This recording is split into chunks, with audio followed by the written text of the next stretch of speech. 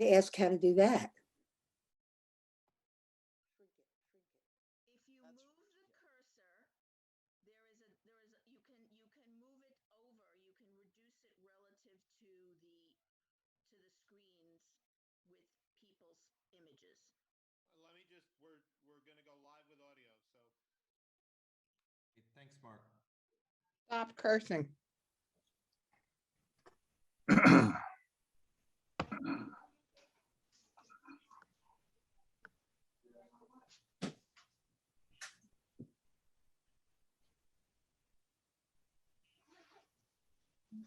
Mark, just let me know when we're live streaming and I'll get the meeting Oh, going. you're good to go, Cormac. I mean, Carter, sorry. I'm looking at something, I'm looking at Cormac. Thanks, everybody. Welcome to tonight's full board meeting. This is Committee Board 2's February full board meeting.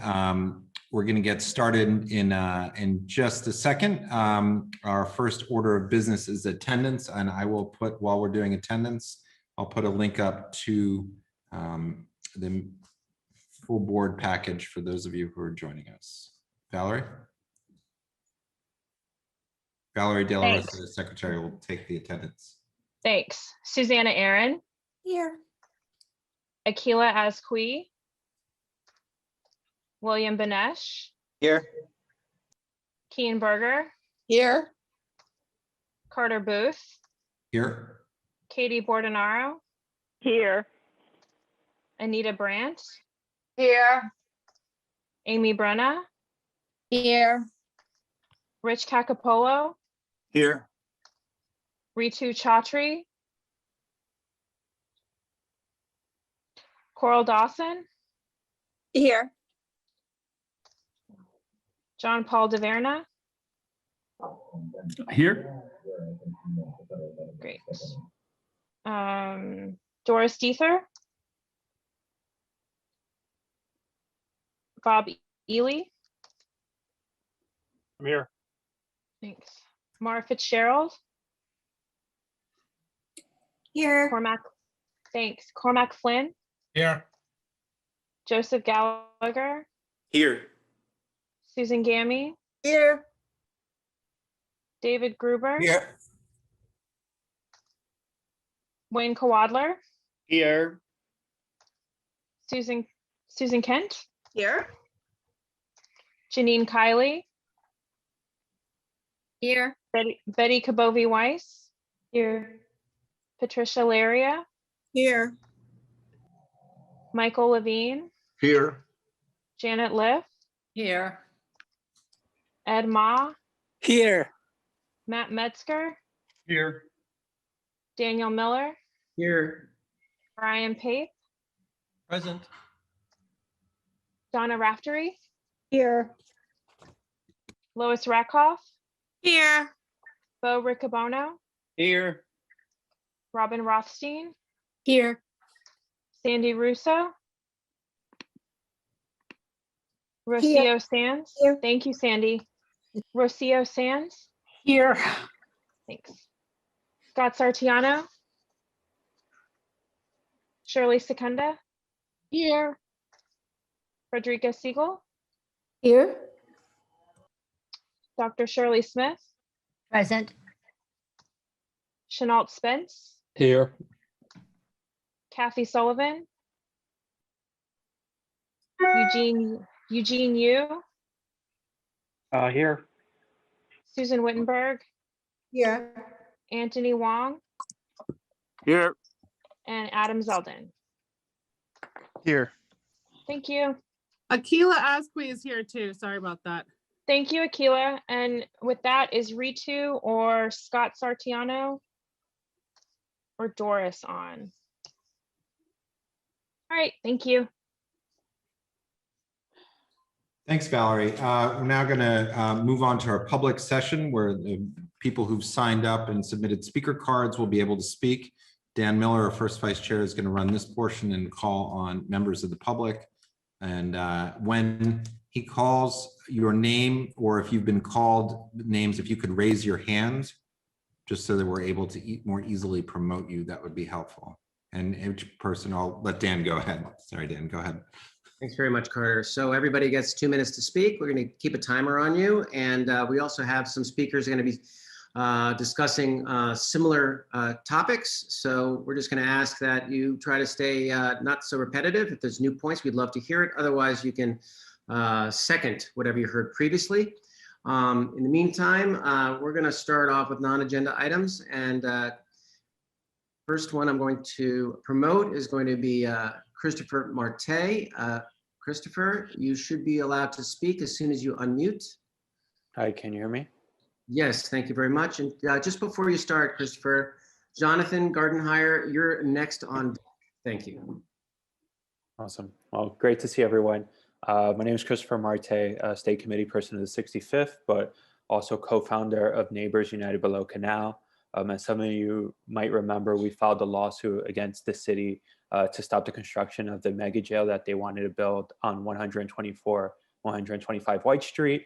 The city appealed after we won an injunction on the development, and now the hearing is coming up, and that's why I'm here, just to give an update. It's February 24th at 2 p.m. The oral arguments will be heard. It will last about 15 minutes. There's other cases, so if you want to listen, just sit through it. I'm gonna share the YouTube link that you can watch it, and hopefully it goes our way, and I'll be here next week to give an update on what the ruling is if it comes out by then.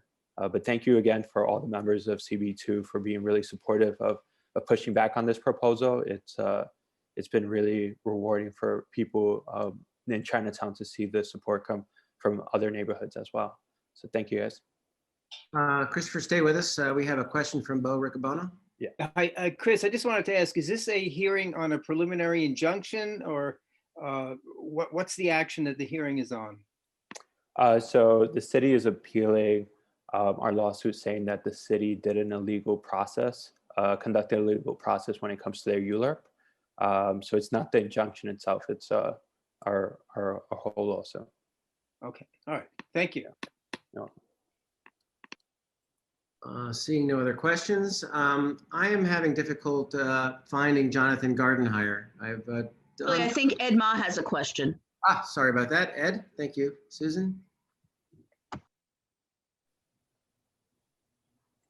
Go Ed. ahead, Ed. I think Ed's on mute.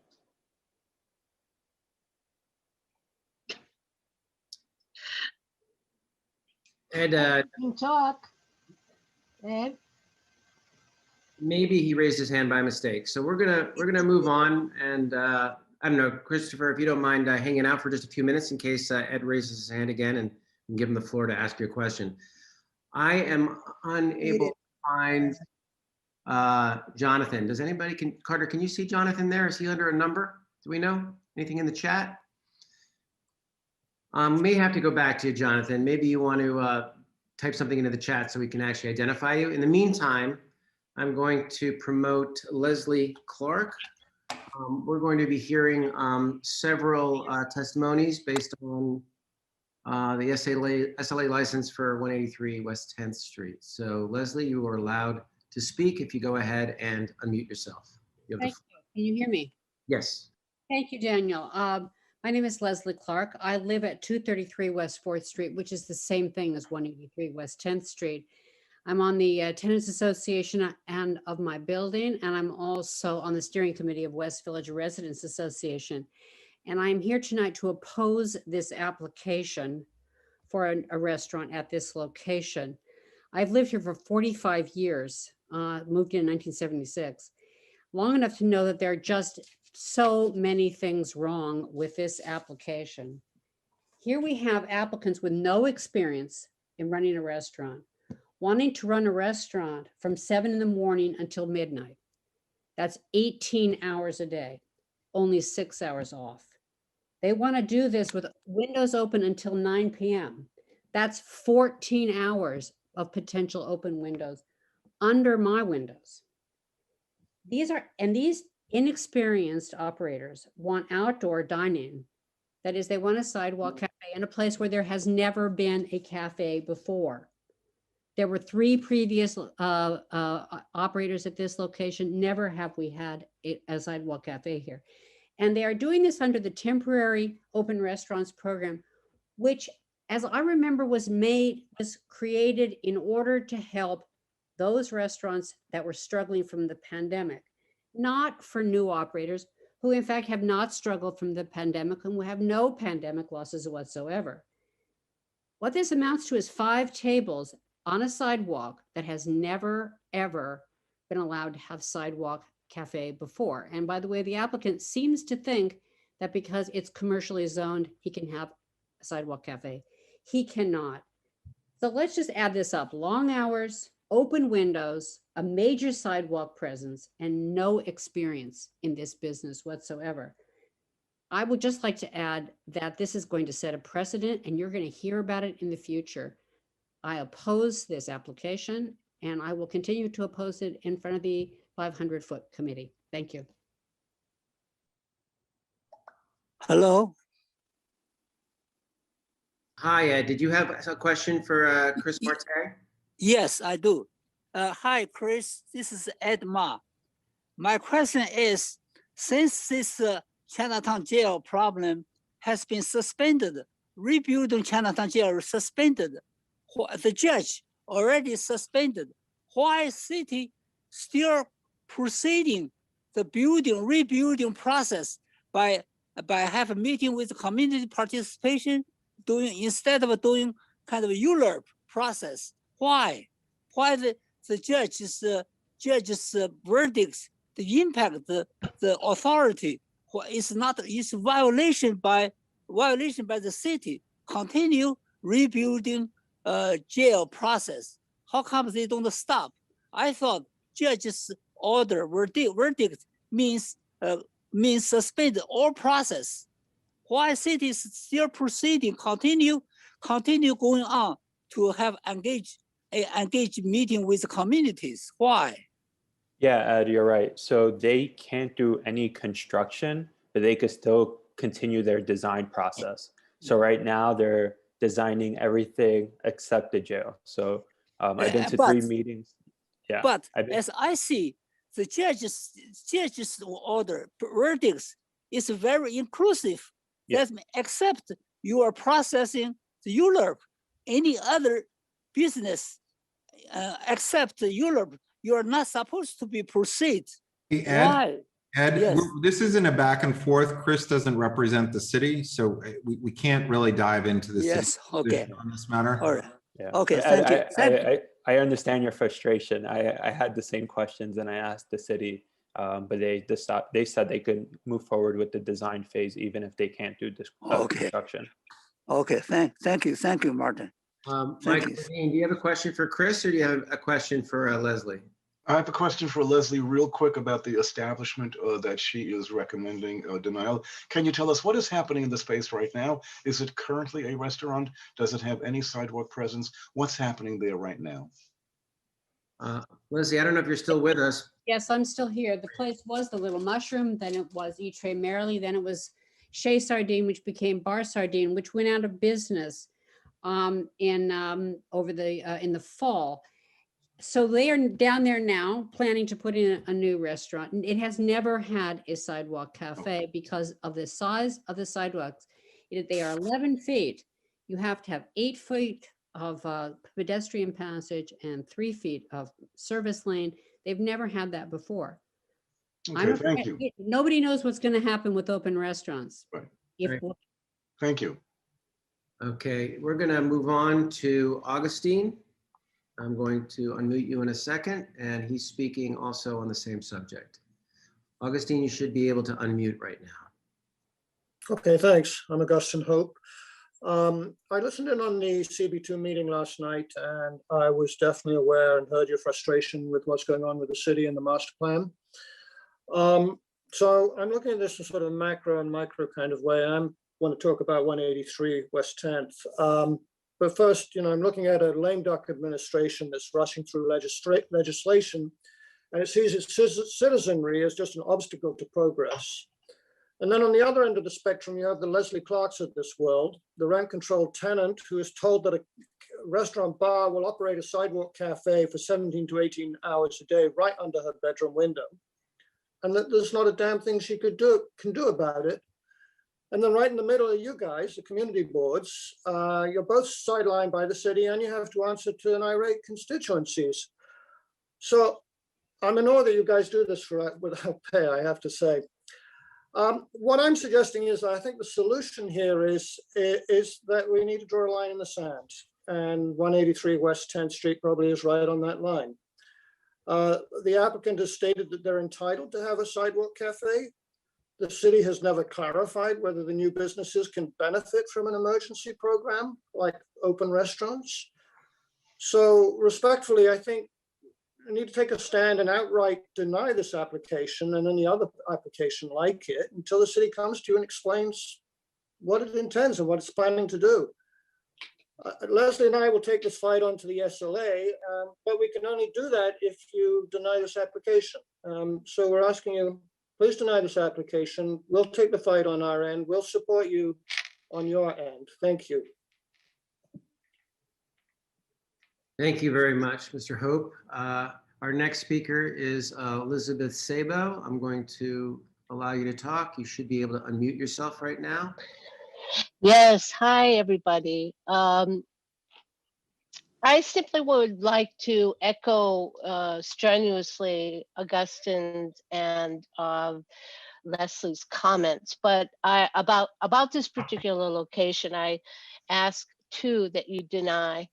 The focus I want to direct is the sidewalk cafe. There's so many things wrong with this, but I just want to focus on the notion that there can be a sidewalk cafe in a place where there never has been. And every one of you must know, or at least in the immediate area, that this corner, this particular building is a disaster for anybody who lives here, because every single commercial space is an SLA licensed space. You can't walk down the street. You cannot walk on the sidewalk. When Smalls is fully operational, the crowds, and when they're all fully operational, the crowds bleed over into the bike lane. So it's not as if even the pedestrians could walk in the bike lane, which is dangerous. The pedestrians get shoved into the full street.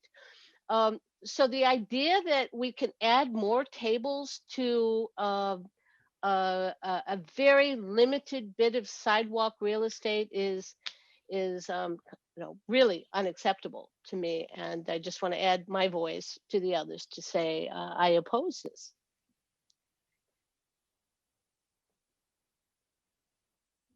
I don't see any questions, so thank you for your testimony.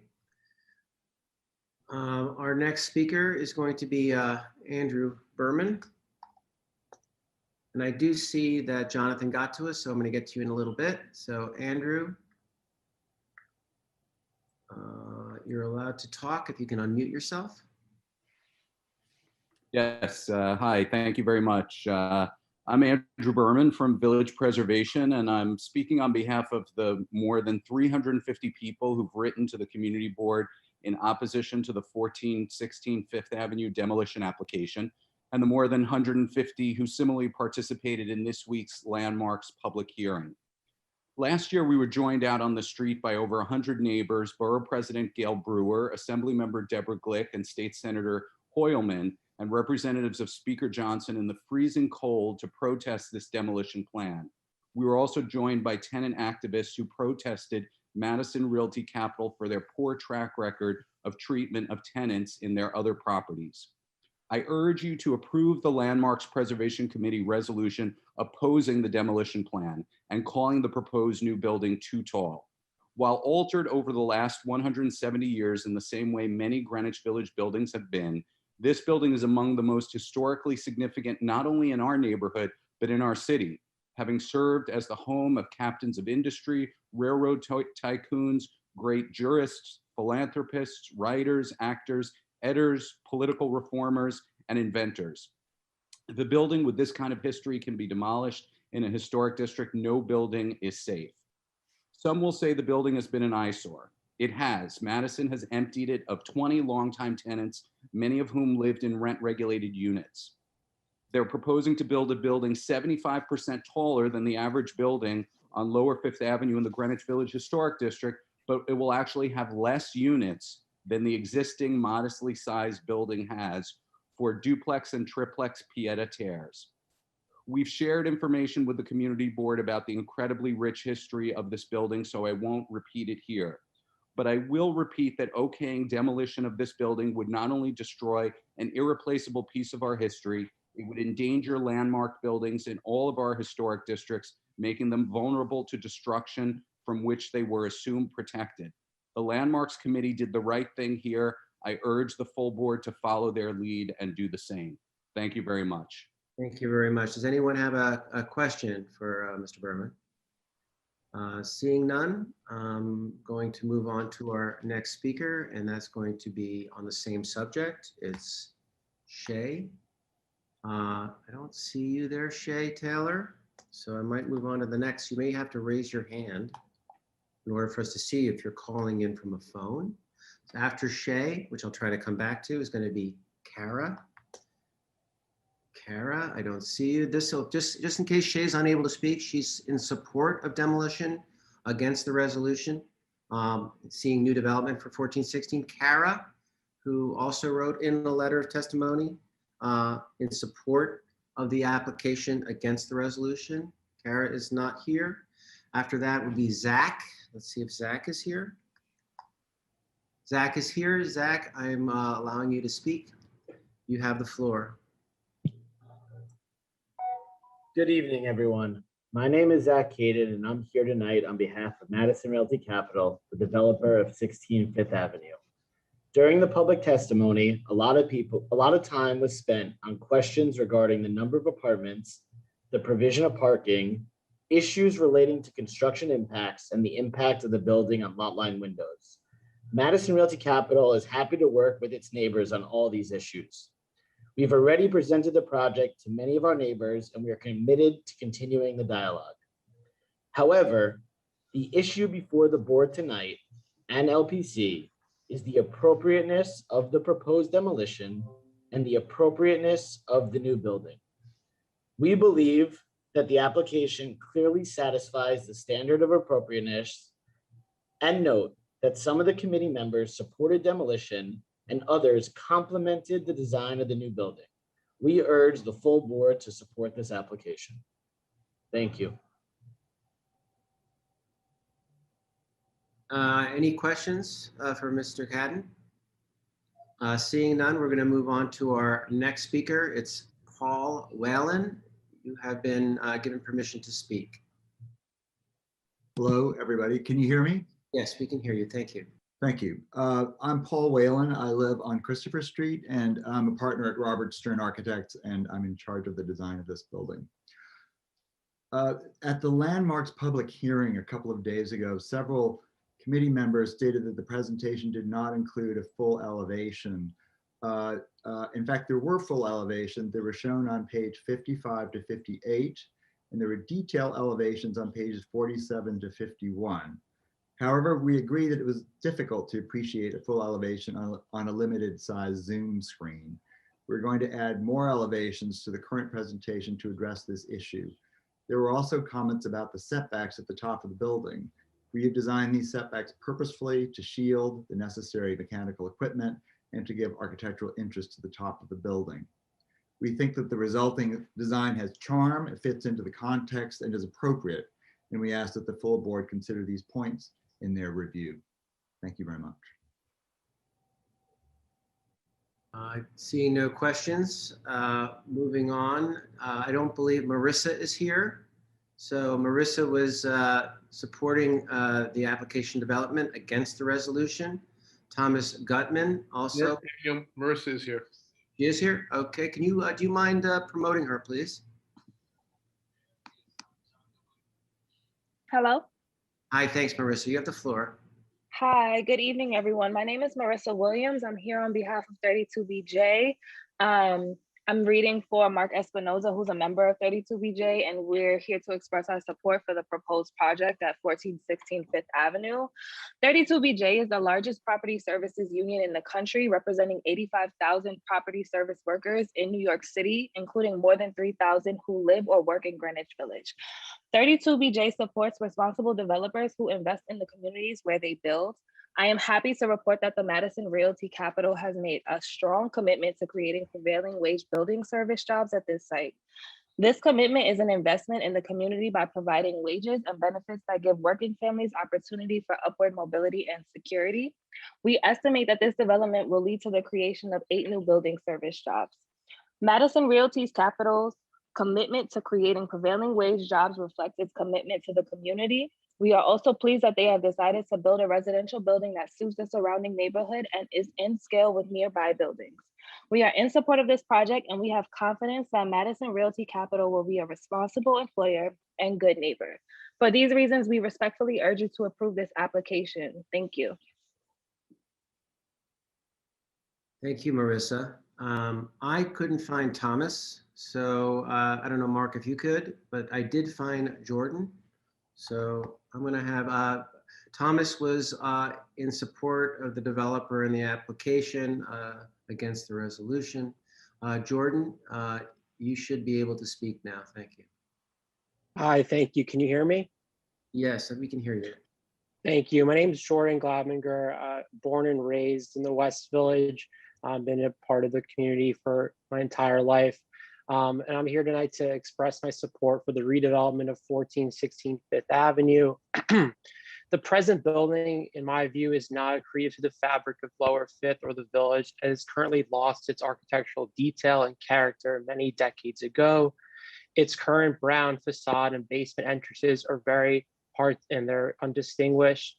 The building is currently not contributing to the Lower Fifth streetscape or the historic district, and I believe that demolition is appropriate given the existing building appearance and the complete loss of its original row house features. The new proposed building that will take its place is an appropriate limestone and buff brick apartment building with architectural detail that is iconic and shows value to the historic district. The building designed by Robert M. Stern Architects will stand out as a modern instruction in the district and will blend with the Fifth Avenue neighbors. This project will also benefit local businesses in the area with the new residents that it will bring, and will also create more jobs for New York City. Thank you. Thank you, Jordan. I have a question for you. It's from Cormac. Cormac, you have a question for Jordan, please. I do. Jordan, I appreciate what you said, and actually many of the points that you make I agree with. I was wondering though if you could speak to, it seems to me from my reading the resolution that one of the main concerns of the committee and of the community feedback that they got had to do with the sheer bulk of the building, that the height of the building was of concern, particularly because of the absence of shadow studies and enough, I know in the committee discussion was a lot of question about whether there were enough renderings of what the perspective would be from the different street angles to really get an idea of the size. Can you speak to that aspect of it in your opinion?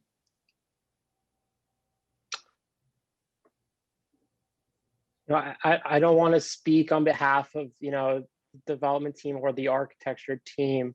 But, when you look at similar projects done by this architect, for example, whether it be in Tribeca, on the Upper West Side, they seem to always integrate perfectly into the community and the surrounding neighborhood and buildings quite seamlessly, in my view. Okay, thank you.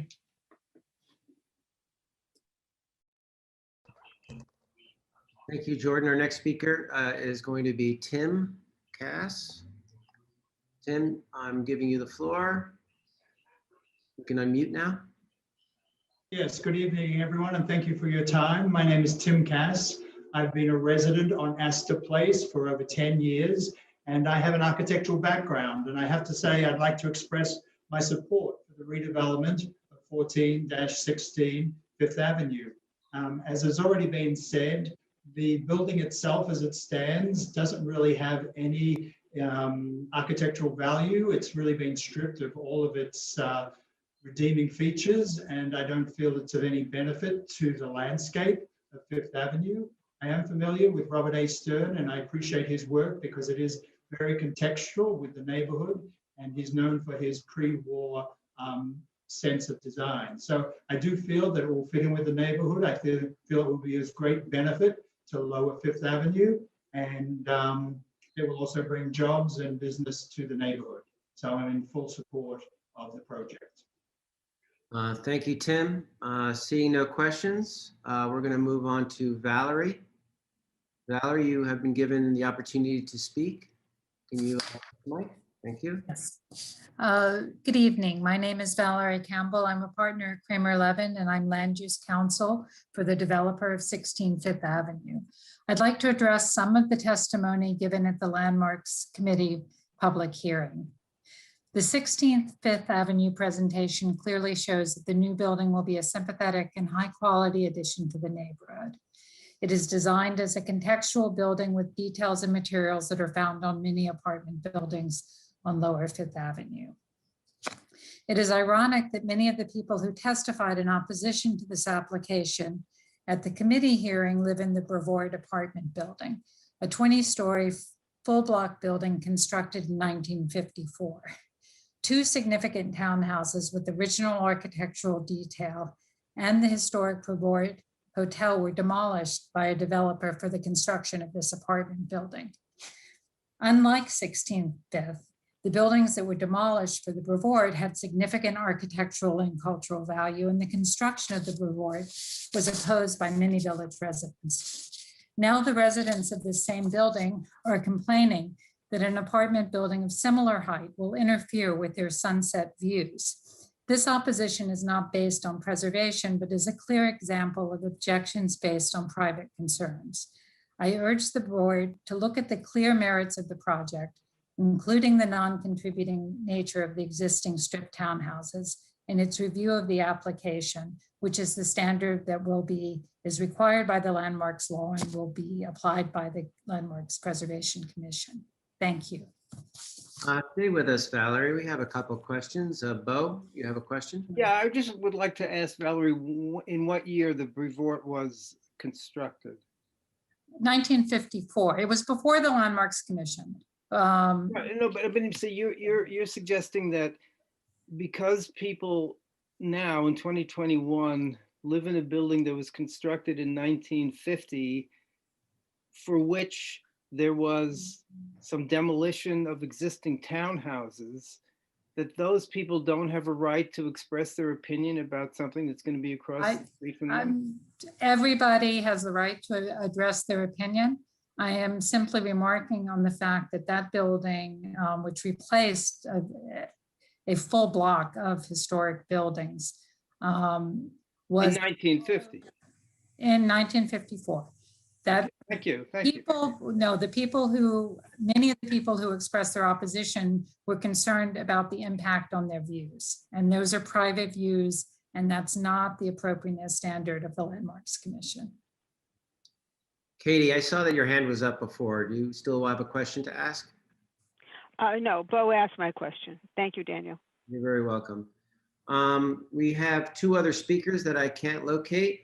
They both are in favor of the application against the resolution supporting demolition. That's Cassidy Gare and Eileen Nordoza. We have one more public speaker that I can see, and that's Scott Sartiano. Scott, you can go ahead and unmute yourself. You have the floor. Okay, thank you. I'm here to speak on behalf of the application for zero bond with the SLA committee. First, I'd like to note that I could have had a lot of people come here and speak on behalf of zero bond and support of the application, but out of respect for everyone's time and now being on the community board and not liking very long meetings, I decided to avoid that process. I'll assume that this board knows that zero bond easily could have had a long line of supporters to give very glowing reviews and ready and willing to speak on our behalf. In short, the rest of the hospitality industry the past 12 months have been an extraordinarily difficult time. Like the rest of the hospitality industry, the past 12 months has been an extraordinarily difficult time for zero bond. As such, zero bond is requesting to take advantage of the pandemic relief sidewalk street dining that is offered to every ground floor eating and drinking establishment in New York City. Zero Bond has a ground floor lobby and office, but since that area was never part of the licensed premises, an admitted oversight on my part, we have never been able to take advantage of the outdoor dining program, compounding our pandemic hardship. I appeared before the SLA licensing committee to request the addition of my ground floor space to the licensed premises and add a service bar in what is currently my office to help service the outdoor dining. Food would come directly from the 5th floor kitchen via private elevator. In our ground floor space, there will be 0 seats for patrons to sit, order, or consume a beverage indoors. Again, this is just for Zero Bond to take part in the outdoor dining program.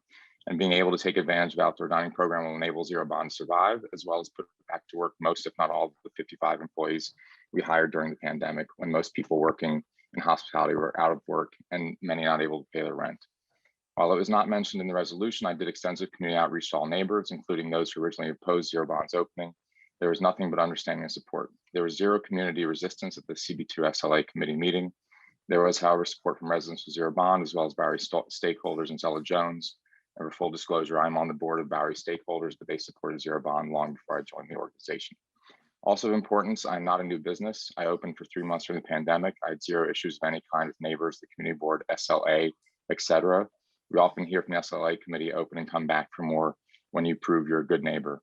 As always, I will be a good neighbor and a value add to the community. I appreciate your consideration. If there are any concerns or reasons why someone believes Zero Bond should not get this approval, I'm all ears and I'm here to discuss and answer any questions. Thank you. We do have a couple questions for you, Scott. Lucille. Thank you, Scott, for speaking out tonight. My question is, as far as you know, is there anything in New York City law, the restaurants, open streets, is there anything that will prevent you legally from getting this liquor license to be included in your method of operation? Is there anything at all right now, the way the law stands, city outdoor dining, street dining, all that? Is there anything that will prevent you from being able to operate your business outside? Thank you. It's a good question. No, I mean, there's nothing that we've been able to find. And on all the city websites, it pretty clearly states that a food establishment service can automatically essentially qualifies. And that includes public and non-public businesses. Thank you. Good question. And Michael Levine? Yes, very quick question. In your presentation, you gave us many excellent details, but you omitted the address. Can you tell us the exact location, what street and what avenues is in there? Oh, sorry, yes. So the address is either 670 Broadway or 0 Bond Street. It's on the corner, the northwest corner of Bond Street and Broadway. Thank you. I know the location. No more questions. That will conclude the public session. Moving on, back to Chair Carter Booth. Thank you. Thanks, Dan. Now we're going to move on to adopting the agenda. Is there a motion to adopt the agenda? I see Susan is raising her hand. So moved. Okay, a number of people, and the second, I assume? Second. Okay, great, thanks. So the agenda is adopted, and give me 1 second here. I'm just going to repost for everybody the agenda and the full board package for those who may have joined us a little late. So I've just done that. Now we're going to move on to reports to the public. And just so everybody knows, we are going to have somebody else joining us. Senator Schumer is going to join us, and he's on a somewhat tight time frame. I'm just giving a warning so that if we are in between presentation and Q&A, I'm going to stop it, since most of our other elected officials have had an opportunity to join us on a more regular basis. So I just want to give fair warning to everybody on that. And with that, let's see, I see a couple of people. I think that last month I had started with Assembly Member Glick. So I think this month I'm going to start with Senator Hoylman, just to shake things up a little bit. So Brad, welcome. Thank you. And I mean, if Assemblymember Glick wants to go first, I certainly. I should have asked that, but that's. Okay. Well, good to see everyone. Very quickly, I agree with the comments on 1416 Fifth Avenue. Let me just say, the concerns are real. The developer, Madison Capital Realty, has a very mixed track record, to say the least.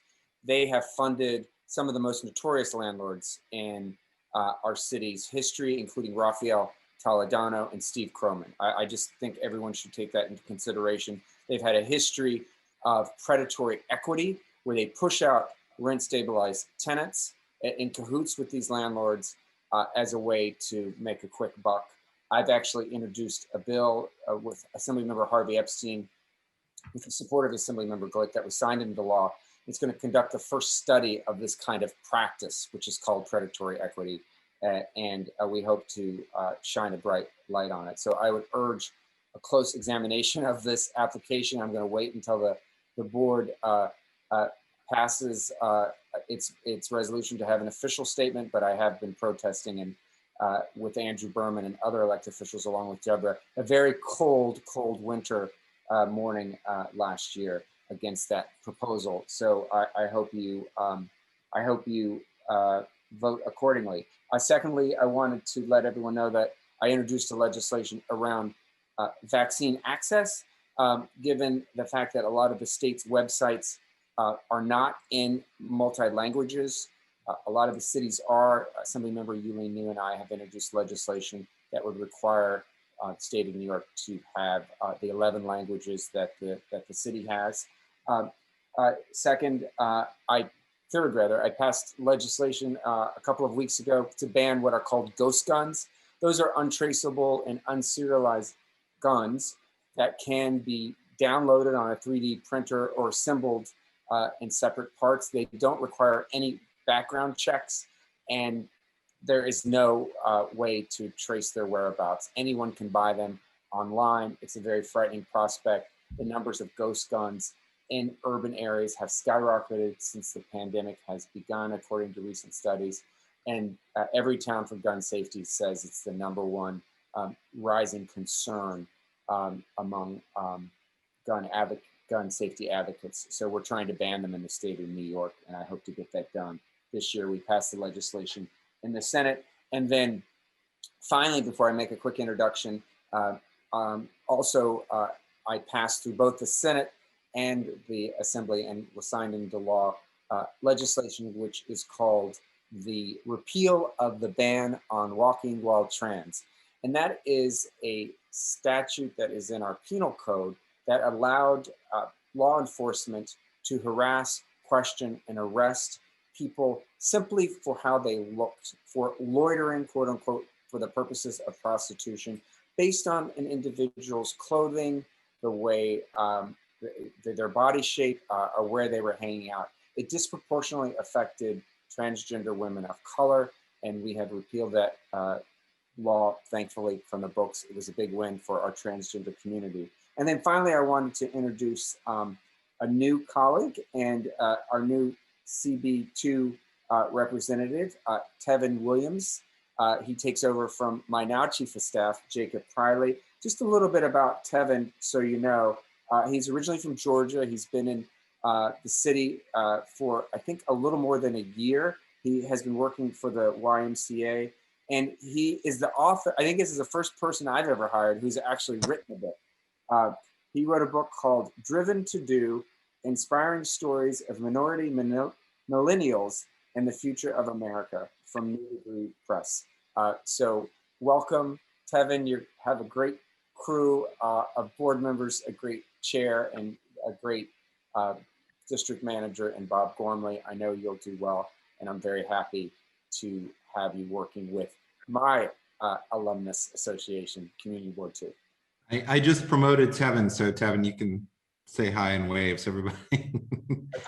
You've been to a few of our meetings now, which has been great. So thank you so much, and I'm excited to be working with all of you. And thank you, Senator Hoylman, for the awesome introduction. I'm excited to be working with CB2. Please feel free to reach out if you have any questions. Thank you.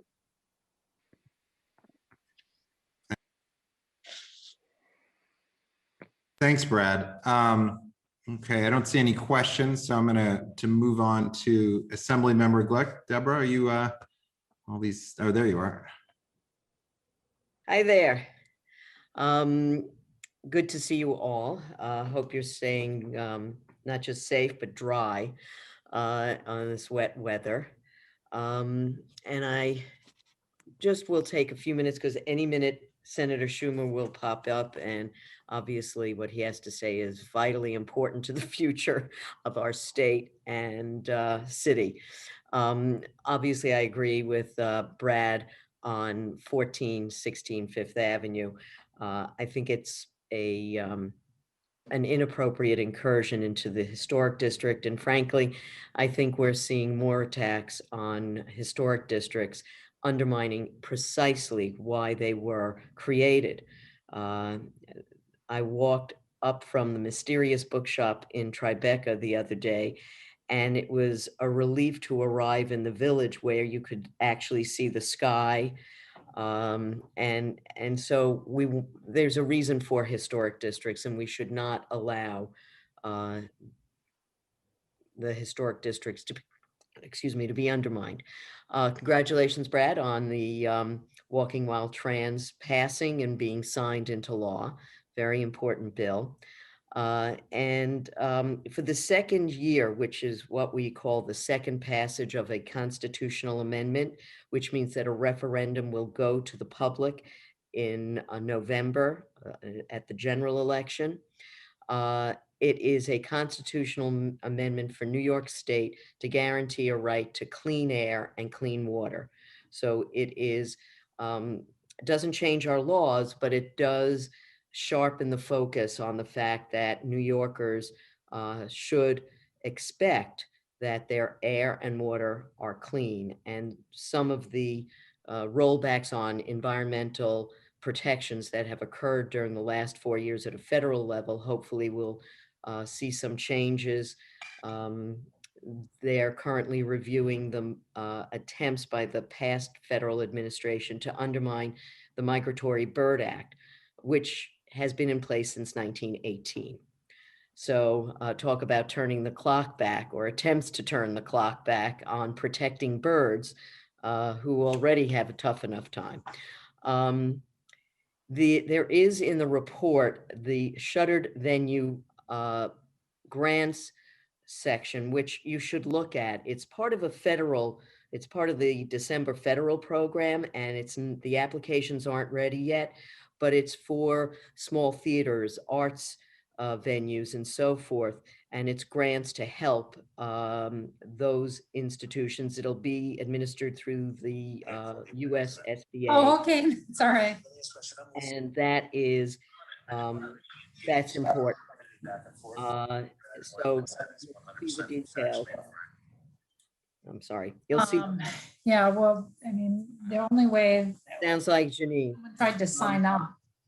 In any event, I think that's an important thing that so many of our small theaters will really find that to be quite important. The applications, of course, are not quite ready yet, but people should pay attention to that.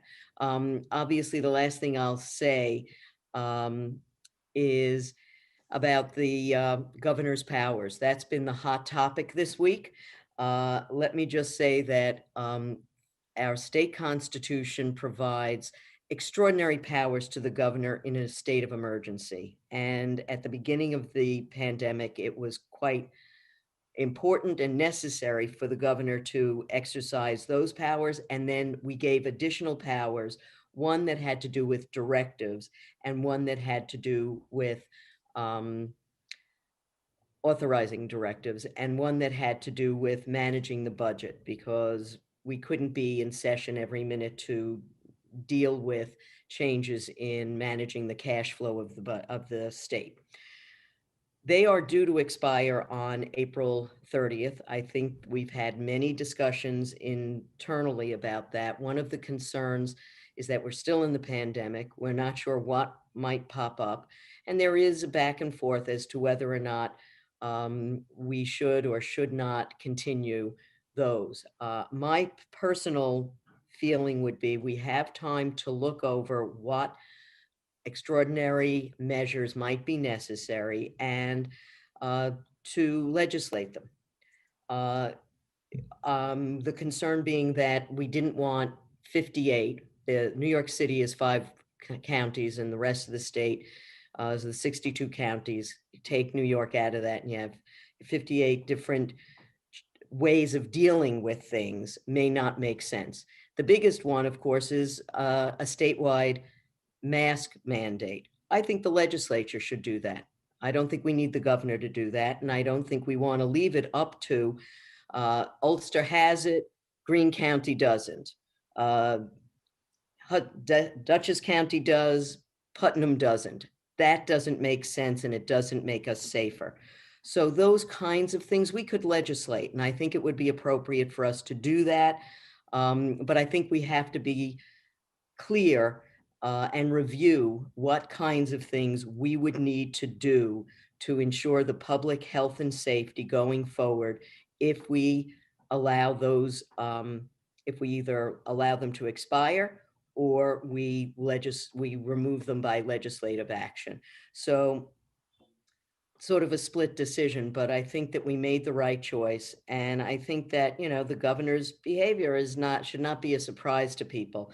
I'm not weighing in on whether he actually threatened Assemblymember Kim or not, but I certainly think that the governor has a very forceful personality and expects people to go along, and sometimes is, you know, a little bit on the too aggressive when it comes to pushing back on him. Everybody's had some experience or other. So I think that we have to take the emotion out of it. I think that the nursing home numbers thing was stupid. I think the governor should have apologized. I think he should have said, we were trying to do a lot of different things at the same time, and we weren't counting people properly. My mistake. Governor, like a lot of people in politics, can't say my mistake. It would help a lot if people could just say, I'm sorry, I should have done it differently. But, you know, I think there's a good chance that we'll act to eliminate his powers, but some of the things that are in place for public health and safety will still have to be mandated, maybe not by him, but at least by us. And maybe people will feel better. They can yell at your local representative because we're closer to you and we're here. So I'm sorry I went on a little longer than I thought I would, but I thought it was important to clarify for people. The governor will still have, during a state of emergency, a lot of extraordinary powers, even if we take away the pandemic powers that we gave him. I had a question for you. Our meeting, how we meet right now, is based on one of the governor's executive orders. And so this impacts us directly, as well as many other legislative bodies. And I was wondering if you had any thoughts on that, or if you think that the legislator would address a laundry list of various groups and how we meet. Well, that has been the discussion that we've had internally, that we can't, you know, as I said, there are executive authority that he has during any state of emergency. And then there are some additional ones that were granted. We would really have to look carefully so that we can't undo state of emergency. That's a constitutionally authorized power. And some of those things may have been authorized under that, and some may have been authorized under directives. And that's why some of my colleagues and I have said, cooler heads have to prevail, and we have to do things in a thoughtful fashion. I tend not to sign on letters, so I get, the occasional Twitter slam for not jumping on immediately, and that's okay. I would rather have thoughtful reflection than endless regret.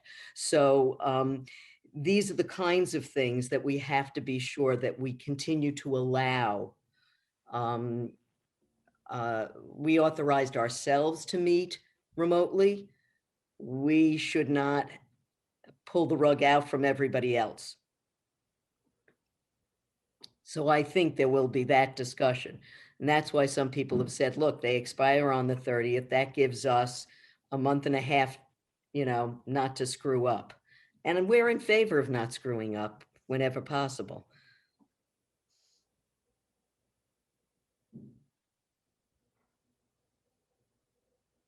Thank you. I've got one question here from Coral Dawson. Go ahead, Coral. Yeah, sorry. I guess my kids were on this one. I'll go back to the, sorry.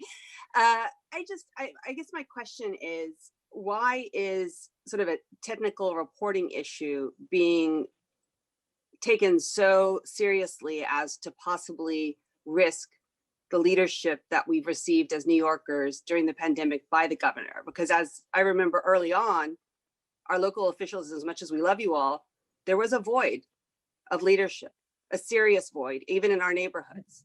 So I struggle to understand why there is a rationale being presented about a technical reporting, oversight that has been clarified and emergency pandemic powers.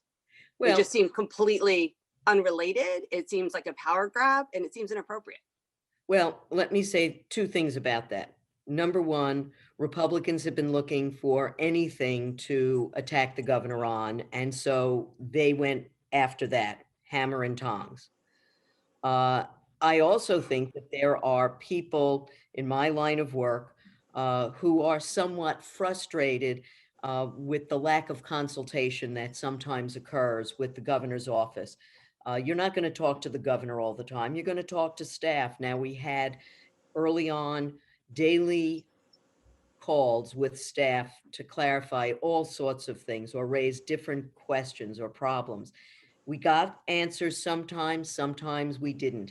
And then you had to go back and you didn't always get an answer, let alone one you liked. So I think there's just general frustration. The other thing I'll say is people have been under this stress for a year.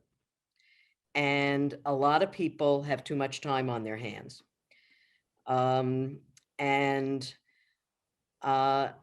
My hope is with last year was incredibly stressful because you're right, there was a void at the very top. There was crazy stuff suggested like injecting bleach, which, could have had your head exploded when you heard that one.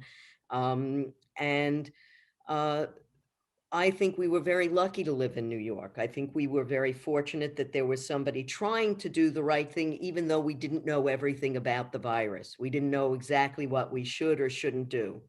So there's been a lot of frustration in different parts of the state that feel that they have had less viral impact.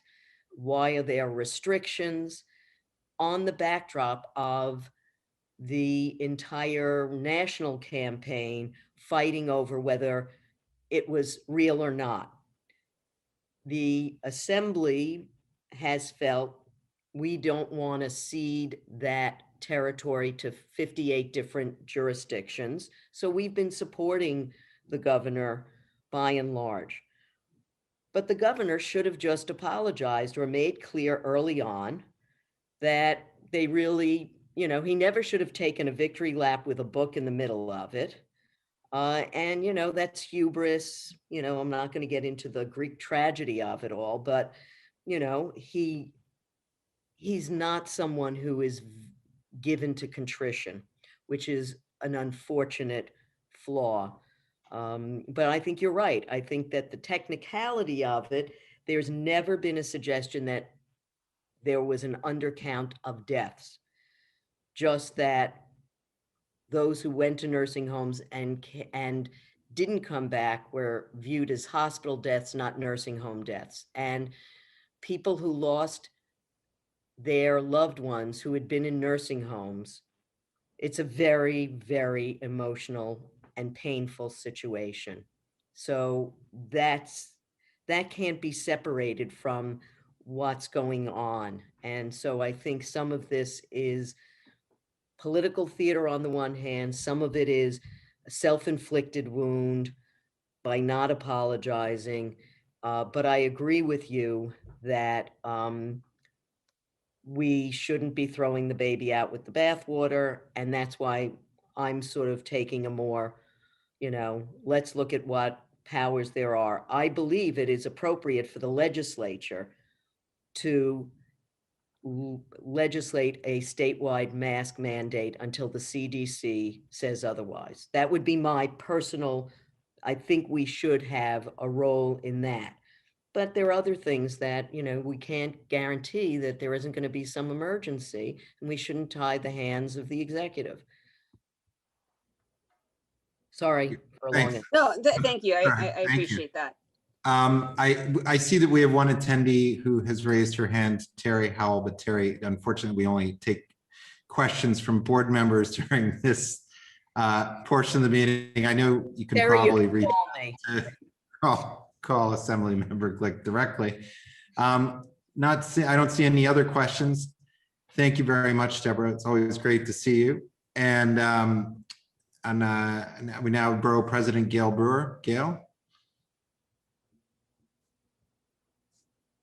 Do we have you here? Got a lot of screens. Okay. Oh, I see. Sorry. I'm going to promote her to a panelist. She's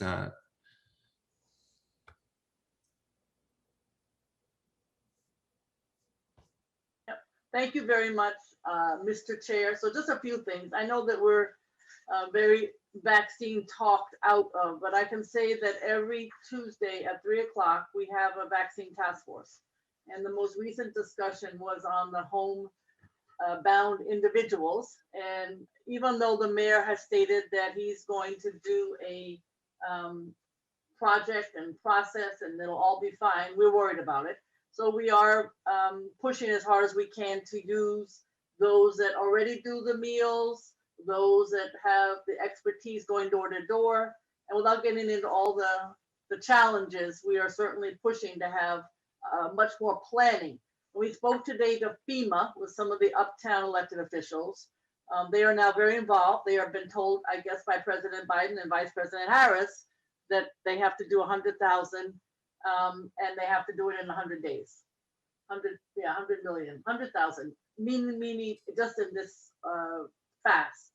And they are trying to focus on underserved communities. In Manhattan, we don't have a Manhattan site. We only have Javits. Javits is not a Manhattan site.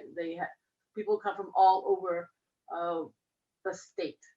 So there are so many issues regarding this vaccine. I can just say I'd love to know if you have something specific. But meanwhile, we are going to be pushing every 3 weeks. There is a new vaccine allocation. So it's a 3-week cycle. That's according to FEMA. And supposedly there'll be more supply. We'll have to see. But it's a supply issue. And in my opinion, it's a lack of planning issue. And I don't need to talk to you about the issue of the website because I think you know it. The state and the city are never going to work together, I don't think. But I do think that the city's new hopeful website could in fact incorporate some of the city websites. We'll see. But I'm just saying we are very much on top of it, and you're certainly welcome to join us every Tuesday at 3 o'clock. We get a lot of information. The second issue I want to mention, which you're tired of perhaps talking about, but regarding the helicopter issue, we have made a lot of progress with the New Jersey elected officials. We've talked to the mayors, we've talked to people who are in the city council in different towns in New Jersey, and we know, and they know that people are coming from New York City to New Jersey, getting on the plane, going over the city and taking pictures and going back to New Jersey. So working with Congressman Nadler, who has been fabulous with Rob Gotthein, and the New Jersey officials, the Congress member led by Congressman Nadler are introducing legislation on this topic. So we'll see how far that helps But we're soon going to have a meeting with the New Jersey and the New York elected officials. And we are really trying on all fronts, whether it's through the Eastern Regional Helicopter Council, the FAA. We're working with NYC and Company. I think I mentioned that I'm on the board and I'm very partial to them, but they had at least 3 helicopter companies that they were working with on discounts to be able to take a helicopter ride. That's not helpful. So we're trying to make sure that that is ending. So those are some of the issues on that issue.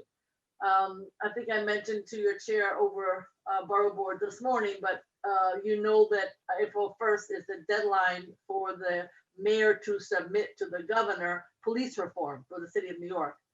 And one aspect of it, I don't know exactly what's going to be in it. We have a police reform toolkit that talks about all the previous reform proposals, of which there are many. But one of them is that the commanders, local commanders, of which there are several in your board, will be selected locally. That would be with the local precinct council. I push to have the community boards involved, certainly clergy perhaps, and folks from the business community, elected officials. And I don't know exactly how this is going to work. There would be, there's going to be a pilot apparently in Brooklyn. But I guess what I'm trying to say to the community boards is reach out to the local precinct council members, of which there may be some overlap, and see what would make sense for a community board too. Because there is, I believe this is going to be part of the suggestion for April 1st. I know that there is certainly interest in the all land use issues, and Union Square South, I think you know that we wrote to the Landmark Preservation Commission to support designating the area south of Union Square Historic District. I think that would protect 200 historic buildings, something that we're supportive of. Soho NoHo is ongoing. I think the next information session is February 25th at 6:30 on the mixed use and quality of life issues.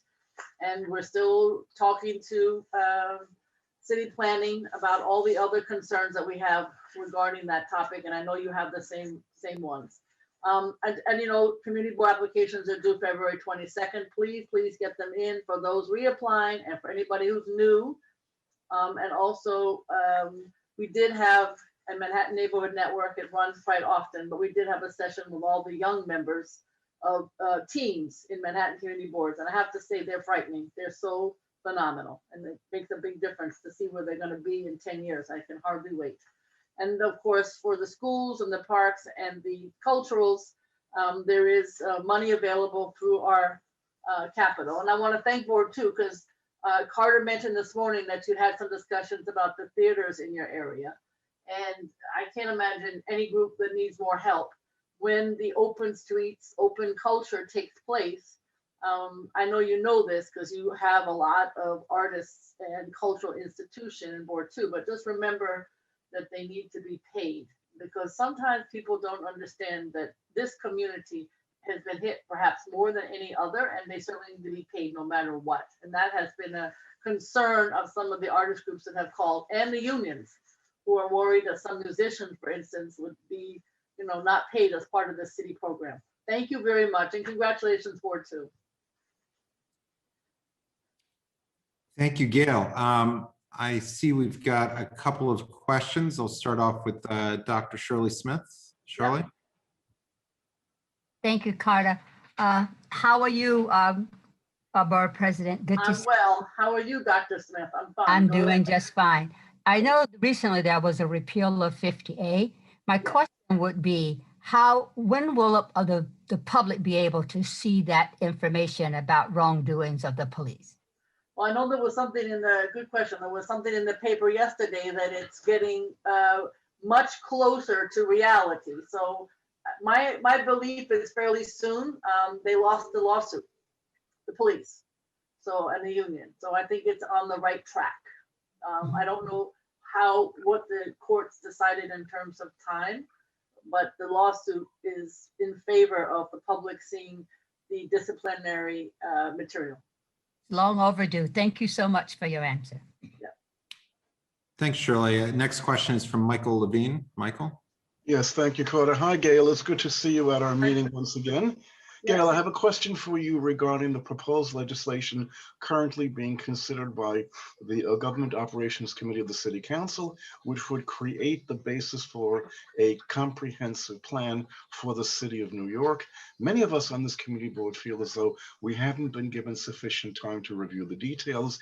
And if in fact this comprehensive plan effort is implemented, it might limit the amount of public participation, particularly from community boards, in the decision-making process.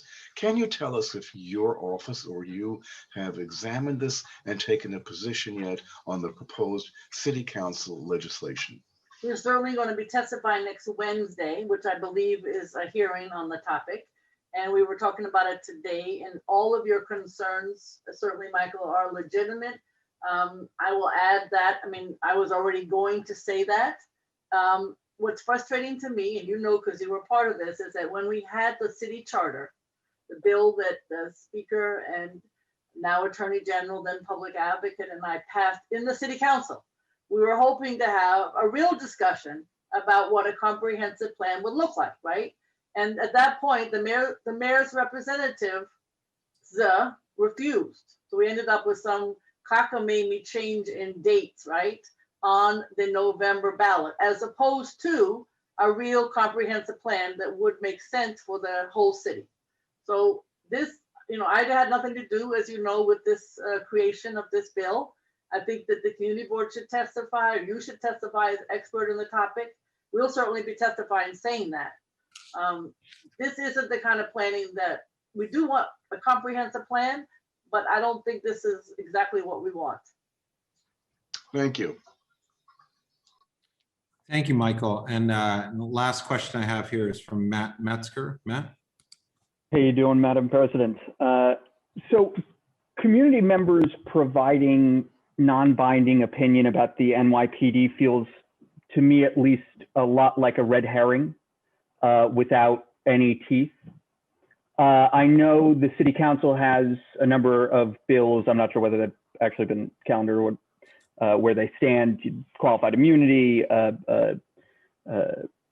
making sure the police commissioner doesn't have final authority over decisions. I was wondering where that stands and what you know and what your position on it is. Thanks so much. Well, I'm a little bit in the dark on some of this, to be honest with you. I'm getting little pieces here and there, similar to what you're getting. But I can say that I think I've been saying to all the community boards, pay attention, right? Because it's going to impact you one way or the other. And just in terms of planning and this local piece that I just got information about literally 3 days ago. So in terms of the overall piece, I mean, you got the CCRB, you have the lawsuit that Dr. Smith was talking about, you have the immunity, which I think passed the city council yesterday or this week, if I might be wrong, like, or could have been a committee, but I believe it's passed. It's a whole, so the city council is, what it seems to me, is trying to come up with some ideas for April 1st. The mayor's trying to come up with some ideas for April 1st, right? And how they all meld into a cohesive plan for April 1st, I'm not sure, right? So all I'm trying to do is tell you the little piece that I know that directly involves the community boards. And I think somebody, to be honest with you, you know, we're trying to pay attention to it also. That's why we sent everybody it's on our website, a report on all the past plans, so we don't repeat the same mistakes. So those are some, you know, I'm going to be honest with you, I think there's a little bit of gamemanship going on. And then the question is, how does it really work? Because your staff and the community boards and, you know, they come sometimes stuck with trying to figure it all out, to be honest with you. So that's what, I don't know a lot, but that's what I know so far, Matt. I think I've told you all the insights anyway. I appreciate it. Thanks, Matt. I don't see any other questions, Madam President, so thank you. Thank you. And I don't see that we have any other elected officials who are with us yet, so we're going to move on to our elected officials representatives reports. And so if each of you, and you know who you are, if you guys could raise your hands and we'll call on you. And Let's see, and Susan's going to run the timer, and I see that first we've got let's see, I've got Luke Wolf from Controller Stott Stringer's office. Luke, how are you? Good. How are you, Carter? Hi, everybody. Luke Wolf from Controller Scott Stringer's office here. A few updates to bring you this evening. First, we were excited to announce last month that the city pension funds have voted to divest their portfolios of an estimated $4 billion from securities related to fossil fuel companies. So the divestment is expected to be one of the largest in the world and will address the significant financial and environmental risk that these fossil fuel holdings pose to the funds and our planet. In 2018, New York City became the first city to announce this and was the largest in the world. And since announcing, a number of cities around the world have joined this effort. So Scott is proud that New York City is leading the way in this regard. Second, around food security. So this month, Controller Stringer unveiled a comprehensive food security plan to combat hunger in New York. COVID-19 has revealed food insecurity across the city, and today there's more than 1.6 million New Yorkers who report being unable to afford food, which is 400,000 more than last year. So our comprehensive plan would create a $25 million emergency food program specifically targeted at those who are left out of the federal program. It would leverage CBOs to improve and increase SNAP outreach. It would expand access to EBT throughout New York City, and would increase the cultural appropriateness of the city's emergency food program. And lastly, 2 updates on education. I know last month, CB2 passed a resolution around the mid-year adjustment and making sure that schools were not penalized for changes in enrollment due to COVID. This month, the controller also sent a letter to Chancellor Carranza, making sure that schools are held harmless for that. We know in CB2 and District 2, that would have a big impact with our schools where as much as 25% of the enrollment has changed. So we don't think that schools should have to fire teachers or do whatever would need to be done this year as a result of the pandemic and all the uncertainty around enrollment. And lastly, Comptroller Stringer is calling on the city to provide, or the state to provide additional Holocaust and hate crime awareness education. So up to 25% of students actually don't believe the Holocaust happened. After last year's attack in Monsey, New Jersey, they were supposed to implement a number of new hate crime and Holocaust education initiatives. As far as we can tell, that has not happened. So really making sure the city puts that forward, especially as the current wave of hate crimes in the city is ongoing. So those are just a few updates from our office. Great, thank you, Luke. And I see that Senator Schumer has joined us. Senator Schumer, are you with us? I am. Can you hear me? Yes, I am. Welcome. I'm in Brooklyn, very far away from your board. It's great to hear. So there's a lot going on in Washington. Oh, not much. So here's what I thought I'd do, Carter, if it's okay, and I don't know what your time schedule is. I'll speak for about 10, 12 minutes and then spend a half hour if you want on questions. How's that? Sounds perfect. Great.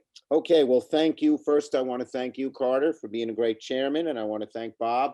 I saw him down in the Zoom a minute ago. Wait, I'm going to change my Zoom thing here so I could see everybody. There you are. So thank you all, and I want to thank all the members of our planning board. I started out as a community organizer, a tenant organizer in Southern Brooklyn, and I know what it's like. I'm a community person.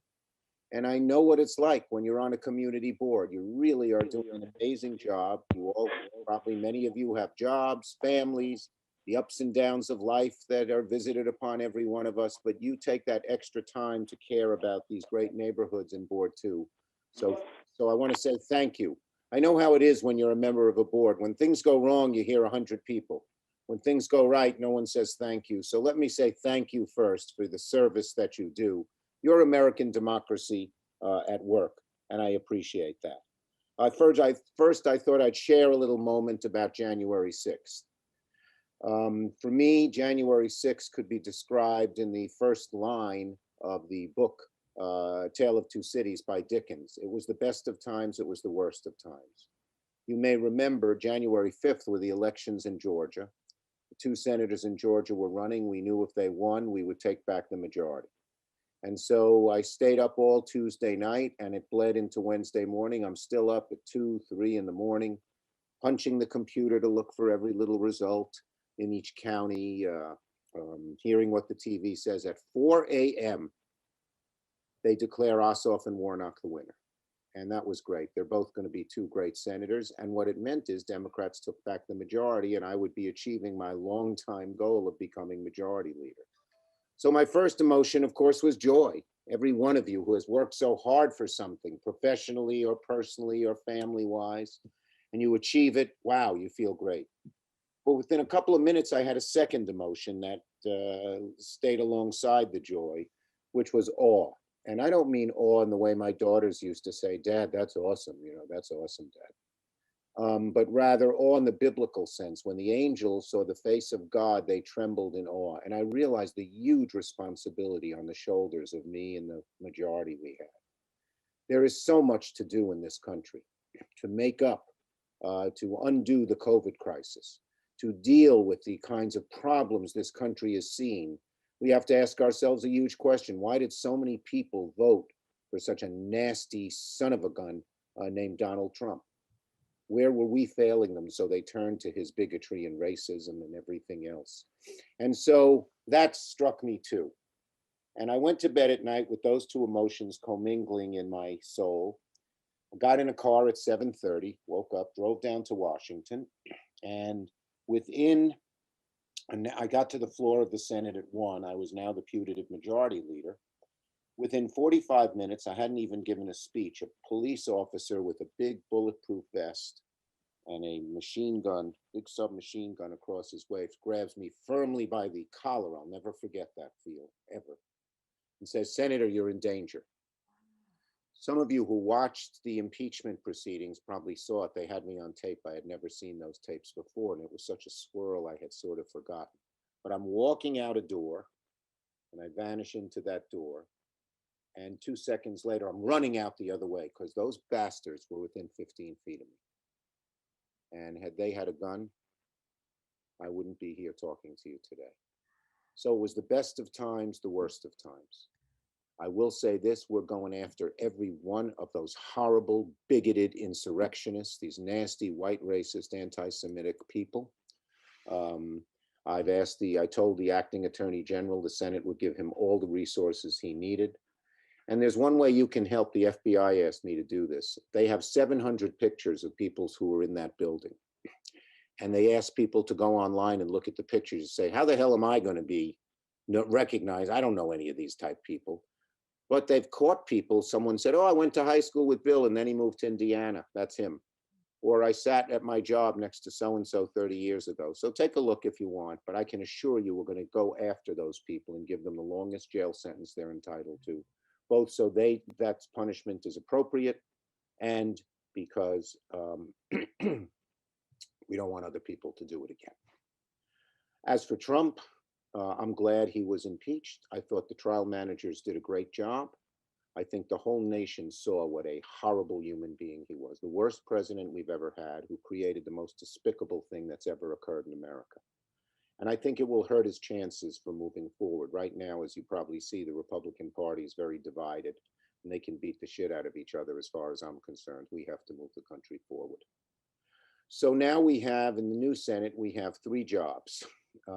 One, impeachment trial, that's now over. The second is to confirm the president's nominees. That's a longer process because the Republicans can block it. But third is to get COVID relief done. And I'd like to talk to you a little bit about what we've done and what we can do, what we're trying to do in this new bill. The first bill passed, the CARES bill passed back in March, and I negotiated that with Mnuchin. It had over $100 billion in relief for New York. We did do well there. It saved a lot of our hospitals and healthcare institutions and did things that were needed. $1,200 check, you may remember, went to people who were hurting and suffering, money for food, a moratorium so people wouldn't be evicted. The problem with that first bill was only that we thought COVID would be over by the summer, and it wasn't, and it was still raging. And yet Mitch McConnell and the Republicans blocked any attempt to go forward until we passed the bill of $900 billion in late December. The only reason he went along with it is he would have been so embarrassed because 12 million people on December 26th, day after Christmas, would have lost their unemployment insurance and had nothing. So anyway, we passed that bill, but that wasn't enough, and now we're trying to pass a bigger bill. Let me tell you some of the things that will be in the old bill, in the new bill. In the old bill, we did get money for our subways, another $4 billion, so the subways and buses wouldn't be cut back. We did get significant dollars for our schools. You add the money in the old bill and the new bill, there'll be about $270 billion for schools. The plan is that all of them can open quickly, and every single school in America and in New York will be fully open 5 days a week safely in September. I was able to get a ton of money for our hospitals. Many of our hospitals would have gone under. They were under such stress. We got $25 billion for rent relief. $1.5 billion goes to New York to pay people who can't, to pay the rent for people who don't have it because of COVID. Here are two things people don't know, and you may want to spread the word. One, we allowed Pell Grants to go to prisoners, people incarcerated. There are a lot of young men and young women in prison who want to make a better life for themselves. They want to enroll in community college or something like that. They can't because they have no money. Now they'll get Pell Grants, and they can. And a second thing we did is we paid for the funerals and burial of poor people who had COVID. Do you know the indignity? One of the things that just broke my heart was watching children and grandchildren on Zoom say goodbye to their parents and grandparents. They couldn't be near them, they couldn't hug them, they couldn't touch them. And adding insult to injury, a lot of these people were poor and they couldn't give a proper funeral or burial. So I've worked to get $7,000 for people to bury and give funerals to their people. We're working with the funeral homes. If you know people in your community who need this, please please let them know. And probably the most important, not the most, but one of the most important things in this bill is vaccines. And let me tell you about that because everyone's interested in that. Well, let me do a few more things. We got money for small business, $325 billion. If you have small businesses in Community Board 2, we got $15 billion worth of what's called CDFIs and MDIs, Community Development Financial Institutions, Minority Development. Their job is to help small businesses, nonprofits, get the money that's in these programs. These small businesses, they don't have a fancy banker, they don't have a lawyer, even their accountant, if they have one, doesn't know much about this. There are now people in your communities who are paid by the federal government to hook these people up with the programs, very important. I also worked very hard, it was hard to get money for Broadway. That employs tens of thousands of people. They would go under if not for another 6 months. And we did something called the Save Our Stages Act. You have in District 2 a lot of independent venues, arts venues, where people come together to hear music, to dance, to do all kind of comedy, everything else. They were all going under because they were the first to close and last open. We got money for them. And we got money for our bigger institutions, our cultural institutions that are so important. The last thing I want to talk about is the vaccines between the old bill and the new bill. First, every vaccine will be free. Tell everyone you know not to let the insurance company rip you off. Every vaccine is free, no deductible, no copay, none of that. Second, the federal government, Donald Trump, am I allowed to curse on this board, Chairman? I'm from Brooklyn. Well, Donald Trump fucked up this thing to a fairly well. And nobody got vaccines. Nobody. Hardly anybody.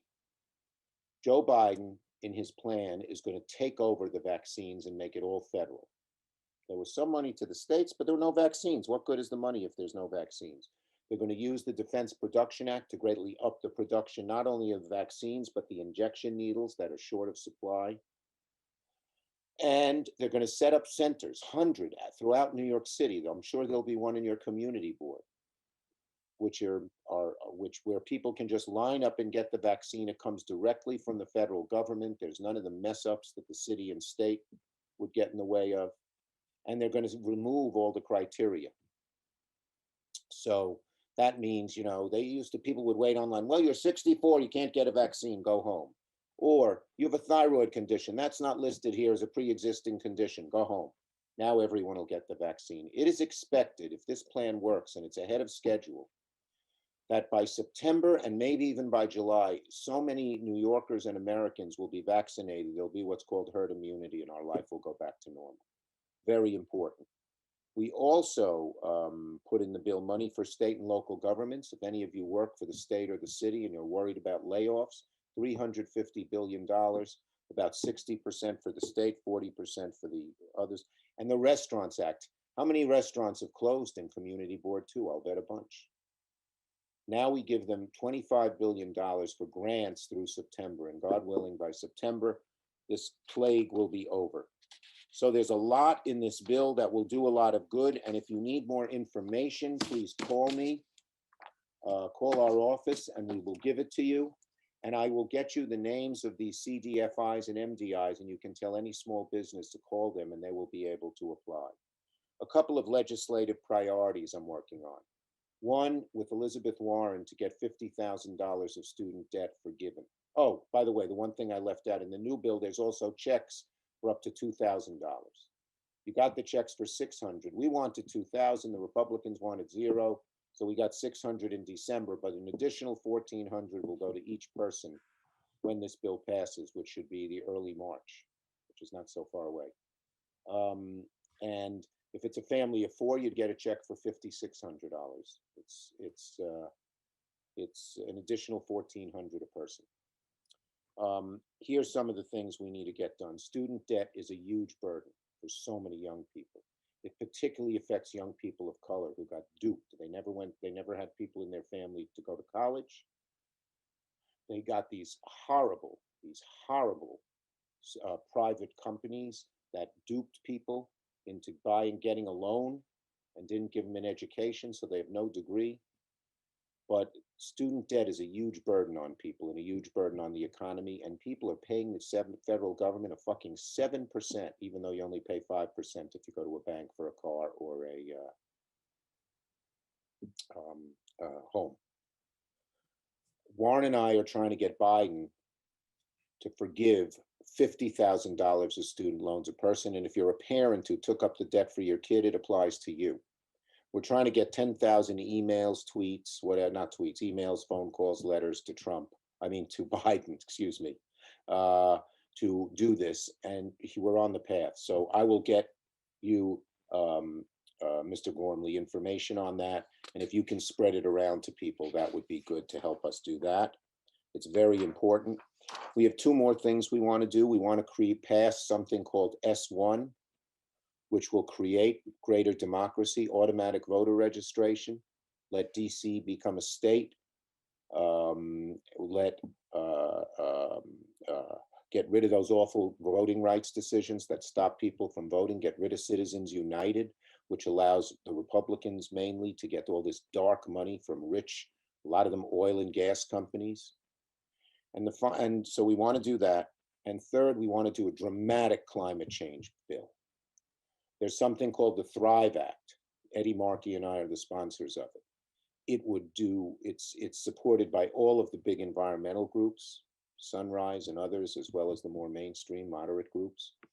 And it would really clean up our environment and at the same time create 10 million jobs for workers, 40% of whom would be people who don't have jobs, have very low jobs, or just got out, very low paying jobs, or just got out of prison.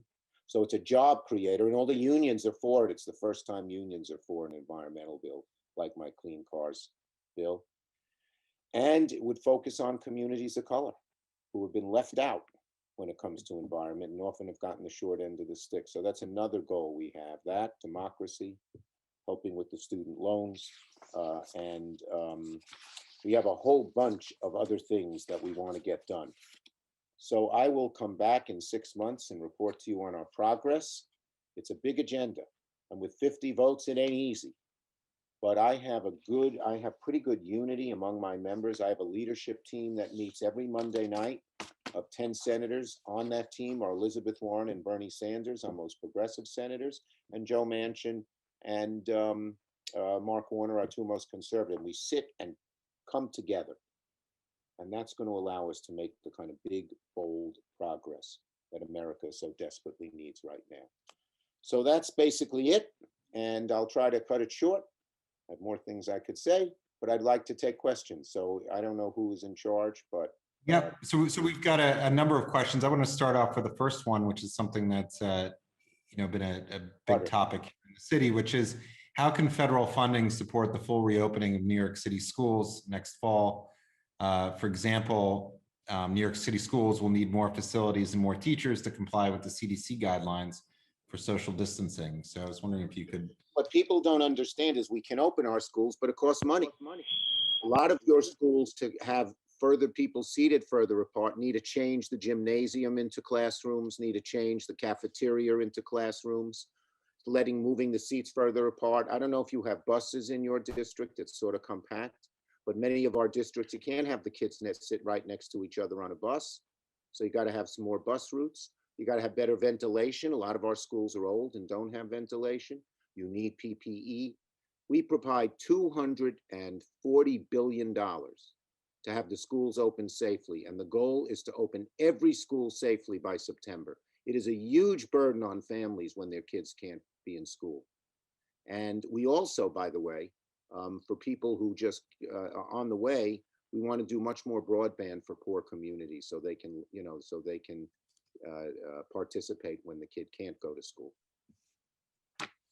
Great, thanks. And the next question is from John DeVerna. John? Hi, John. How you doing, Senator? Congratulations. Thank you. I had first saw you spoke at my sister's graduation years ago at St. Joseph's, and I appreciate your continued focus on the constituents and you being here with us and not on a plane in Mexico with Ted Cruz. You see what Ted Cruz did, that son of a gun? This guy, this right-wing nasty bastard, in the middle of Texas's greatest crisis, went to Cancun, and they caught him. So he had to slink back.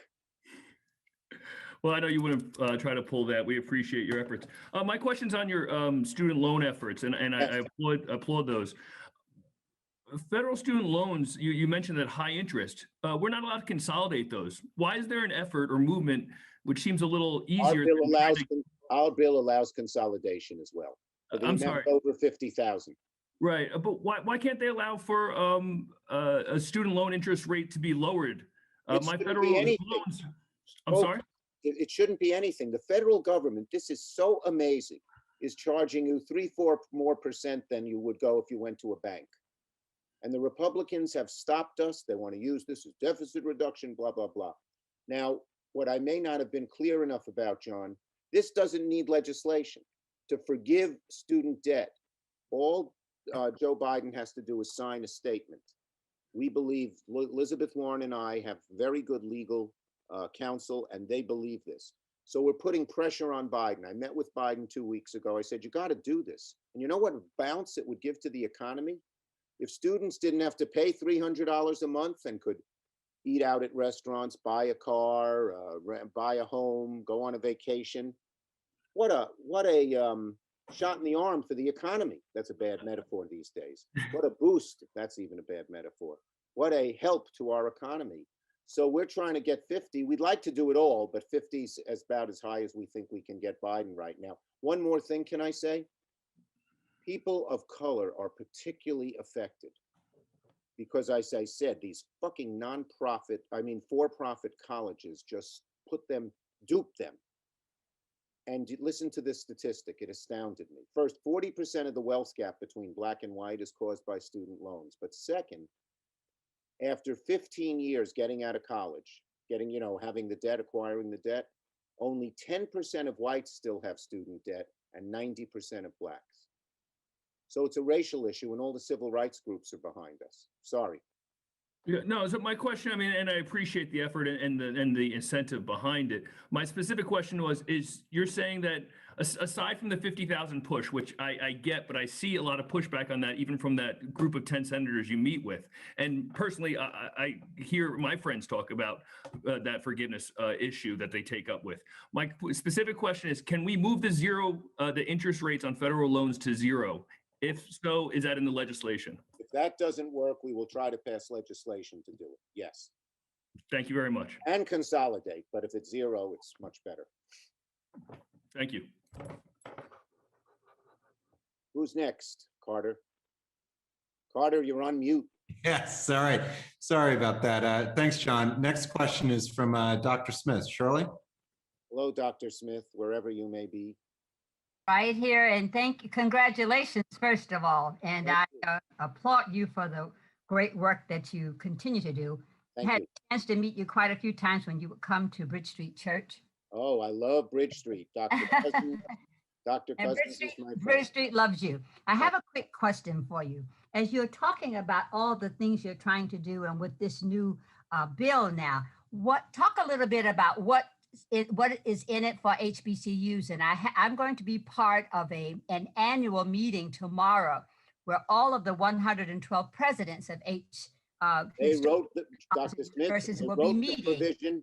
There's about $5 billion for them, more than they've ever gotten. HBCUs are historically Black colleges and universities. Colleges and universities, right. Yeah, and Yeah, of course, our big vice money, president big is a money. graduate of one, Howard. Yes, that we put in a lot of money for them. Okay, all right. So And, then, and you know what we've tried to do, Dr. Smith and everybody? We've tried, communities of color have been neglected. And what COVID showed was that COVID was sort of like a magnifying glass to show all the weaknesses in our society. I like to say, I speak on Dr. King Day, I missed doing it this year. And I say, Dr. King hoisted a giant mirror on his shoulders, on his strong shoulders. And with his eloquence, his faith, and his brilliance, he forced America to look in that mirror. They didn't like what they saw, and that began the path to change. COVID, in a different way, was a mirror. It forced us to look at all the infirmities in America. Typical. Why do more people of color die of COVID? Why do more people of color get COVID? Because they have lousy health care. You know, if you have diabetes and you're in an upper middle class suburb, you got taken care of. If you're in the inner city and you had diabetes, no one paid attention to you. So there are so many things we do. In the vaccines, we say the first places to set up the sites are in poor communities and communities of color. We do the same thing with money for schools. We use Chapter 1, which sends money to the poorest schools by definition first. In lots of ways, we're trying to make up for the problems society has created over the years with bigotry and racism, subtle or not. well, thank you so much. I will give the good news to the 112 presidents in the morning. You can tell them tomorrow. I will. Thank you, and keep up the great work. Thank you, ma'am. Thanks, Shirley. Next question is from Janine Kiley. Janine? Hi, Janine. Hi. I got to look for the squares. There you are. Yes, You're the hi. upper left square. Yes, with the fake green background. I want to ask that given the scarcity of government-owned land, particularly in Lower Manhattan, how can the federal government support building more affordable housing at the nearby federal parking lot at 2 Howard Street in Community Board 2? Well, who owns it? What agency? Department GSA. of Homeland Security. Yeah. Operates. Let me say this. This is one of the advantages I have being, by the way, I'm the first majority leader ever from New York. What do you think of that? And my father was an exterminator, never attended college. Here I am, majority leader. So that's not bad. He's a funny guy, by the way. He's 97. And he said, I'm 97. I was an exterminator. How bad could DDT have been? In any case, I digress. One of the advantages of being majority leader is I have some clout, not just legislative. I will work with you and your board. If you give me a point person, Janine, to work with, we will try to get GSA to give up the land. We need more affordable housing. Now, one thing we did in this last bill, the December bill, we increased the amount of low-income tax credit to 4%. That's been a dream of the affordable housing community, and that's in there. And in the bigger bill, you know, we're trying after this first immediate bill to do the bigger Build Back Better. There's about $60 billion for new affordable housing and public housing as part of infrastructure. Because we always neglect housing in schools, but they're part of our infrastructure too. Okay. So I will help you. Who's on my, is it Julieta?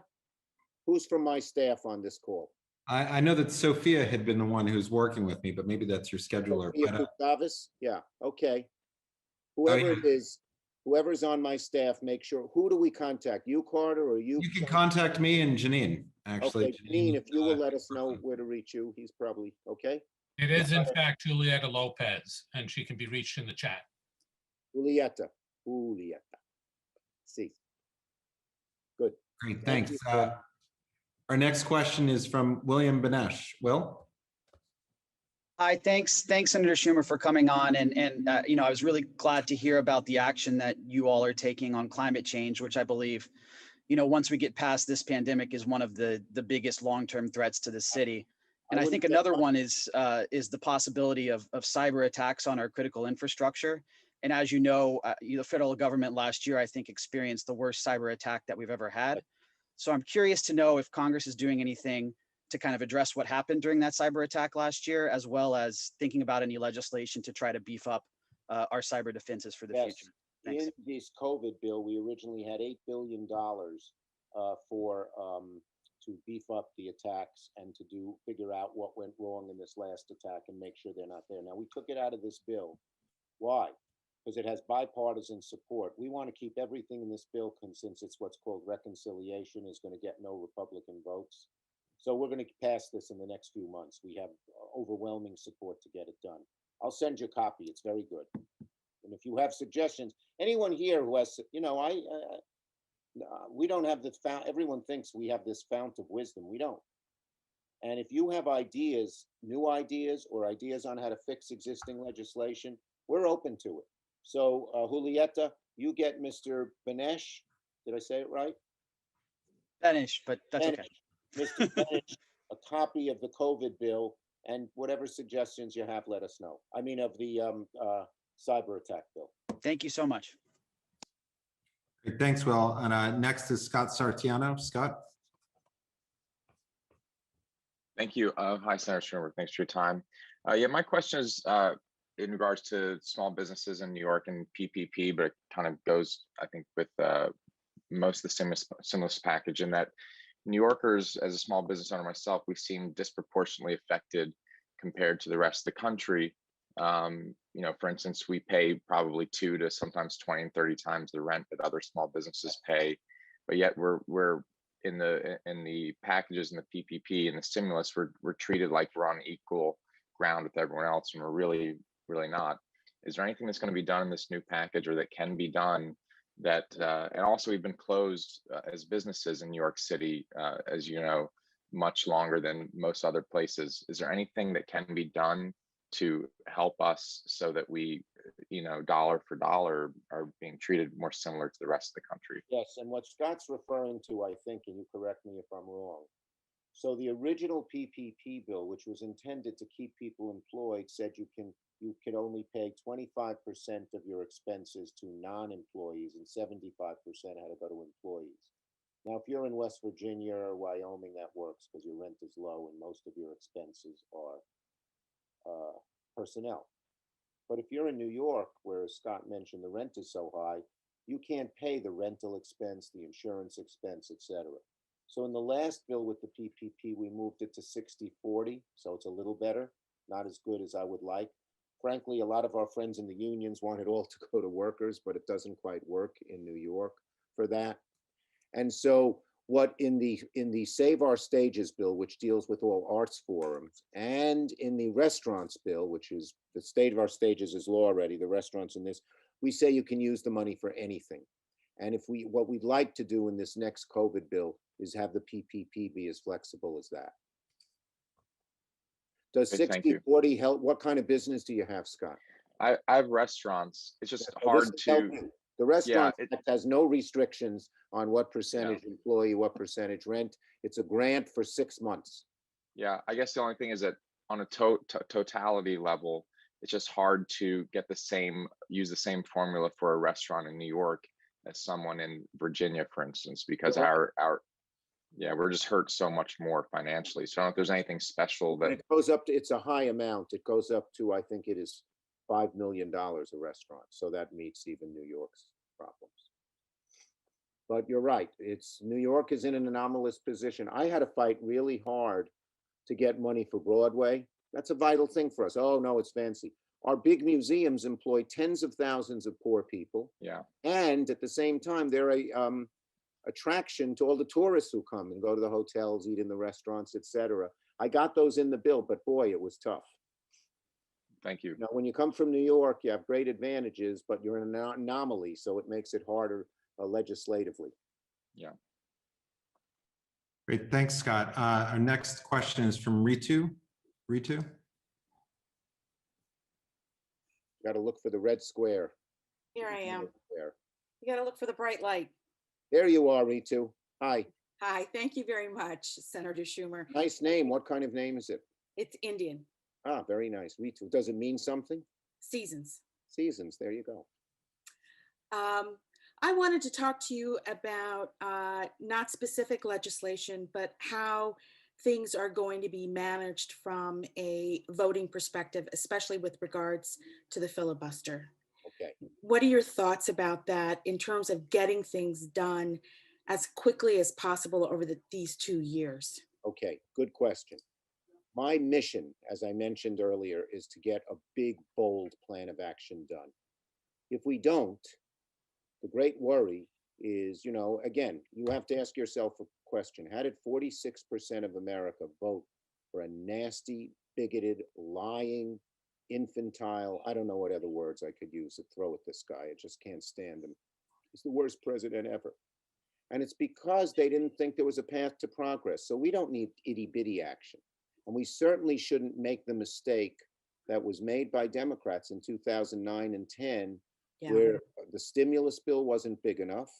And then we spent 1.5 years sitting and negotiating with the Republicans on the ACA. Now, it was a good thing, but we didn't do anything else.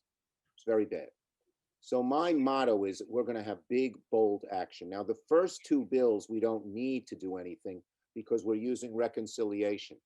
The Republicans wanted $600 billion. We wanted 1.9. They had no aid to the state and locals, no aid to feed the hungry, no aid for housing. We basically said, F you. We're going to do it ourselves, reconciliation, which I believe is the right way to go. The next bill, which will be Build Back Better, will be a $4 trillion bill. And that will deal, Mr. Benish, on climate. It'll deal on infrastructure. It'll deal on jobs. It'll deal on inner city. It'll deal on helping the home health industry. These millions of people get paid next to nothing, you know, home health care workers and stuff like that. And that will not need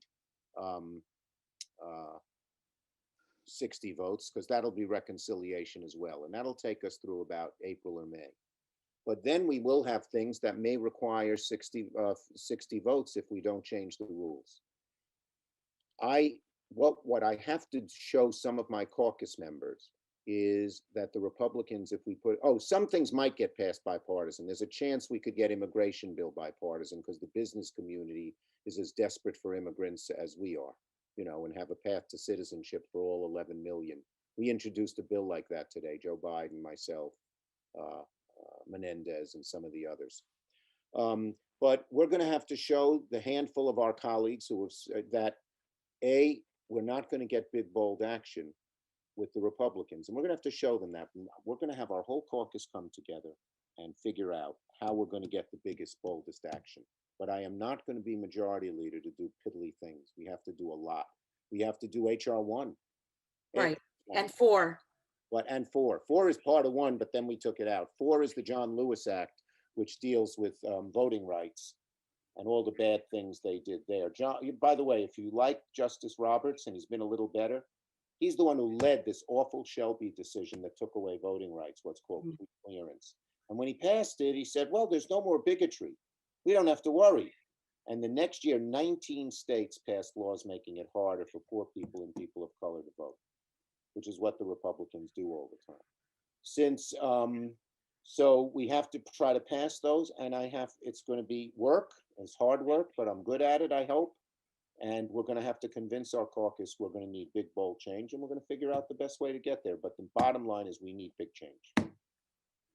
And thank you, Ritu. And our next question is from Betty Kabovi-Weiss. Betty?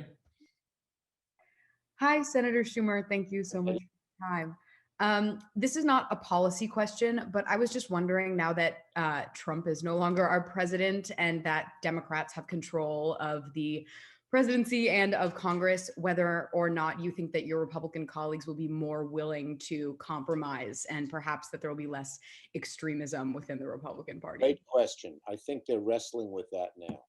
As you saw, can I take a minute? I'm going to give you a little analysis of the Senate, my analysis of the Republicans in the Senate, okay? About a quarter of them are pro-Trump. They're people like Hawley and Scott and people like that, Scott of Florida. A quarter of them are hard right, and they stick with Trump because he embraced the hard right. You know, he didn't run as a hard right, but he governed for the very wealthy special interest period. So that's half. Then another third, I would say, really dislike Trump, but are so fucking afraid of him that they don't break from him. And the remaining group, which is maybe 8 to 10, are occasionally willing to break with him. Will that change as Trump fades, if he does fade? Now that he doesn't have Twitter, now that he doesn't have online, even, you know, they took away Parler from him, that right-wing online thing. Will he fade? And that you asked a very astute question. I don't know the answer. If he fades, we will be able to work with him. If he doesn't fade, the only good news is they will be so right-wing that I think it will help my caucus be very unified in reference to Ritu's question. And it's going to help us win more seats in the Senate. Because Trump's popularity, he got 46% of the vote, but right now he's about 33. And there are a good number of Republicans who have left him.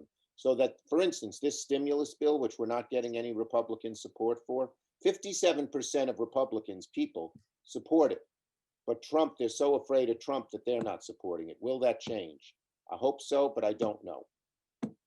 Great, thanks. I just want to mention that Betty is also a student at Hunter College High School and is one of our high school board members. Oh, thank you, Betty. It's a great high school. And next question I see is from Cormac Flynn. Cormac. Cormac, the Irish king. Thank you, Senator. Senator, I actually wanted to ask you about the issue of extremist infiltration into the military. Oh, God. The way that we have seen, you know, in some of this recent activity, you know, white supremacists and other right wingers. Yep. Very much with military ties and military training.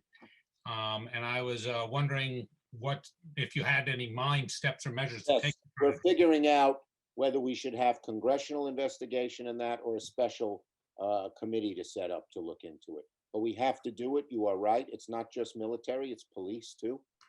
And we need to look at both. It's a very serious issue that only in the last 6 months has really come to light. Very serious. Yes. Hello. Yes. Hello. Our next question is from David Gruber. David. Ed has. I'll call on you in a few minutes, Ed. I've got a couple of people. Thank you. Thank you. Thank you, Senator, for coming to CB2. Quick question. Many states have adopted a policy of distributing electoral college delegates in the same ratio as the voting. Is that something that can be legislated by Congress, or does it require? Okay, now there's a good answer. I know just what you're at. If you did it by the ratio of electoral college voting, it would probably take a constitutional amendment, which won't pass. Even if you keep the electoral college, just change the way it's distributed. Okay. Yes, but there is a way out of this electoral college. It's brilliant, and not that many people know about it. Okay. So the Constitution allows compacts between the states. Okay. Okay. So the Port Authority of New York is a compact between New York and New Jersey on how to deal with bridges and tunnels and all that under the Hudson River. A brilliant man, Professor Koza, K-O-Z-A, of Los Angeles, of California, somewhere near there, came up with this idea. And this is not just an idea, it's being implemented. So let me explain. The states sign a compact that they, among each other, will all cast all of their electoral votes for whoever wins the most popular vote, okay? So in other words, if New York signed this compact, which we have, all New York's votes, 29, would go to whoever won the popular vote, whether it be Democrat or Republican. It's a compact. Right now, once you get 200 states with 271 electoral votes, it'll happen. Now, it'll be contested in court, but most of the constitutional experts think it's perfectly legitimate. States can sign compacts. We have 182 electoral votes that signed it. I helped get the New York State legislature to sign it. And we only need, by that definition, about 90 more electoral votes, states with 90 more electoral votes to do this. And we could overcome the Electoral College without a constitutional amendment, which will never happen because that'll take 3/4 of the states and all the little states and the swing states. But isn't that what we have now, where all the electors go to the states that get the most, If Donald Trump had won the election, had the most popular votes in 2016, New York would have had to cast its votes for Donald Trump if this compact was right. Oh, I see. You see, Well, but you would have had 271 votes for Hillary Clinton in 2016. Certainly would have. Well, good luck with that, and thank you. And we are very proud of you here in New York. Look him up, you'll see he writes brilliantly. Koza, John Koza. I will. And our next speaker is Rich Cacapolo, and then after Rich will be Ed Ma, who will be our last speaker. Hi, Rich, wherever you are. Hi, I'm not sure where I am. Thanks, Senator Schumer. We're in the upper right. Yeah, thanks for spending time with us today. And as David said, we are really proud that you are representing us and you're the majority leader. Thank you. I have a question about Facebook and Google. Yes. Both of them have large offices in our district. I'm wondering if you can talk about your position on investigating their business activities and regulating these social platforms and potentially changing Section 230 as well. Yes, I think Section 230 needs change. But I have to be honest with you, no one has come up with a completely satisfying way to change it.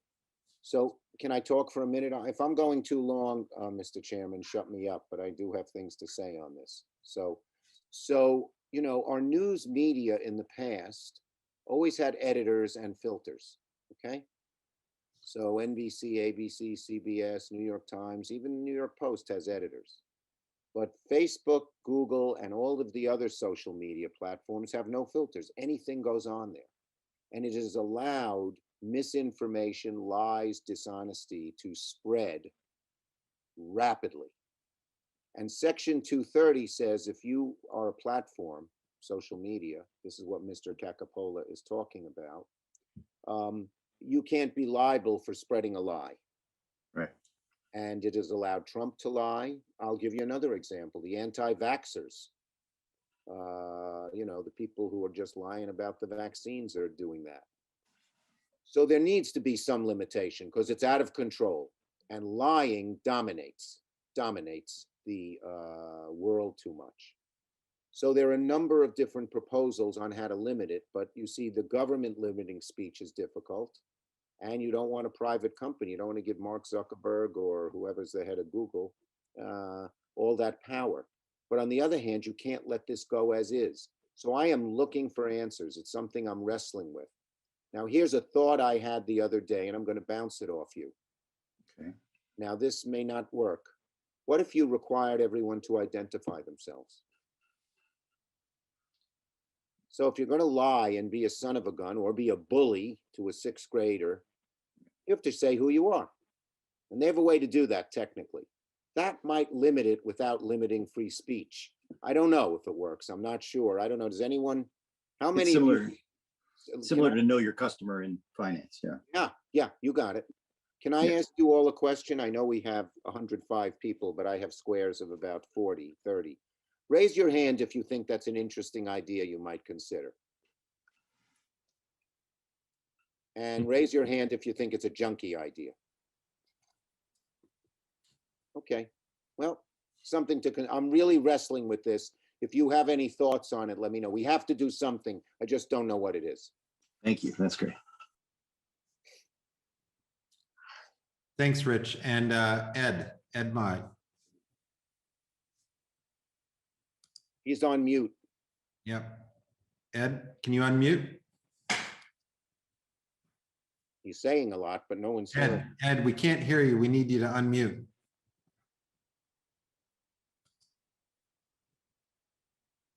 Yes, and I just want to know what's at the federal level. Recent days in Chinatown, New York, and San Francisco. There are so many violent and hate crime against the Chinese elder.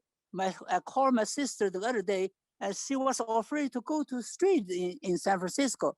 In Chinatown recently, just 1 week, there's so many, about a dozen of Chinese pushed down, and the 2 of them died. What kind of legislation are you engaging or anything going on to limit to do these hate crimes? Look, I was the author of the anti-hate crimes legislation a while ago, and Donald Trump just totally swept it under the rug. And let me just say this.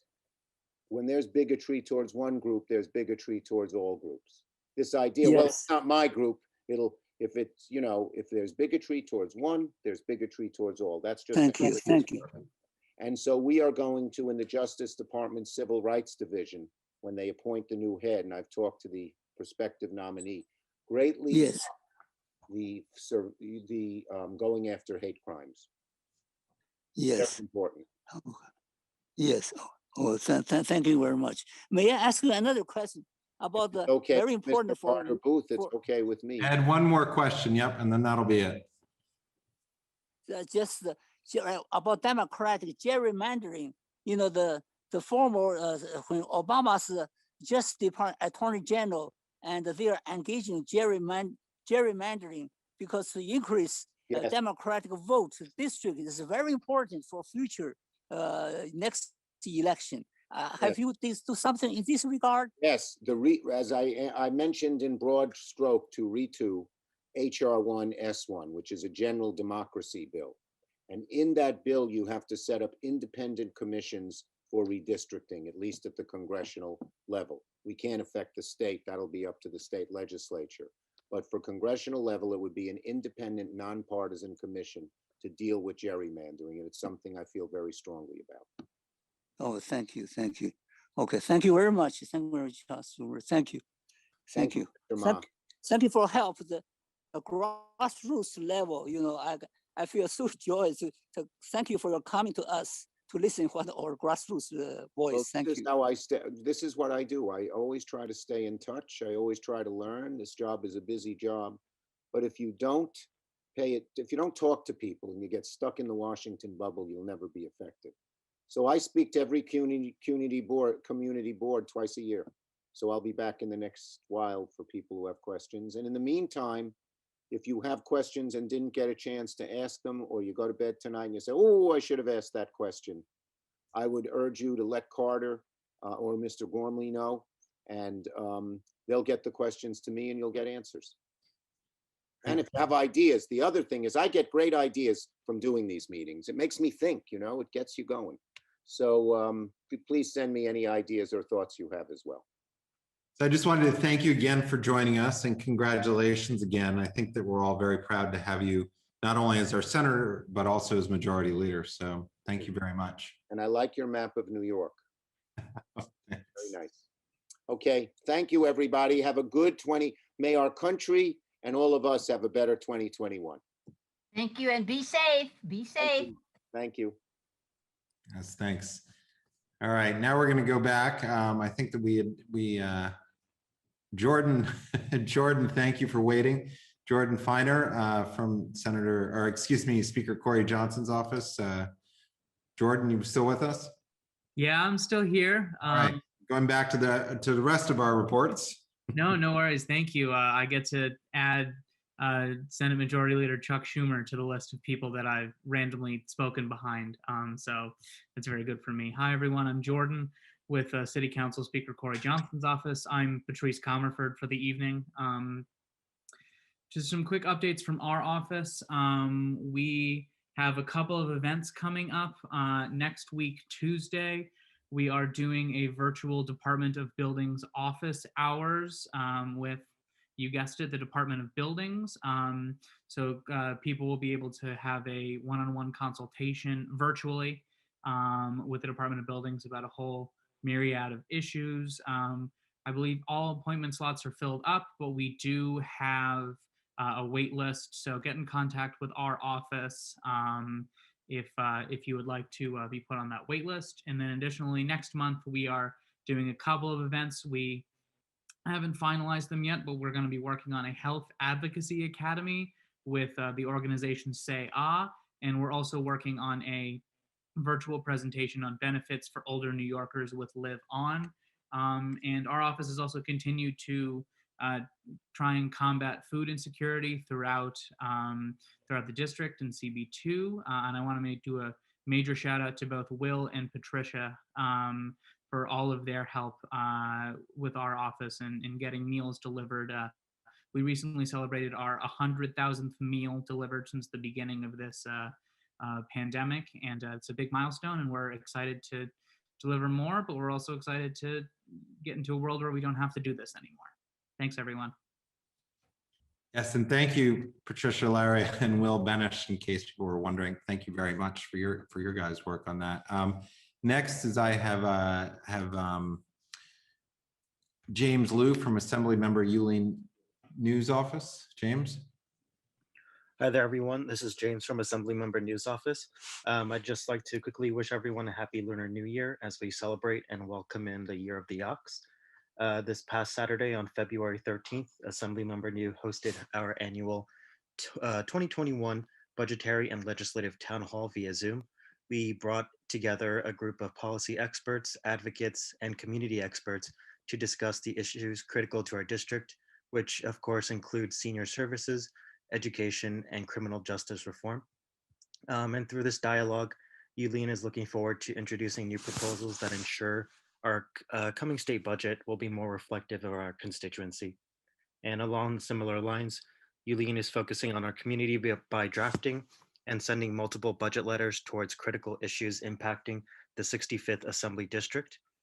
In addition to rent arrears, the Assembly member is seeking emergency capital improvements at NYCHA residences, additional funds towards the Settlement House program, naturally occurring retirement communities, and CDFIs for our small businesses. And finally, with State Senator Gustavo Rivera, Yuleen hosted a press conference regarding the inequity of COVID-19 vaccine availability and the inaccessibility of critical COVID-19 information to our diverse communities in New York City. We partnered with many members of our community, including the Charles B. Wang Center, the Chinese American Planning Council, and the Hispanic Federation. And finally, Assemblymember New has presented a statement in regards to the rise of anti-Asian hate crimes in New York. Since the arrival of the coronavirus, there's been a 300% spike in hate crimes against Asian Americans. As we celebrate the Year of the Ox, we want to ensure that all New Yorkers can feel welcome and their diversity celebrated. Thank you, everyone.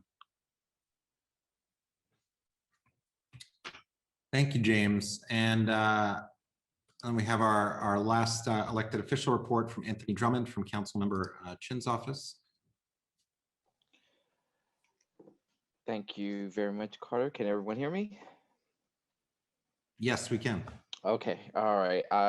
Be really quick. I just actually, to be honest, probably just one item to really report on, since Borough President Gail Brewer reported on a couple others ahead of me on it. I just wanted to report just in terms of the issue regarding vaccination and seniors, because we know that's been an ongoing discussion, and Councilmember Chin was a co-sponsor along with several others of her council colleagues on a resolution 1535, which this calls for advances for vaccination equity and improvement around COVID-19 during the vaccine rollout, which has been a big issue that has been discussed, and our office has been hearing about from a lot of community members. So this was done through the Committee of Health, chaired by Councilmember Mark Levine, and passed along with 25 other of her council colleagues. So, and it also just wanted to report too, just real quick. I know it was mentioned earlier by Board Member Levine and Borough President Brewer about the intro resolution for the comprehensive citywide plan. That hearing is actually going to be Tuesday. Just to let everyone know, that's going to be Tuesday at 10 a.m. on the Committee on Governmental Operations, because I think I heard her mention Wednesday, but it's actually Tuesday. at 10 a.m. On the Committee of Government Operations. And that's actually it. I'll be happy to take any questions if anyone has them. I don't see any questions. Okay. Thank you very much, Anthony. Thank you. All right. Thank you. So now we're going to move on to the chair's report. I was just getting something here. I was going to just put in the chat.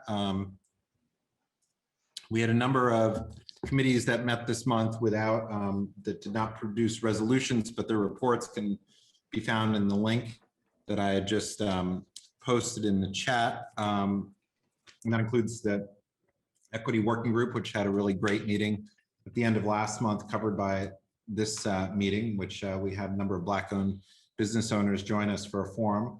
We also had the Reopening Working Group and Arts and Institutions Committee had a meeting focused on theaters, which we had 6 different theaters talking about their challenges, which was another great meeting. And I just wanted to mention both of those. And there are several other committees that also met. There's another joint meeting with the Parks and Waterfront Committee and Arts and Institutions that covered Little Island. So those reports can be found there. Also, as you heard earlier, the Soho NoHo Mixed Use and Public Realm update is on February 25th. And let's see, what else do we have? For those of us who are watching, if you'd like to join us here, you can submit a community board application to the Manhattan Borough President's Office. And I think I'm going to leave it at that, as given the time that we have. Actually, there's one other thing I wanted to bring up is our Equity Working Group, their upcoming meeting next month. The topic is the challenges and unity within Chinatown during COVID-19. There's going to be a brief overview on how Chinatown residents have been particularly affected by COVID-19, even before New York pause went into effect. I don't know if people recall that in January, February, and up through mid-March, and highlight some of the activities and programs that have come about in support of the neighborhood, including meal donations and business grant assistance as Chinatown continues to struggle economically, and what will happen post-pause. I'll put a link in the chat to that as well. Actually, I'll put that in just a second, and I think I'll leave it at that, and we'll move on to the district manager's report from Bob Gormley. Bob? Thank you, Carter. Just a few items quickly. First, I just wanted to, as we all know, remind everyone that in April, Little Island, Pier 55 will be opening. And in advance of that, they are hiring. So if anyone is looking for a job or knows anyone who might be looking for a job, I would suggest go to their website, littleisland.org, and they list several jobs that are open right now. They are looking to hire from the Community Board 1, 2, and 4 areas. So if you know anyone in that area, I think they would get a preference. They sent me two emails about 2 jobs in particular. One is called Visitor Experience Supervisor, and one is Visitor Experience Host. The host job is seasonal. It's kind of interacting with the public, providing information, explaining park programming, things like that. It sounds like a good job in particular, maybe for a student. So we'll put some information on you can go to their website, but maybe we'll post something on ours as well, just to try to get the word out about that. But since they are looking to hire from the area, I thought that was worth mentioning. Secondly, with the proliferation of the open restaurants program, we all see the structures on the sidewalks and streets throughout our district. For restaurants that have had the bad luck, the misfortune of going out of business, but leaving the structures behind, we've been told by this fire department there are some locations that it's a problem for them. So DOT has invited us to provide them with any locations where the business is gone, but the structures remain, and they'll do their best to get in touch with the property owner to have those structures removed. So if you know of any locations like that, please you can send them to me with photos if possible, and I'll forward them on to DOT, and we'll try to get them to act on that. And then lastly, 2 quick things. We are going to be losing one of our community affairs officers from the 6th precinct, Detective Robert Jackson. known as Raj, we all know him as Raj, is retiring. And he was I think he was at the precinct for 26 years. And for the past many years, he was the community affairs officer, a great guy, great officer. I can't tell you how many times I went to him for help, and he was always there. Anyway, I'm mentioning this not just to let you know he's leaving, but on the 26th, next Friday at 1 o'clock, they're going to have a little party for him at the precinct from I think it's from 1 to 3. And at the end of that, they're going to have what's called a walkout, where all the officers come out in the street, as well as anyone from the community who knew him and wanted to pay him some respect. And they literally just lie in the street, and he walks out. And so if anyone knows Raj and is interested in going down to the precinct next Friday, you should put that on your calendar, because he's a great guy. And lastly, some not so great news. Some of you board members know, because I shared some information. Doris has had she had a really rough start to 2021. She fell on New Year's Eve and spent, I think, all of January either at Bellevue or at Village Care. She was home for, I don't think more than a few days, and she fell again, was at Lenox Hill, and now she's at the Riverside Rehab facility up on Riverside Drive on West 87th Street. I will send her phone number out tomorrow to everyone. She's, I think she feels a little disconnected, in particular because she's so far away from her home and her friends and her community. But and as it was at Village Care, she can't have visitors. You can have a window visit, but you've got to schedule that in advance.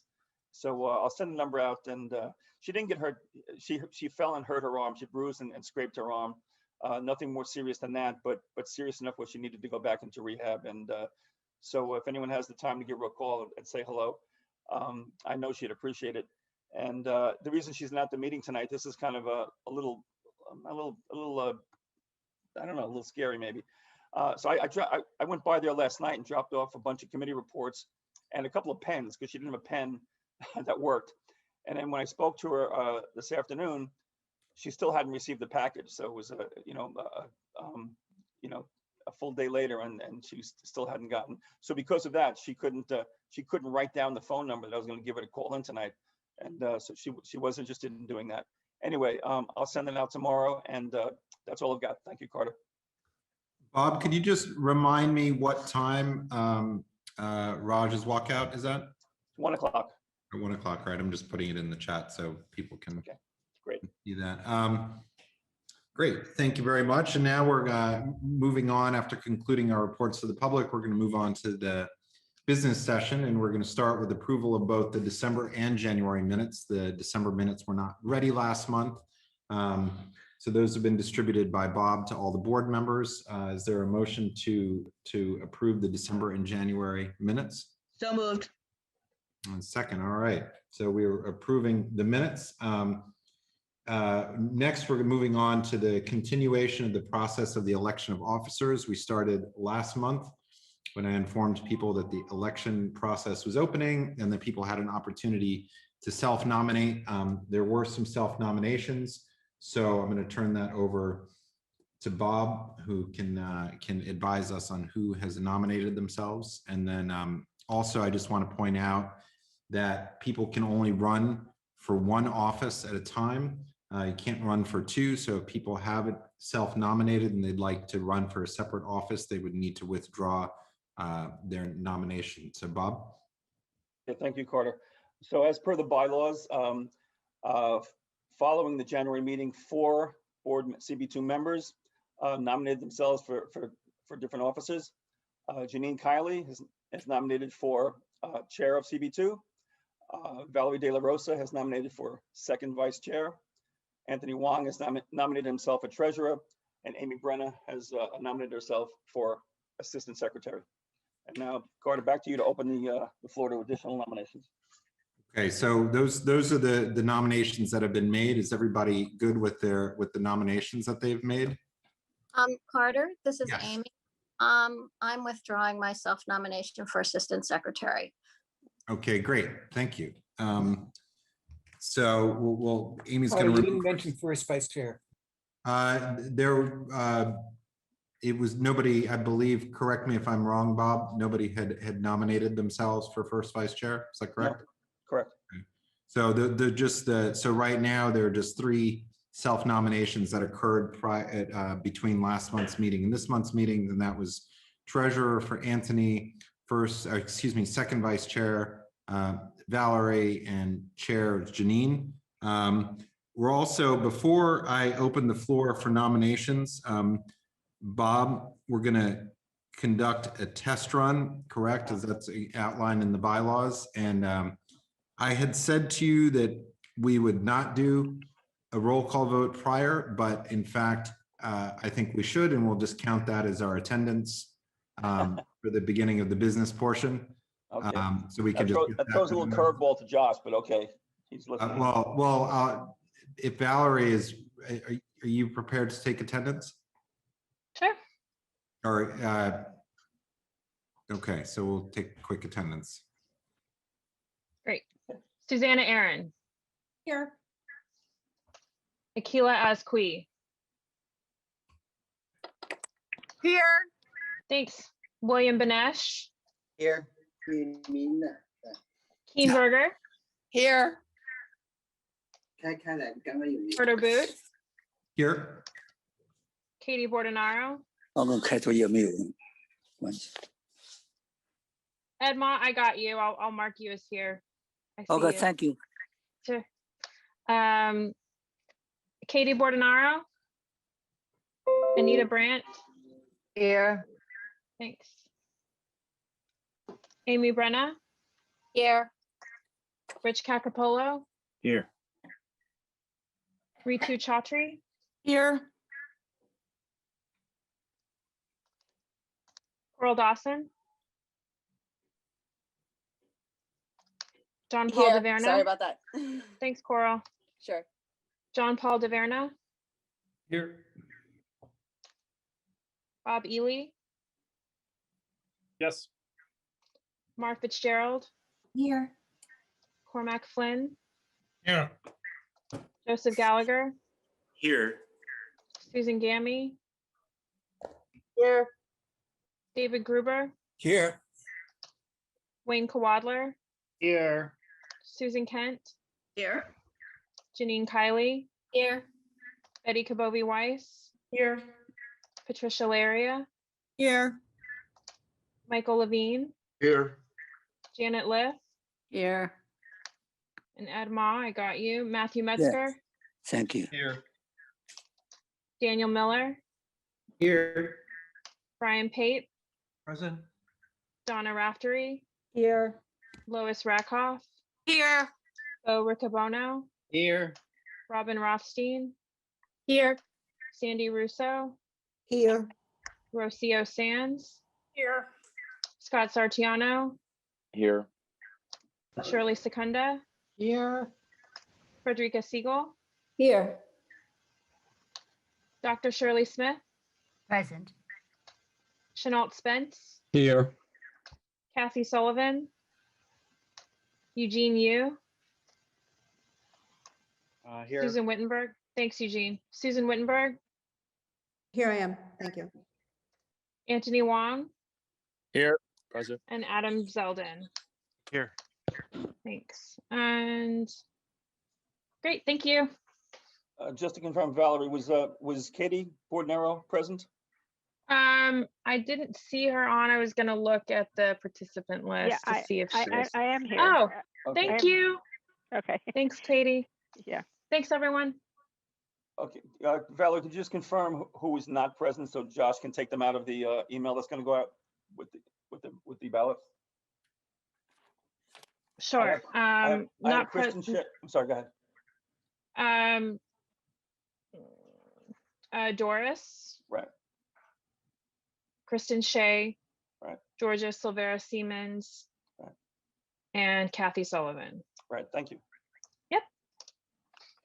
Great. And just for clarification, I didn't explain this properly. So the reason that we take attendance prior to the opening of the elections to establish who is eligible to vote. So that's why the attendance would immediately precede an election. So as the practice run, we're just doing that. And now Josh Thompson,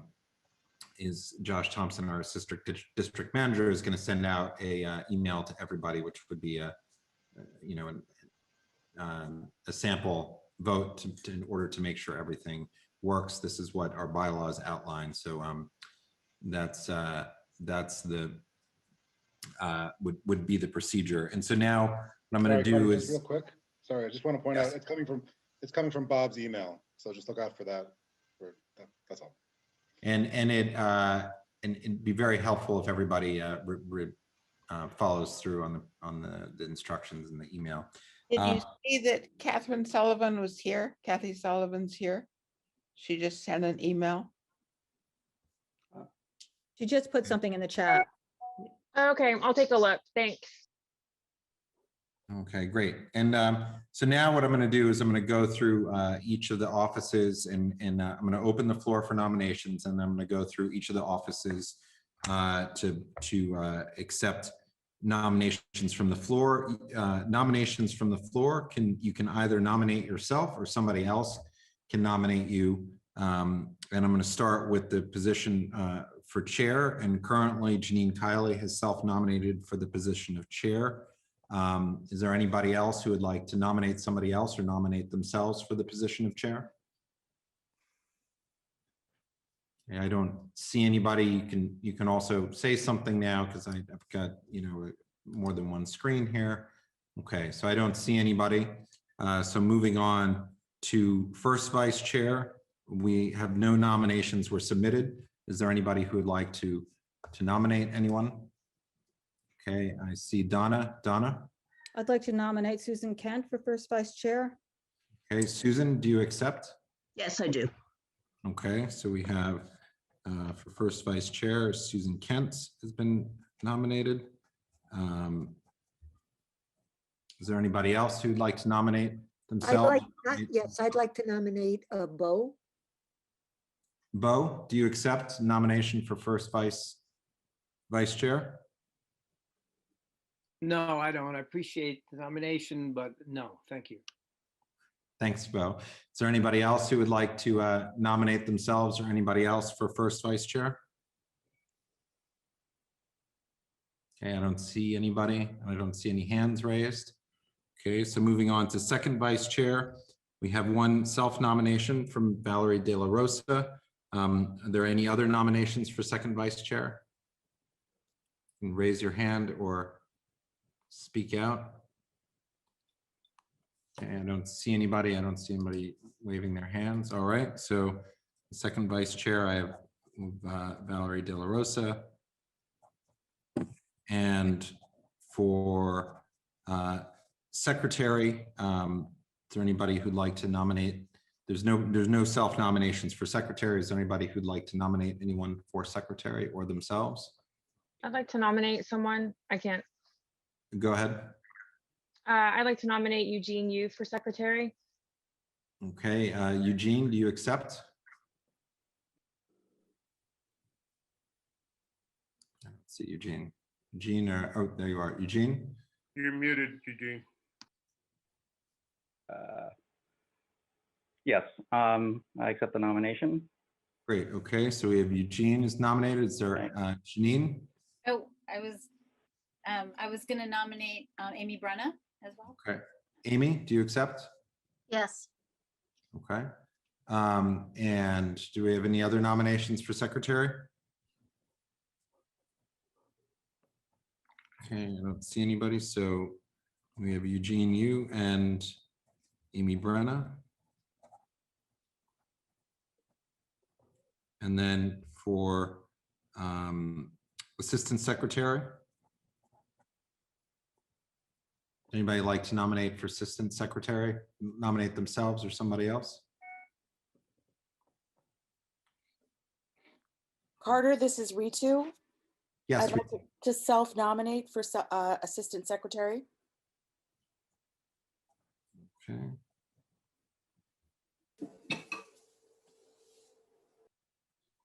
Okay. Is there anybody else who'd like to nominate someone else or themselves for assistant secretary? Okay, I don't see anybody. And for treasurer, we have one self-nominated for Anthony Wong. Is there anybody else who'd like to nominate themselves or somebody else for secretary? I mean, excuse me, for treasurer?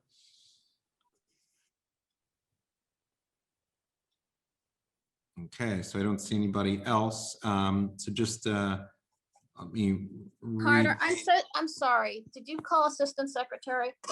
Yes, I did. I'm sorry. I Go ahead. was trouble unmuting myself. I want to nominate Matt Metzger. Okay, so we have Matt Metzger also for Assistant Secretary. Do you accept, Matt? We accept, yeah. Yeah, thank you. Okay, thank you. Okay, so I'm going to just read off. Sorry. Sure, I was just going to read off and people, go ahead, Susanna. Well, I was just going to ask how to use the form that we just received, so I'll wait till you do that.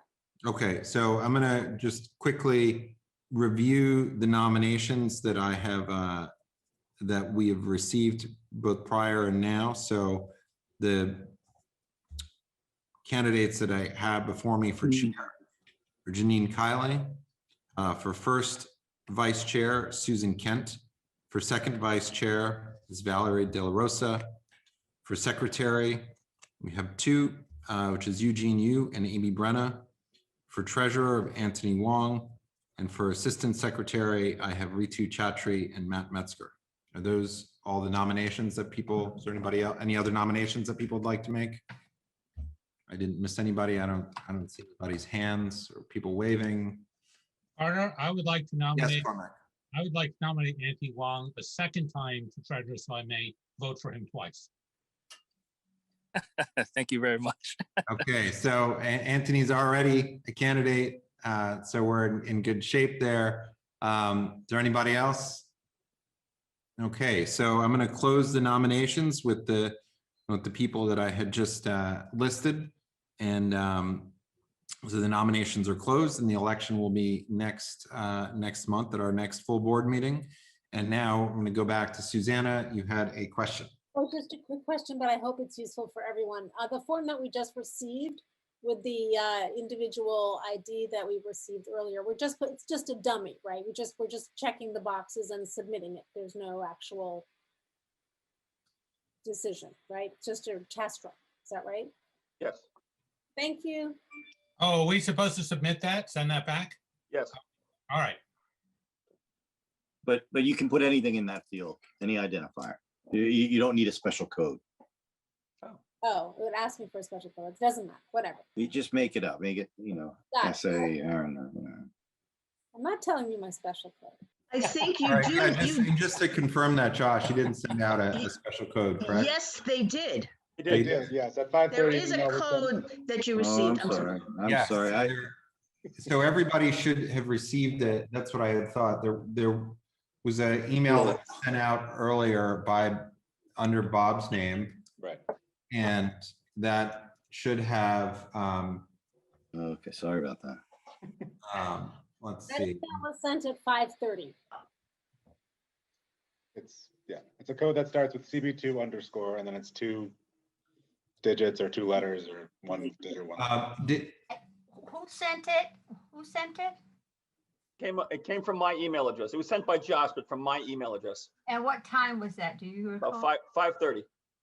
And the headline is "Save this email for tonight's full board meeting." Okay, so this is why we're just doing this as a dry run, so everybody's familiar. So when we're actually voting, everybody can get that. I'm just looking at my email. I don't have the email. It's a very simple process. Why are we making something so simple? Well, it's so simple, Shirley, but I don't have the email, so that's why we're running the test. I don't know if it went to my junk email box. I don't have it either. I don't see it. So. Yeah, did other people get it? Yeah, I got it. Bob's messages never go to my junk email. Yeah, but they shouldn't with You can just tell. See it. Can you send it again? You can just say, if it's test, just tell everybody. It's okay. No. Yeah. I mean, we the reason we're testing it is we want to make sure that we have the right emails for people, that it's not going to their junk stuff. And so if you don't have it, can you email Bob and let him know? Right. Can I just add, Carter? It says required. It says required. Let me just add that before next month's we did this at the end of last year before the last election, but I will once Oh, again. I'm sorry, Bob. Yep, I'm so sorry. I found mine. I will once again confirm everyone's email addresses well in advance of next month's election. And also, if it was the night of the election and someone didn't get it, or there's another way to skin the cat. If we don't get it, if I don't get a response from someone after an hour, I'm supposed to try to call them, and I'll take their vote over the telephone. So there is kind of a workaround if there's a glitch with the email addresses. Okay, so we're all in good shape. If you've got the email, please respond. If you haven't gotten it, let us know. Right. What part will Rudolph Giuliani play in counting the ballots? He'll be the one certifying them. I had just texted Detective Jackson. He thanks us for his shout out, Bob. But you know, Raj has really done a great job for our community. So if you've got a chance to be there at 1 next Friday at the 6th precinct, I'm sure that he would appreciate it. All right, so we have now done the election of officers portion of the meeting. Not yet. So we're going to move on to the standing committee reports. Everybody's ready to move on to standing committee reports. All right, we're going to start off with the landmarks report. Chenault, are you with us? I'm here. One moment. I'll try to get my camera. Thanks. I hope that the commission has not met in the meantime waiting for our report. We had 2 meetings. I'll give the briefest of summaries. 351 Canal Street to construct an infill on an area to create a stair enclosure. It's practically invisible and we're unsure why it came to us, and we approve it unanimously. 66 West 9th Street to alter the areaway and replace a secondary stoop for barrier-free access. We recommend approval with some minor modifications to make it blend better into the building, unanimous also. 233 Bleecker Street to reclad a first floor, enlarge the opening, repaint the window mullions, install front door entry to match the existing one, install a retractable awning. I want to point out in a modification to whereas B should be changed from depicted to inspired by, and I will reconstruct the sentence to make that proper grammar. And this was, can you just repeat where that was? In B. Whereas B. Okay.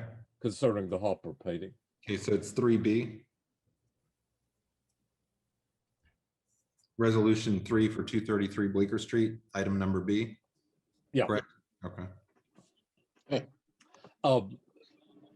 We recommended denial of this application as not fitting in with the Bleecker Street. We disregarded the fact that the prior one didn't either, because it was done prior to designation, so it received no approval. All right, I'm gonna send to you right. Can we mute you? All right. Good, Josh, go ahead. 9 in favor and 1 opposed. Gansfort Street, number 63, to add 1 store to the existing building.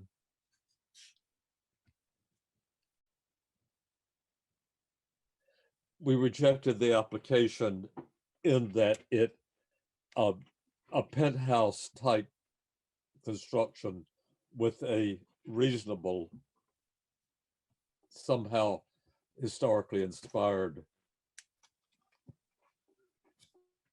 what makes a penthouse may have been reasonable. This one's not, and we therefore rejected it unanimously. Shall I move on to the second one? Yes, and then I'll have people call out as we go. Afterwards. Okay, there's a clear omission in the name. It's 1517 Fifth Avenue, which everyone probably knows by now. And so that's for the only item in the second meeting. Yes, it's the single Where item. the asterisk is the application. That should be preceded by with the address, correct? Correct. Can I interject? I'd like to change my vote, Chenault, on that.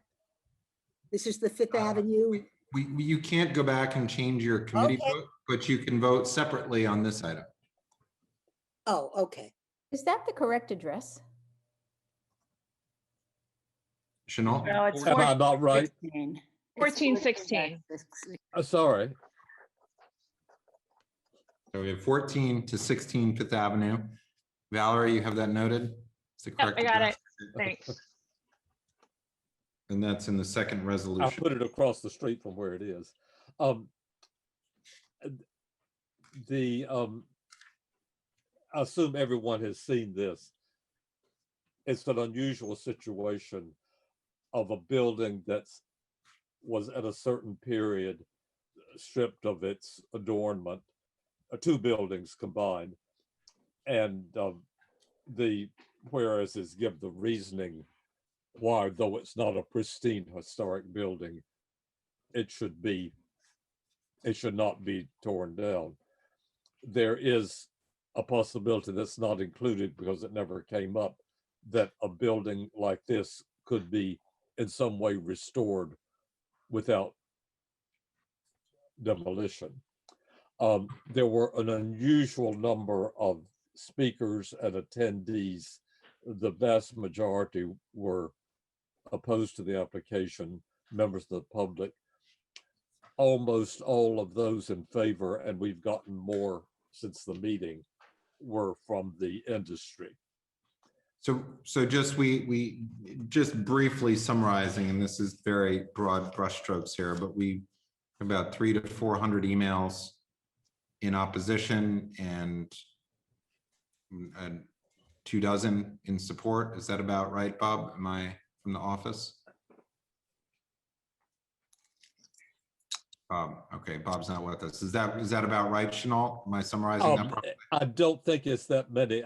Some came today and I didn't count them. You don't think it's that many? Which way? I don't think it's 36. I said 24, but that's. Oh, I'm not sure it's that many. Okay, if we could. But it's in roughly that uneven balance, correct? Yeah, okay. Exactly. Right. And similarly, okay, about 100 people spoke in favor and 4 in opposition at the meeting itself. They spoke in support of what your resolution resolved, correct? The majority of speakers? Yes, yes. So we have before us, we have 4 land use items in the first committee meeting, and we have 1 item in the second land use committee meeting. Landmark. I'm sorry, I do need to say that unusually, we recommended against demolition, recommended something about the building that was proposed to be built in its place. Okay, so we don't generally do that, but we did this time. Got it. And so those are reflected in the therefore be it resolved in the B and C part. Right. Okay.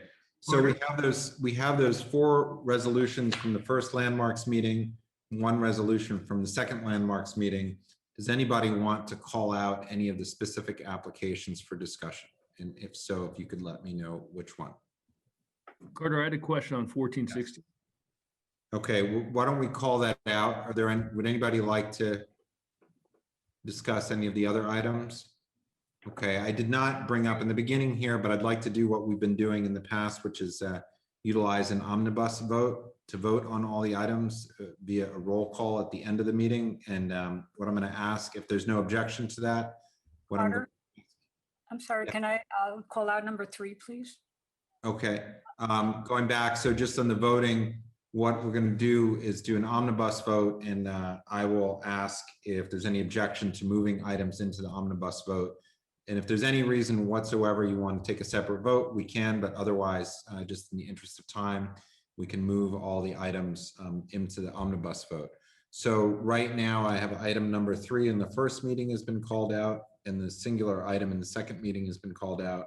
So without objection, I'd like to move items 1, 2, and 4 in the first meeting into the omnibus vote. Is there any objection to doing that?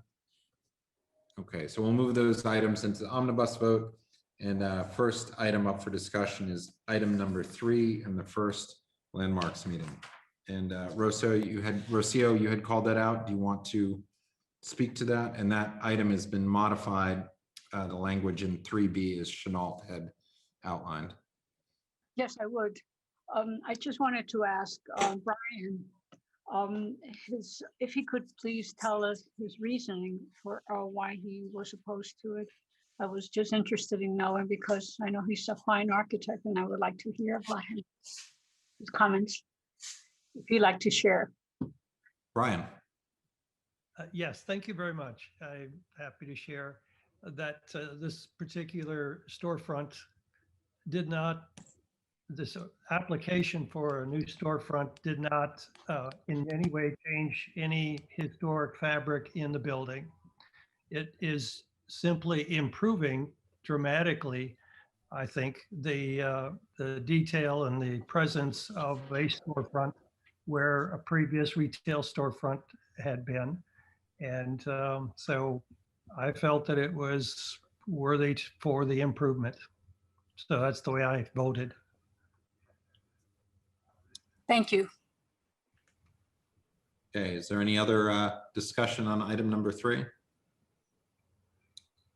Okay, so without objection, can we move the landmarks item number 3 on the first meeting into the omnibus vote? Okay, so we'll do that. And now we're on to item number 1 in the second landmarks meeting. I didn't get a chance to say there were 2 opposed to the resolution as written. Okay, so, and that's for 14 to 16 Fifth Avenue. There are 2 opposed. Correct. I'm one of the people that voted opposed, and I would like to change my vote. I don't know when that can happen. When we vote on this again. Okay. That's so when we vote. So do you want to speak to it at all, Sandy? No. Okay. And John Paul, I think you had indicated that you wanted to speak on this. Just hearing the attorney speak on this matter, she thought that a lot of, it seems the pushback came from concerns that were outside the landmark authorizations or edicts, or can someone, or Chenault, do you mind speaking to that? I'm sorry, I didn't understand your question. It just sounded like from the attorney's comment during the public session earlier, that the pushback to some of the pushback for this was about shadows and just quality of life. And it seemed like it moved beyond landmarks. And I just want to make sure that it's properly being considered for the landmark purpose. And that's where the what the consideration the board. Right. Was she the one who spoke about the residents and the building opposite? I believe so. Is that what? Oh, we did not consider that, and it's not in the resolution. Shadows we do consider always in terms of the district, not in terms of any person's view or shadows being cast on a particular person's apartment. But we did not regard the interruption of view at all in our consideration, and there's nothing that says we did. Yeah, I think, John Paul, if you review the resolution itself, that's not raised as a reason for the conclusion. And when, as often when people testify, we can't, people testify for a number of reasons, but we make the distinguishing fact as far as what we or our committee members take under consideration in making their determinations. Right. I just we had mentioned 400 somewhat emails, and I wonder how many of those were actually germane to the land considerations versus this item. I think almost all those emails were exactly the same and spoke to the landmarks issues. Thank you for clarifying. I have a few more hands that are raised. Matt? Chenault, I walked by it. I mean, I'm sure you know, it's a pretty unremarkable building, and I would go so far as to say pretty ugly. I'm, you know, I'll support the committee, but I feel a little weird voting against what I consider to be a building that's more in line with I mean, maybe it can be smaller, but more in line with the neighborhood than what's currently there. Nothing was proposed except what was proposed. Right, yeah. And as I said in my introduction, there are any number of things that could be done. And none of those was proposed, so we have to deal with it. All right, thanks, Chenault. Thanks, Matt. Rocio? Again, I would like to put Brian on the spot. I hate to do this, but I really want to hear what he has to say about it, because I know the buildings are not really remarkable in any way. And I mean, I'm going to vote against this resolution, but I want to hear what Brian, if he'd like to share with us. Be happy to. I think this is a very important issue for the community. And I certainly respect and appreciate all of the different opinions that were expressed and all of the discussion that we had. It was very, perhaps even heated, if not very thorough. But I think that what it boiled down to for me is that the historic districts and landmark laws are established to protect the community, a lot like zoning ordinances are put in place. And there's certain safeguards or guardrails around the application of the laws. And in this case, we have either there needs to be a distinguishing architectural feature or aspect of the building, which it fails. It does not have any of that. Or it has to have some other cultural or historic connection. It does have that. Pardon? What was that? I think somebody was just agreeing with you, but yes, continue. Don't interrupt. The other aspect is cultural or some historic significance of what happened at that site. And that can be like George Washington slept there, you know, as a simple example.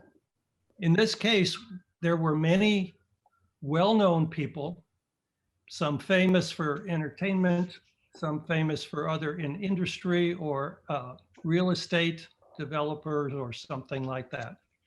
Nothing seemed, in my mind, to rise to the occasion that just because someone resided there for a short time, that raises it to the level of protecting that particular structure in an existing condition. So to me, it just failed to meet those criteria. And on top of that, the developer, I should say the architect and engineering team has reduced the size of the tower almost in half in order to meet community objections. And now that building is almost the same height as its next door neighbor at number 20. And I don't think, in my mind, they've gone to that extreme. And it's a very well-known and respected architect, and it's going to be an enhancement to the community. So that's why I had to vote for the applicant. Thank you so much, Brian. I really appreciate it. I share the same views that you do. So I'm glad that we both are on the same page. And I will, as I said, I will vote against this resolution. Thank you. Okay, I have a number of other hands that I see up. Shirley. Shirley Secunda. Okay, I'm unmuted now. I want to address what John Paul was speaking about in terms of the zoning aspect, because I think that certain things can be interpreted in both terms of land use and in terms of landmarks. And I am talking mostly about height. And the height of the proposed building is really not within the context of the shape of our historic community. So that is why I think that height would apply. Then something was said about people feeling that their view is disturbed. But again, those people who spoke about the view were talking about the light and air, which, yes, is a zoning concern, but as well defines the shape of a historic district. That's it. Thank you, Shirley. Cormac. Yeah, I had a question, Chenault, for you about just clarification of something that you said. So when you, because the resolution basically does two things. One, it addresses demolition, and then two, it makes some thoughts or recommendations on any building that goes in there. Well, you said that usually you would not do one of those things. Which is the one that you would usually not do? The second one? With the second one. I see. So fundamentally, that's a sort of an add-on. The basis of this is we're finding that as a landmark, it's not in the interest of the landmark district to demolish the existing buildings. We found, yes, and we felt that it was important enough to speak about the building itself for two reasons. In the what was before us was a given building, modified though it may have been from the original, to replace what was the tear down. If another building had come to us, we might have approved the tear down. Whereas if this were an absolutely pristine building, we would not have approved it in any case. It's kind of fitting the two things together. And we were careful in the resolution to say that the building was not totally without merit, but we found certain shortcomings in B and C, basically, that would, in our view, make it inappropriate. But but in theory, there is some other building for which you would tear these buildings down. We would have considered perhaps approving the demolition if another building had come before us. Thank you. That was my question. Thank you, Cormac. Frederica? Thanks for letting me ask my question. Now, you just said, Chenault, that if another building came along, you might have approved the tear down. But if that's the case, the committee voted against demolition. So what building, if you can't demolish that building, then you can't put any building in there. Did you consider at the meeting having one vote for demolition and another vote for either approval or denial of that building? That's not the way it came to us. Well, because it came as a package, and we can't. It's if it were torn down, this is what would result. But we can't split. We can't split what comes before us unsplit. How many times does the landmark committee approve the sconces on a building, but not the railing? The what? I didn't hear.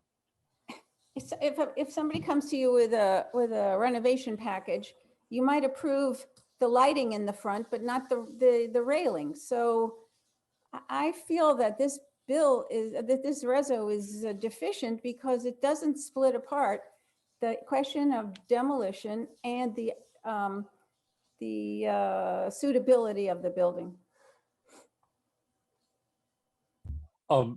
We can only respond to what comes to us. We don't get to split things that were brought along unsplit. This is clearly a package. I think it's a little too important to take that tack, but I've said enough. Thanks, Frederica. Michael. Yes, thank you. Having heard all of the testimony for and against this application, and knowing that the new construction is tied to the demolition, my feeling from what I heard from the Preservation Society, not just from the neighbors across the street, is that the proposal is to demolish a series of buildings that are in scale in mid-block location on the west side of the street, and to replace it with a larger building, again, mid-block location that is not in scale with the adjacent neighbors. And I believe that that is what this resolution is saying here, that the demolition is opposed because it would replace existing in-scale buildings with a building that is not in scale with its adjacent neighbors. And I believe that is the reason why there was overwhelming support for the resolution in the committee as drafted and presented tonight. Thank you. Thanks, Michael. And I think we can hear your trusty companion snoring. I apologize for the dog snoring. No, He loves to sleep.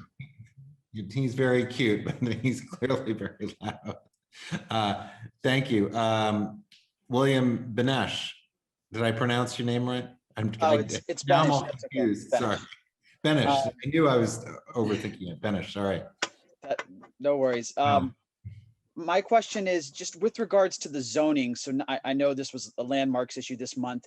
Does this have to come before the land use committee, just in terms of the height of the proposed building and the setbacks, et cetera? Or is it essentially in line with the current zoning code? I can answer that. It's a totally as of right building. It requires no further approval. This is the highest zoning district in our community board area. Okay, thank you. This comes up very frequently. We spoke about it at the meeting, in fact, particularly with respect, I know in several fairly recent applications for 7th Avenue South, that zoning is often out of line with what is considered acceptable from a landmark point of view and doesn't at all govern.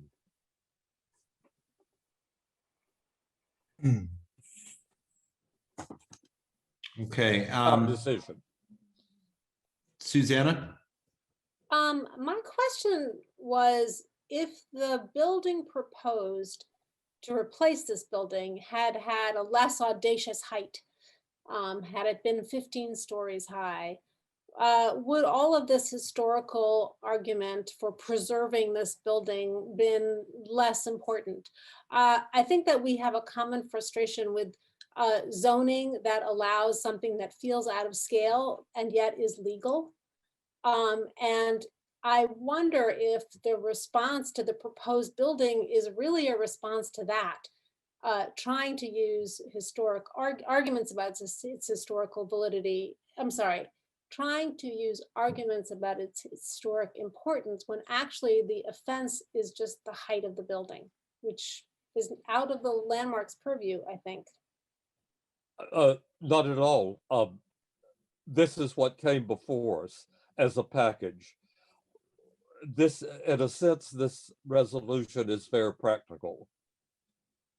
So is it we never say if you disregard our primary, which is a reason for denying the demolition, in that it's our only chance to weigh in on that which might replace it. Because it's the kind of thing that would not come back for any sort of public review or opinion from the right. So the board. So in other words, if the building that replaced it were more to our liking, we wouldn't place so much value on preserving the existing building. And if the building... No, that's not what I'm saying. I'm saying that if the board overrule of the commission, in a sense, overrides our desire that it not be demolished, then we don't want to lose the chance to comment on what would replace it if that was what was decided. It's a question of never getting a chance to weigh in on anything again. I guess my concern is I feel that what people really hate about this building is that it's really, really high. And it's not an ugly building, and the building that it replaces is not that valuable, but people don't like that it's really, really high. And that other things are being used to argue against it, but that's really the point of the fact. Michael spoke about scale for one thing. There is comments about the worth of it's being kept as a cultural landmark and a social landmark, that sort of aspect of it. And that's why, as I said at the very beginning, it's unusual that we would comment on the replacement when we're recommended denial, but we're in a sense being practical here. Yeah, okay, I'm quite torn about this now. But thank you very much. Sorry, thank you very much. I hope I explained it well. You could still be torn if I explained it clearly. Thanks, Susanna. Matt. Just want to point out, it says there's only one building south of 14th that's taller. I think there are two. 55 Fifth is taller by about 20 feet, I believe. And what number? 55 Fifth Ave. This never came up in the in any testimony. On page 45 of their submitting documents, it's there. Oh, no wonder for that number of pages. David? Yeah, thank you. Suzanne, a little bit in answer to your question and concerns, which I appreciate. These two buildings are really part of the fabric and history of the village. You know, the fact that some of the ornamentation was taken off about in the late 30s and early 40s is all over the village. And the fashions had changed for brownstones then, and they wanted a cleaner front. But that's all part of our history of these buildings in the village. It doesn't mean that it has to be exactly the original building. There's lots of them like this. Where the Provincetown Theater is, that whole row is covered up brownstones that was shared as a fashion statement in the 30s and reclad, but it's in the district and those buildings are not coming down. There's another one on Charles Street that was shown of its detail. The owner decided to put the stairs and the stoop back in to restore it. But this is all part of the history of Greenwich Village and Greenwich Village townhouses. It's not so much that it was just the height. It's a needle building. You know, it's the bulk of the building. The height is one issue, but the base is very narrow. And so you don't get the same kind of feeling that you do with some of the other buildings in the village, where there's a proportion of the base of the height. You know, this is one of the real problems with this building. And there are very few needle buildings, and certainly I don't think any of them are. And for anybody, a needle building is a very narrow base and a very tall structure in relationship to the base. Even though— Which we address in B, by the way. Excuse me? Which we address in letter B. Yeah, okay, I'm just commenting on it. So I just want to say it's not simply the height. I think these are important buildings. They do have a lot of history to it as to who lived there and who participated in building it. It was built by Brevoort, a very famous builder from the Brevoort Hotel people. LPC does allow narratives, not only architectural merit buildings. The South Village was landmarked because of the Italian-American immigrant community narrative there. So there's a lot going on with this, not just simply the height. And so I'm going to vote with the committee. I think there was a lot of discussion. We spent hours on it. Not we, I was just an observer, but hours were spent on this. And I think the committee did a good job. I'm also a little confused about breaking up the demolition and the building, but I understand it came as a package. but I don't think this is simply a height issue. Thank you. Thank you, David. Janet? So just want to mention something that came up at the committee. You know, there's always the issue of precedent, and this building had 20 800 square foot apartments, 800,000 square foot apartments. And, you know, and this is what Brad Hoylman spoke to, and this is outside of the purview of landmarks, but I think the context is kind of, is important here. And so it was intended over time to both let the, you know, reasonably priced apartment people disappear, and then they bought out the balance of the tenants. So we wouldn't want to also encourage this as a successful way to recapture some of our, you know, a lot of these, because there we, as David said, we have a lot of these buildings in the village. It would be not a good precedent for other locations. Thanks, I need to Janet. point out that we're not permitted to consider that. Yeah, yes, as a I'm landmark, right. but it's Right. very important, and we very much agree. It just couldn't be considered. Rocio? Yes, thank you so much. Chanel, I have a question and a comment.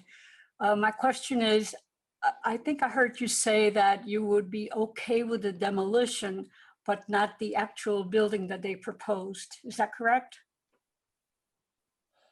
I didn't say that.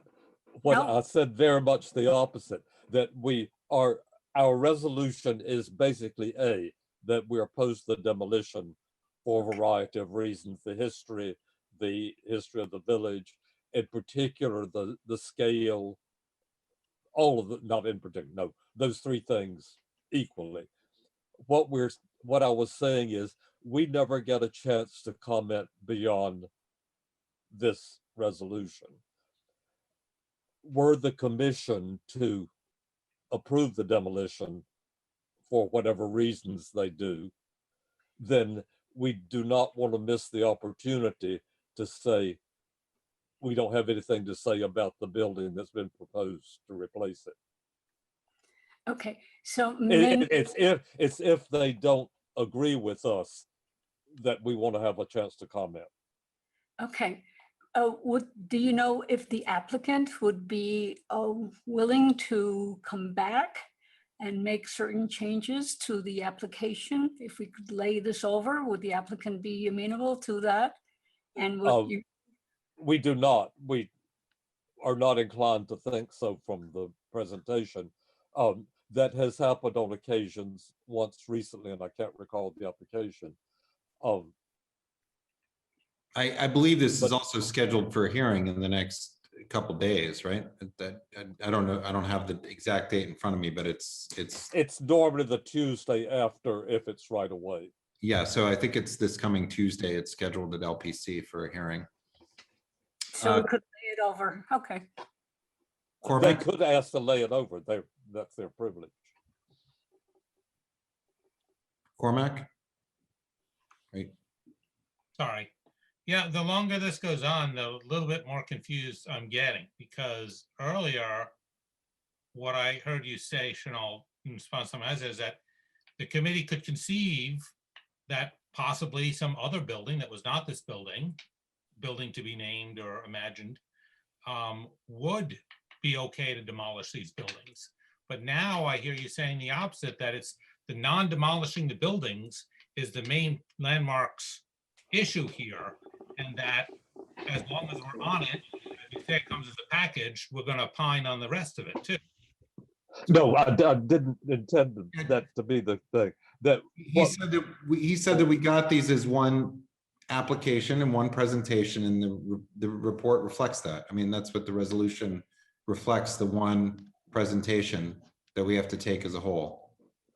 We might have, for example, approved a proposal that in some way restored it, because one's permitted to go back to any historic time, which could be the original. One can imagine that they might propose a penthouse set back that would be would not basically destroy the building, nor would it destroy the volume question and so forth. There are proposals that might have come that would have been approved. Basically modification rather than demolition. Okay, I think we've talked this out. I don't see any other raised hands. I'm not sure if anybody is still open on their positions. I'm just saying that. But there's just one thing. It moves so fast. In response to Brian's naming the architect, that is not something we consider. We consider the building itself, not the designer or the reputation of the designer. Okay, thanks, Chenault. What I'm going to do is I'm going to ask Valerie to specifically note this item as sort of an item when we do the omnibus vote. If people want to vote one way or another, if everybody's okay with that, and we can move this item into the omnibus vote, and I will make sure to call it out separately. Is there any objection to that?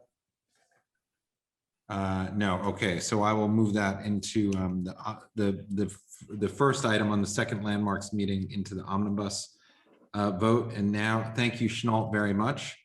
And now we're going to move to the Schools and Education Committee resolutions. Janine. Hi, good evening. We had two resolutions.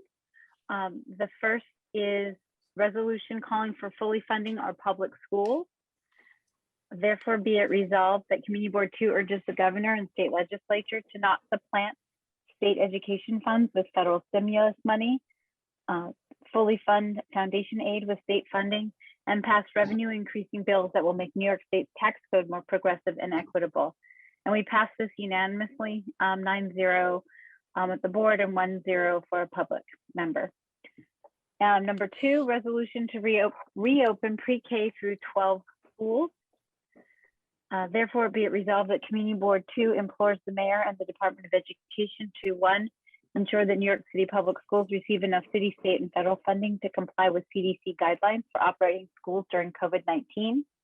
2, streamline and centralize the online appointment process so that educators who teach children in grades pre-K to 12 can receive vaccinations as expeditiously as possible. 3, provide clarity for students and families about parameters for reopening high schools. 4, reinstate open enrollment periods when families may opt into in-person learning.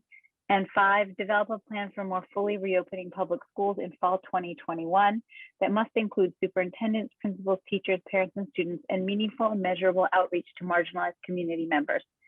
Our committee passed this 8-1 for board members and 1-0 public. Okay, thank you, Janine. Would anybody like to call out either of these two items? Okay, crickets. Oh, there we go. Rocio. Number one. Number one. All right, so we'll call out number one. Why don't we just go ahead and get to that? What would you like to discuss on item number one?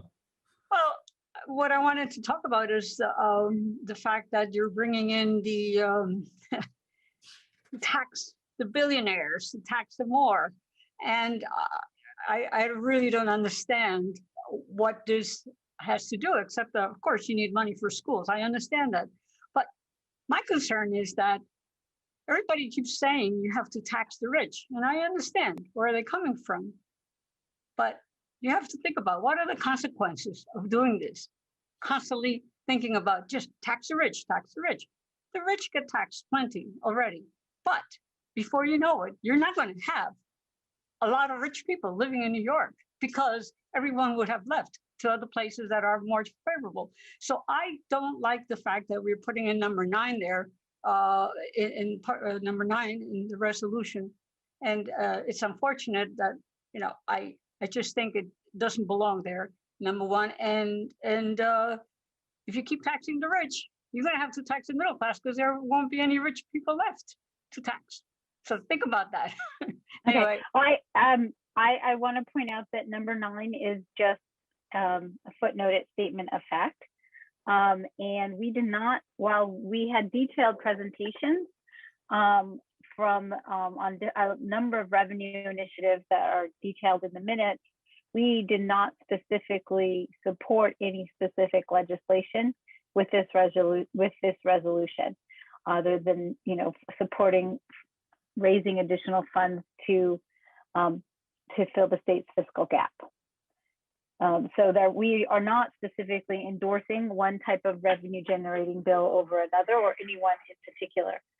Just acknowledging the fact that there is a gap between what is the funds that are needed and the funds that are currently in place.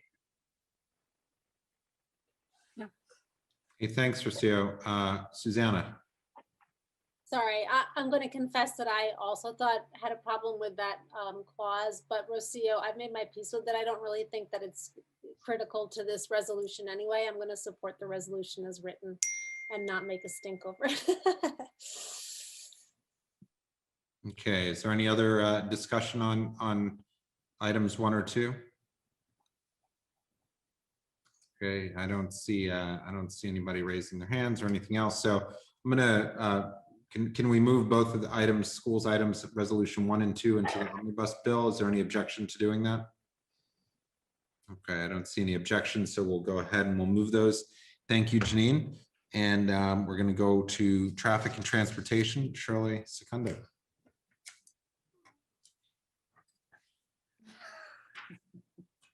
Never remember to unmute. 2 resolutions, both unanimously approved. First resolution in support of the Furious Act, fighting underground racing in our streets, which is New York State Senate Bill 57, and resolve that Community Board 2 strongly supports New York State Senate Bill S57, known as the Furious, etc. Act. Further resolved, we urge the New York State Senate to pass this bill as quickly as possible. Further, look forward to the opportunity to request and have implemented speed camera operations extended to any time of day and night, weekdays and weekends, that is 24/7, in CB2 school speed zone areas where illegal speed racing occurs. And finally, CB2 favors installing extra speed cameras operating 24/7 beyond school zones in other CB2 areas of concern for reckless driving and would welcome additional legislation to that end. So that is number 1.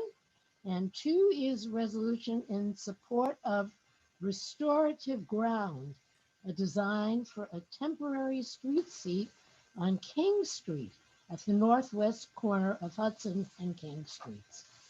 And resolve that CB2 fully supports installing restorative ground on King Street at the northwest corner of Hudson and King Streets, and looks forward to our neighbors enjoying the enhancement of our public space and the many passive and recreational benefits it will bring to our community.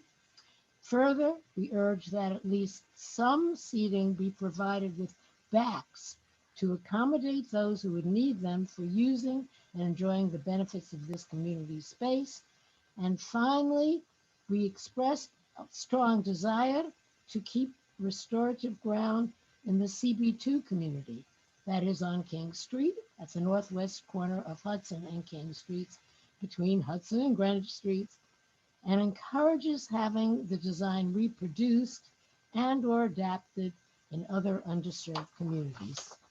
And that's it. Okay, thanks, Shirley. Would anybody like to call out either of those items or have any questions or comments? I have a question on the Furious. Sure, go ahead. I have some concerns about this idea of adding additional cameras beyond what were there, and then I think it was of places of concern particular to the community board as well. So can you just speak on that? Yeah, well, yeah, sure, I can. In my experience, red light cameras cause accidents. Speed camera. Right, I'm sorry, speed cameras. And also my experience is that oftentimes these individuals who are speed racing don't have tags on their vehicles anyway, so it ends up going after and affecting those law-abiding drivers. Abiding speeders. Definitionally not. Okay, first of all, To an extent, this, point taken. the act, can I just address that so we can move on? Thank you. This is not asking for more speed cameras. That's the last thing we're talking about is are asking for consideration for more speed cameras. This is simply to extend the hours of speed cameras that already exist and to address the drag racing, which predominantly occurs in nighttime hours and on weekends when speed cameras are not operating. Simple as that. I'm sorry, so are you then asking, you're installing extra speed cameras? Am I reading that right? The Furious Act is not asking for extra speed cameras. The Furious Act is asking to extend the hours of the speed cameras and days to make it 24/7. Right now, speed cameras only operate from, I think it's 8 to 6 p.m. During school hours. Yeah. And this is to actually catch the drag races who are operating beyond those hours in the nighttime and on weekends. Okay, I'm sorry, maybe I'm just missing what you're saying then. The last resolve we added was that we'd also like to see additional legislation to extend speed cameras in other areas besides school zones. So right now, the act does not have to do with that. The act is simply to extend the hours of speed cameras, very specifically to address illegal drag racing, unsafe drag racing, which is occurring more often than ever in our streets right now because they're emptier because there's less traffic during the pandemic. Right, okay, so extending John Paul, weekends, nighttime. So the original legislation, when it was passed as part of the compromise of getting it done, was limiting the hours and limiting the cameras to the legislation hasn't been passed. That's why we're no, Shirley, I'm speaking, Shirley, just to make this clear to John Paul. So right now around schools, immediately around them, there are speed cameras. They only operate at a certain time. That was part of the negotiated outcome in the state legislature. So this has to be changed at the state legislature. In order to use those cameras that already exist, so there wouldn't be any more money spent, they want to expand those hours to use those cameras. And then additionally, we'd like to see other cameras put in, for example, on some of the avenues where we have a lot of drag racing. Most of the cameras that people see around the city, as you pointed out, are red light cameras. They're not speed cameras. It's only in the immediate vicinity of schools that there are speed cameras. And so that's, okay, I thank you for the clarification. A couple questions. When do the speed cameras kind of kick in? Are these going to get people who are going, 26 versus 25? We're inviting more cameras, and really, it just seems like taxing on individuals. But it's not more cameras. The legislation does not call for more cameras. It calls for added hours. I'm sorry. I'm reading the resolution. Doesn't it say you want more cameras? Well, that's the last. Right. Oh, okay. So you're speaking to. So are you suggesting a friendly amendment or something? I guess firstly, I'm just trying to clarify a little bit what it is. Did they speak to how the enforcement is done or was it simply just we were opining on how we felt about the general idea of it? Did they speak about in the enforcement specifics? I'm not sure I understand what you're talking about. So John Paul, the problem is there's been crazy drag racing going on for the last 9 months since COVID kicked in, and I think that people have been looking to address that. We've had a tremendous number of complaints, particularly through the corridor running from the Holland Tunnel up through Chelsea, on a lot of the avenues in particular, and across Canal Street, some of the major cross streets. And so I think that this was our state senator was trying to address that without it being an increase in the cost structure. by reutilizing the existing infrastructure of cameras to at least try to begin that way in some way, shape, or form. And that's what was presented to us. You know, there's often, I had an opportunity to see it a couple of times.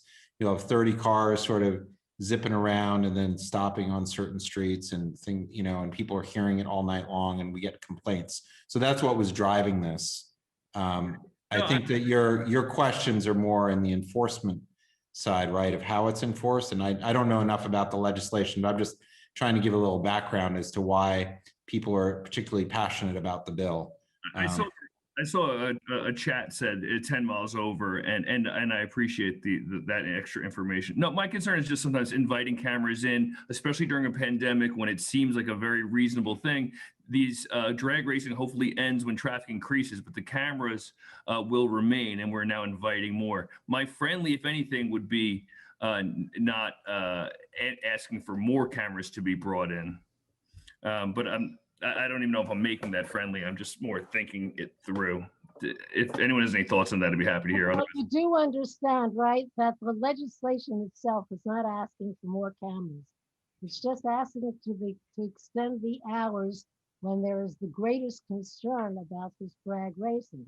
So they're trying to save money. There's no extra expenditure. There is no additional installation of cameras. It is just simply extending the camera's hours. All right. So to match both of these, I think that John Paul had suggested the friendly, and I don't know if it's friendly, but that in the final resolve, which addresses something that's outside the legislation, and you keep indicating that. So I don't know if that's, I'm just putting this out there, that just putting into words what John had said in a couple of different ways, but would you consider removing that, yes or no? You know, there are those of us who support more cameras. Right, but this is addressing the legislation itself as it's proposed in the main body of this, and this is something that's added on. That's why I'm just saying that. Just, you know, we would still be supporting the legislation without it, which is what was presented to us, right? What was presented to us is what I just presented. Yes, but it doesn't include the last be it finally resolved, which is more cameras, which is why I was asking. That's why I asked John Paul if he wanted to do a friendly amendment or actually take away that last. If he suggests it and everybody votes, then I'm okay with it. I mean, I would accept it, not as a friendly amendment, as I don't know exactly how you put it. Yes, I would accept. You would accept it as an voting on it to eliminate or and preserve it. If it's a friendly amendment and it's removed, we're voting on the resolution as written. If you want, right. So that's what I think that the question before us now is, do you want to remove it? And we're voting on this as written with the exception as the last be it finally resolved. No, I don't want to remove it, but I would accept the board voting on, there can be a proposal, right? Well, that's not what John Paul had presented. I'm just dealing similar to landmarks with what was presented to us here. But I have a few other speakers that want to speak. So why don't we go to them instead of, and just hear from them quickly. Rocio? Well, I also agree. What Shirley is saying, or she's speaking now, is one thing, and what's written is something else. This resolution, be it finally resolved, the CB2 favors installing extra speed cameras operating 24/7 beyond school zone, which means she wants more speed cameras. So, and this is not what she's saying. She keeps saying, we're not asking for extra speed cameras. No, I said that the bill is not asking for extra speed. This is your resolution, right? This is your resolution. Rocio, Shirley, can I just try to intervene here and to clarify for everyone? There is legislation that was introduced by Brad Hoylman that deals with extending the hours of existing speed cameras that are in and around school zones. Those speed cameras only work for certain hours during the course of the school day. The legislation specifically asks that the hours of these existing speed cameras be extended. And that is what our resolution addresses. As an aside, the last be it therefore resolved suggests that we would, as a committee, accept or favor additional cameras, not necessarily in school zones or expanded beyond school zones. However, that is not in the present legislation. So that just goes to the committee saying that we would favor additional speed cameras. That is not up for consideration. There are no additional speed cameras. They only exist in school zones, and they only exist for limited hours that are potentially going to be expanded. Does that make sense? I think everybody gets that the conflict is that it speaks to the bill and then it's adding something. And I think that people are not happy with what's adding. I'm not sure it adds to our support of the bill. I'm not discounting the committee's position. I'm just saying you've added something extra, and that's raising questions when the underlying reason here that this was brought to us was to get our support for the bill itself. So I don't know if you want to dilute that, even though that's the committee's position, where other people may not be in favor of one portion, or if you want to have more support of the fuller board by voting on the support of the legislation itself. So I think those are two different issues. I'm just throwing it out there. I think somebody can suggest a resolution without the last be it resolved and vote on it. And then if everybody votes on that, but Okay. I do not accept it. Okay, but you can still have an alternative resolution suggested. Hey, you know what? Keen is raising. I have a few, I understand. I have a few different people who haven't spoken. We'll start with Keen. Keen, go ahead. Unmute, Keen. Keen, unmute. I'm unmuting. It's very clear to me that the legislation to extend the hours during school hours should be passed. It's also quite clear to me, it seems to me, that I would like to propose an amendment, which is to strike the last part. The reason I want to strike the last part is that even though I don't like the drag racing, it seems to me that our current police officers should be able to see drag racing and speeding and stop it. I mean, that is their purview. And I think by having extra speed cameras, we are edging over into more surveillance, more electronic surveillance than I'm comfortable with. So I would propose an amendment to strike the last part. And is that an amendment that you would see as friendly, Shirley, or do we want to vote on that? Why don't you hear what everybody else has to say? Well, okay. I wouldn't accept it as a friendly amendment.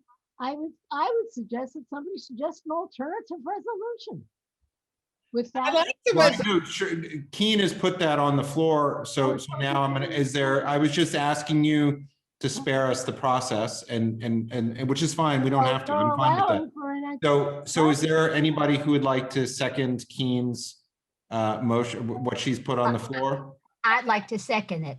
Okay, so now we have that on the floor. We're going to take that item for discussion and put that on the floor, which is the same resolution with the last be it finally resolved removed. And Shirley, you had your hand up to speak to the other one. Do you want to speak to this one? This Shirley, you mean me? Yes, so I'm sorry. Yes. Oh, that's okay. Dr. Smith, yes. It's all right, no problem. No, in fact, I was going to say pretty much what Keen said. I am not for us saying that we need more cameras. We have enough surveillance already. So I would definitely agree that we just to delete that last portion of the reso, and that's why I second that motion. Okay, Katie.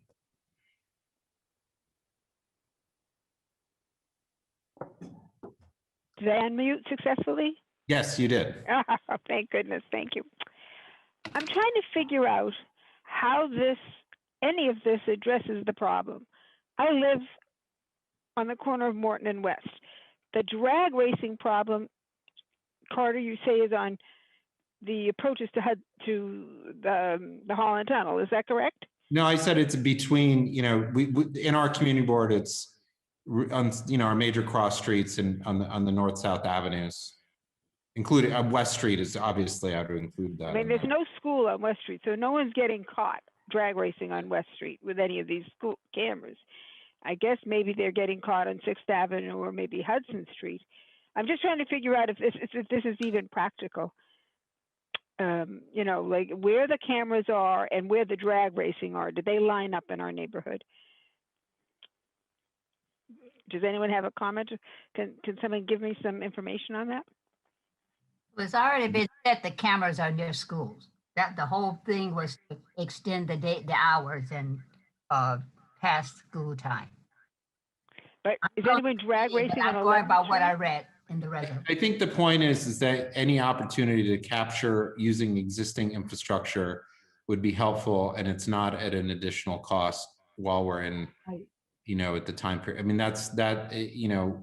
if you channel Brad a bit, I think you can hear Brad speaking to this, and maybe it's just me, but no, that's very helpful. That's helpful, but yeah, that's helpful. But I just not want going to to get catch the car on West Street with this, though. I mean, and that's probably the place where people are most tempted to do to. And Katie, do that this was kind part of the behavior, and logic that of means, adding the last, be it further resolved.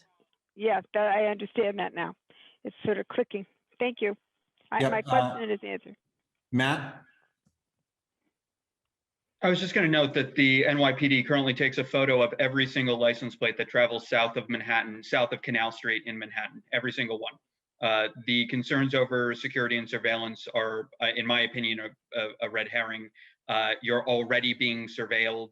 This would not increase surveillance in any meaningful way. This would only catch people who are speeding. This would only catch bad guys.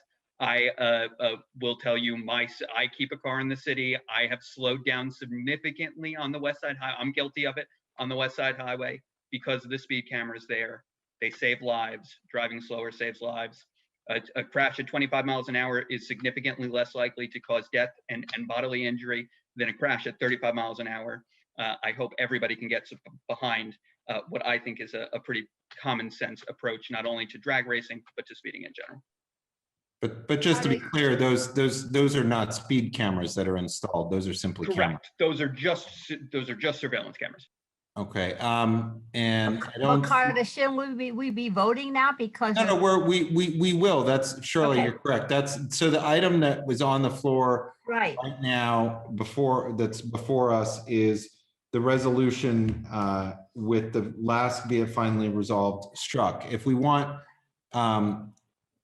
I'm gonna just, procedurally, the question now is there any objection to moving that resolution without the final therefore be it resolved into the omnibus bill? If there's an objection, then we would need to do a vote on that now. So we do a roll call vote on that now if there is an objection. Carter, point of order. I'm sorry. I think the question is whether the amendment passes or not, whether it's stricken. It's well, it was done as a substitute, right? And as a substitute resolution. So that's how Keene had presented it. It wasn't as a modification. She had said the resolution without the last. And a substitute resolution would be out of order at the moment because I had called it on the floor since there are two motions before us. Okay, I object to putting it in the. Okay, so let's take a roll call vote. Is there any objection to going forward? Voting on this then? Okay, so we're going to vote on it now. Valerie, do you want to do roll call vote? Well, Carter, can you explain? Just make yes, it is the resolution that's before us without the last be it finally resolved. It's removing the finally resolved that CB2 favors installing extra speed cameras operating 24/7 beyond school zones and other CB2 areas of concern for reckless driving, and would welcome additional legislation to that end. Thank you. So to be clear that we're voting on removing B. We're not voting for or against the resolution. Is No, that correct? Keen had put a separate resolution on the floor. It's exactly the same without the last result. Thanks. And I second it. Yep, we got that. All right, Susanna Aaron. I will vote in favor of that modified resolution. Thank you. Akila Azqui. In favor. William Benish. No. Keen Berger. Yes. Carter Booth. Yes. Katie Bordenaro. No. Anita Brandt. Yes. Amy Brenna. Yes. Rich Cacapolo. Yes, in favor. Ritu Chaudhry. No. Thank you. Coral Dawson. Yes. I'm voting yes. John Paul DeVerna. Yep. Bob Ely. Yes. Mar Fitzgerald. Yes. Cormac Flynn. Yes. Joseph Gallagher. No. Susan Gammy. Yes. David Gruber. Yes. Wayne Kawadler. Yes. Susan Kent. Yes. Janine Kiley. Yes. Betty Kabovi Weiss. Yes. Patricia Laria. Yes. Michael Levine. Yes. Janet Liff. No. Ed Ma. Matthew Metzger. No, but Ed's on. He's just muted. Okay. Ed. Oh, yes, yes. Okay, I'm thank mute. you. Just unmute. Thank you. I got you as a yes. Thank you. Daniel Miller. No. Brian Pape. No. Donna Raftery. In favor? Lois Rakoff. No. Bo Riccobono. Yes. Robin Rothstein. Yes. Sandy Russo. Sandy. Rocio Sands. Sandy Russo, yes. Thank you, Sandy. Rocio. Yes. Yes. Scott Sartiano. Yes.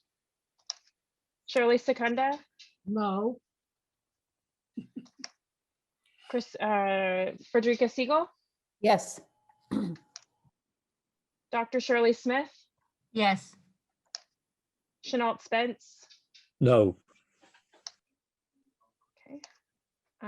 Kathy Sullivan. Yes. Thank you. Eugene Yu. No. Susan Wittenberg. Yes. Anthony Wong. No. Adam Zeldin. No. Okay, I'm going to leave the voting open for a minute, and I just want to ask a clarification question. We have a significant number of board members who are voting against the Fast and Furious bill who seem to be the same people that are supporting it. And I just want to point that out. And I'm leaving the voting open if anybody wants to amend anything, because I'm not sure that's the intent. But Carter, can I just ayes ask have a it. procedural question? Mhm. I'm pretty sure that replacing the bill, it would be out of order, and that the only procedural vote you Okay, could well, take that's is what I had meant done. to- If there's a parliamentarian who wants to point out something, we need to move the meeting forward. And I that's was what we under the voted on. impression that we were just removing that one clause. Yeah. And as Yeah, Keith me too. proposed. And Which is that's, not and that's, guaranteed. Yeah. and that's, and then so people had voted against the resolution because it was, the whole resolution was on the floor. So I'm just saying that that's Oh, I think That's the way what that the Keene way had the- presented. Point of order, or point of parliamentary inquiry. Were we voting on the resolution, or were we voting Yes. on whether to substitute the resolution? We were voting on the other resolution. How, With what, the That's what understanding that there would be I a had second clearly said resolution that at coming the, after. So the other resolution is for the, everything else in the bill, except the last. just let me explain. So what Keene had put forward was a second resolution without the Yes. last, therefore be it resolved. And how that's is that what we sustained? discussed. But Was it everything else sustained? And that was remains. seconded. And was it sustained by the body? I don't know, but we voted on it already. Wait a Okay. minute. The vote I for- thought what was put forward was the resolution without the final resolve. Correct. And so So you would have the full resolution otherwise in favor. but that's not what we just voted on. What we voted on was the whole resolution with the last, therefore be it resolved, not whether or not the last, But therefore be Carter, it. had that Lord. failed, I would have put a resolution on the floor for the full thing with the ninth. But it did not fail. And what my point is I that recognize, I think we're all okay with that. sending, okay, well, I mean, it's still, then that's fine. It's okay. Well, then if everybody's voted, we can close the vote and we can move forward. Valerie, what was the vote? 32, I'm totally 4. confused now. I'm totally confused. What did, Carter, did we vote? Was the vote to vote on everything as is, but just removing the final resolved? Is that what we voted on? Correct. That's Okay. correct. Okay, that's fine. Thank you. Wait a minute. Didn't we just vote You're not on the confused. resolution without the final resolve? Correct. So that, And that is what Katie just said. oh, so we should have been voting the opposite. We should have been voting. So, No, everybody was in favor of it. I mean, whatever. that was precisely my point, which is why I was trying to leave open the option for people to, because now people have voted against supporting the Furious bill, even though it doesn't have the last resolved. We voted to support the Furious bill. That was, Correct. And a number of people voted against it. yes. Now we can, if you're worried about reporting to somebody else, that it was a good vote. I mean, you could say that they would have voted in favor of the Furious bill. You know, I mean, we don't really care. It was passed. Wait, Valerie, what was the count? Wasn't it in favor of this resolution without the There- last resolve, right? Was there more yeses than those? There's more. I'll report that as soon as I just need to know that we've officially closed the vote or not. Carter. If this is the final vote, I would like to change my vote to a yes because I support the Furious bill. I thought we were voting. That's what I was trying to raise. I appreciate you raising that, Carter. I thought we were voting on whether to sustain what I thought was an unfriendly amendment by whether to sustain a replacement bill. That was my understanding. That was my understanding as well. We never voted That's whether my to amend the understanding. That was resolution. my understanding as well. So you see It's the whole. Carter, it's why it was out of order to begin with. The thing that I'd said is that Keene had put a separate resolution on the floor, and we had started discussing that separate resolution, and that's what we were considering. Had that separate resolution failed, then we would have gone back to discussing the original resolution. She did not put on the floor. She did not put on the floor a friendly amendment. I said this multiple times. It's not, I made it very clear. So let's see what the count is. If surely the point that I'm trying to make is that if the vote is closed, there's no opportunity for people to correct their vote. And so, and it's fine if we close it. Point of change inquiry. mine. Will we vote for the second the second resolution that came from the committee as well? Because that wasn't retracted. So then we would vote for This two was put in resolutions its, separately. this is, Keen had put this in its place. But that action, I think, would need to be sustained by the body. Okay, but I already started and opened this voting, so that's what's. Understood. I'm That's just When what's you before vote us. for pointing the out. alternative resolution and you turn it down, then you vote for the original But resolution. we didn't turn down the alternative resolution is my point. So if we've approved it, then the bill is approved. Right?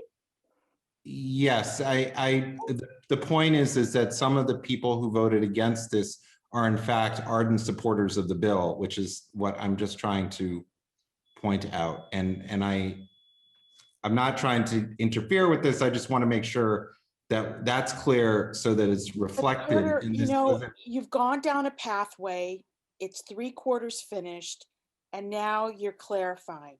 So, you know, the cart is quite clearly in front of the horse in this situation. It's not at all. I don't think that, even though I explained it multiple times, that people were listening. Well, obviously, it wasn't clear the way you explained it. So there's Or been maybe people weren't confusion listening. Either way.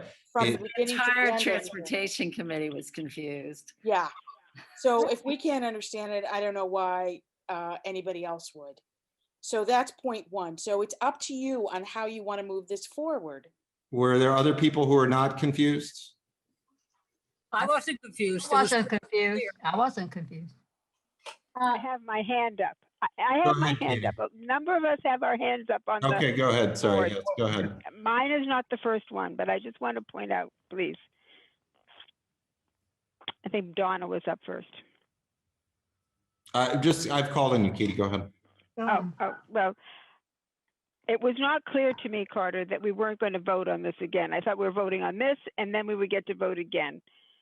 But this is the last vote. Is that correct, Carter? That we're in the vote is still open, is what I'm saying. No, but we're not going to, once you close this vote, we're not voting on this resolution again tonight. Is that correct? At this point, that is correct. That's what Okay. was put forward is what we're voting on. I see. Okay, I will change my vote to yes then.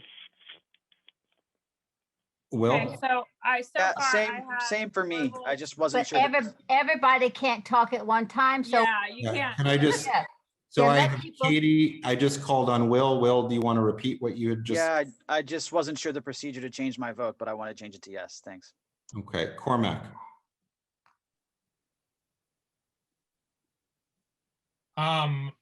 Never mind. I was just trying to clarify, but it sounds like everybody gets it now, so forget it. Okay, Janet. Then I changed my vote to yes. Anthony. Changing my vote as well. Dan. Changing my vote, please. to yes. Shirley. Yeah, I will change my vote to yes too. Joe. I support Me the too. bill. Okay. I'm going to slow well, down for a me second. too. Valerie, am I going too Maybe fast? yeah, just give me 1 second, thanks. I'm sorry. All right. Okay. It's getting late. We clearly have a lot more. I business to know. finish. And I'm unable to So raise I'm my hand. changing, just so it's clear. Okay, I haven't called on everybody yet, so let's just. Okay, continue. Maybe the people who voted no, that might be. So Shirley, you had already spoken, right? Joe, Yes, you had spoken. yes, no. Eugene?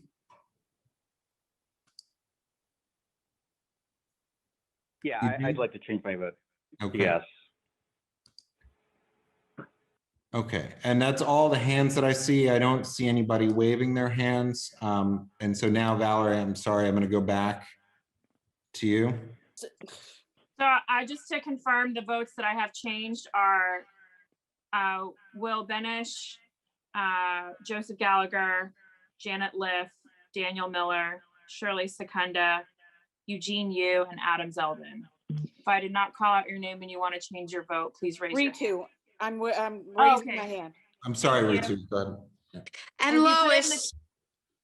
Lois, okay. If you put it in the Yeah. chat, I might not. And have then seen it. Anthony also has his hand up. Anthony? Correct. Yes. Yes, Changing vote. Anthony, Lois, and Ritu. And Katie? Yeah, you could change my vote to, yeah. Okay, and that's all the hands that I see. Are we, Is everybody spoken on this? Okay, so I'll close the vote. Valerie? Can I just confirm Lois? Sorry. Lois, did you change your vote? Is that, she changed her vote, right? Yes, I'm sorry. I thought Thank I you. made it clear. Thanks. I changed the vote like Janet changed her vote and Ritu and Shirley. Perfect. Thank you. All right, so the vote is now closed. And we have 43 for and 3 against, 0 abstentions and 0 recusals. Can you just repeat that again? 43 for, Right. 3 against, 0 abstentions and 0 recusals. Okay, and so that was on the first item for the traffic and transportation, and then on the second item, which is the restorative ground resolution, is there any objection to moving that into the omnibus bill? Excuse me, the omnibus vote? No. Okay, I don't see any objection. Okay, now we're going to move on to SLA licensing committee meetings, and we're going to start with the first meeting. Donna? Okay, so we had 9 applications and 3 of them had resolutions. All the rest of them were either laid over or withdrawn, and all the decisions were unanimous. So the first one was NoHo Cultural Society doing business as Zero Bond. That's at 0 Bond Street, also known as 670 Broadway. It was an application, an alteration application to extend the licensed premises from the 4th and 5th floor into the lobby and to add a service bar. And that was a deny 10-0. The next one was Mammon Hudson Square LLC, doing business as Mammon 375 Hudson Street, Suite 103. That was an OP for a restaurant. That was a deny unless 10-0 with stipulations. And then the last one was LPB 5 LLC, doing business as La Pecora Bianca at 817 Washington Street, also known as 71 Gansevoort. That was an OP for a restaurant, and that was deny unless 10-0 with stipulations. And items 4 through 9 were either withdrawals or layovers. You're muted. Would anybody like to call out any of the items? Bo? Yeah, I'd like to call out number 1. Okay, does anybody else want to call out any other items? I'd like to call out number 3. Okay, so items 1 and 3 are called out. Anybody else would like to call out any items? Okay, so we'll start with the. Scott has his hand up. Yeah, I just want to call already out number spoke. 3. And So 1 and 3 are called out. so I would like to make a self amendment if I made a number Okay, 1. hold on. So Okay. why don't, before we go making amendments, so why don't we just move on and we'll discuss item number 1? Okay. Can I call out number 3 first? Because I think it's relevant to number 1. We're going in the order. I mean, Okay. that they're presented here. So Donna, this is the. NoHo Cultural Society. Oh, okay, I'm sorry, you already read it. Okay, so people who'd like to speak on this? Can I make my, do I make my? Oh, yes, go ahead, Donna. Okay, so what I'd like to do, I made 2 errors in here. So on number 7, which is Okay, on so page your Roman numeral number 7? Roman numeral number 7 under item 1. After it says, it's down on the 4th line where it says community benefit organization. Is that, you with me? Okay, so in the 4th sentence, Yeah. So it reads, and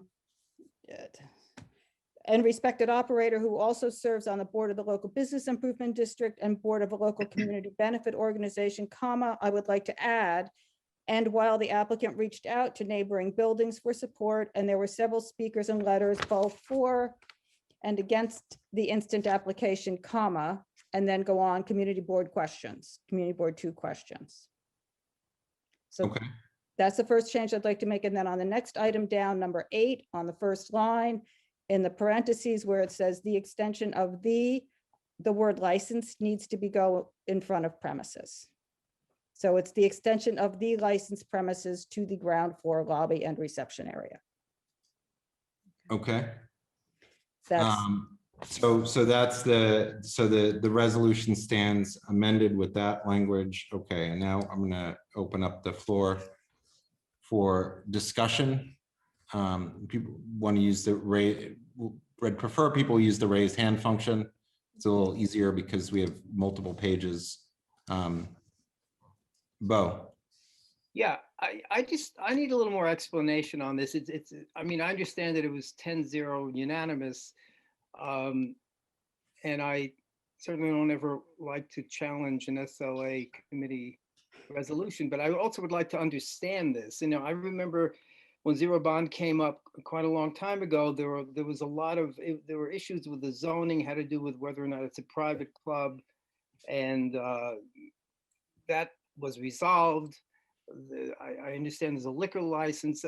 Just let me just state what I think this resolution says. It seems to me that what they're saying is they would like to put a service bar on the ground floor, which would thereby entitle them to use the open streets provisions to have sidewalk service. And obviously, since they don't have a street level store, they can't do that now. So my understanding is this would be a change to the liquor license that would allow the change, the addition of the service bar to the ground floor. Is that correct?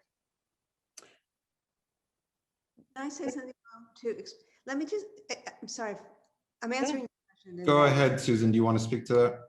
One thing that I just want, maybe it isn't clear enough in the reso because it was so complicated, but one of the most important questions we asked him, could this be time restricted? So in other words, when COVID was over, you know, and people could go back inside again, would he be willing to give this unusual use up on the street, particularly because they had a rooftop lounge where people could sit outside?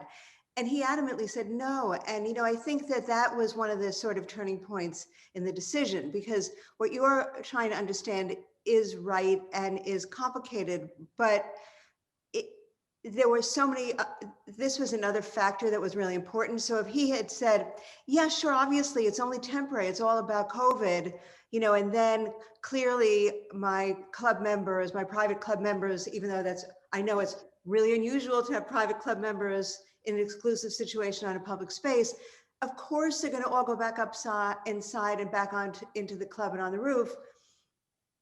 No brainer.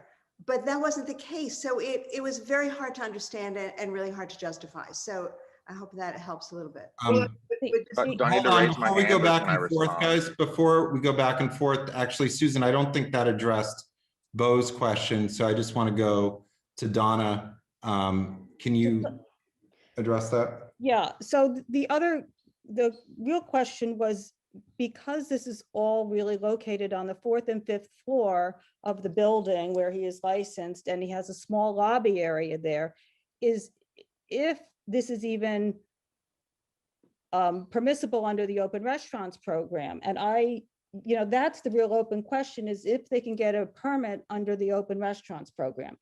And they have not requested that, and they don't need the liquor license. They can request the permit, and it's a very quick, simple thing to do. And then we would know whether this is even for that, because that is the sole reason of putting a bar down there. There is no service in the lobby. There's not service in the lobby. So that was what our question was, Bo, about that, was if it felt like you were putting the cart before the horse. You're coming for a license for a bar to do something that you may not be able to do. And so you could apply for the open restaurant program. Right, no, what? So Bo, just irrespective of the liquor license application, you're either eligible for the open streets program through your existing business or you're not. It has nothing to do with the service of alcohol. No, I understand it, but So that's just to sum up what Donna was saying.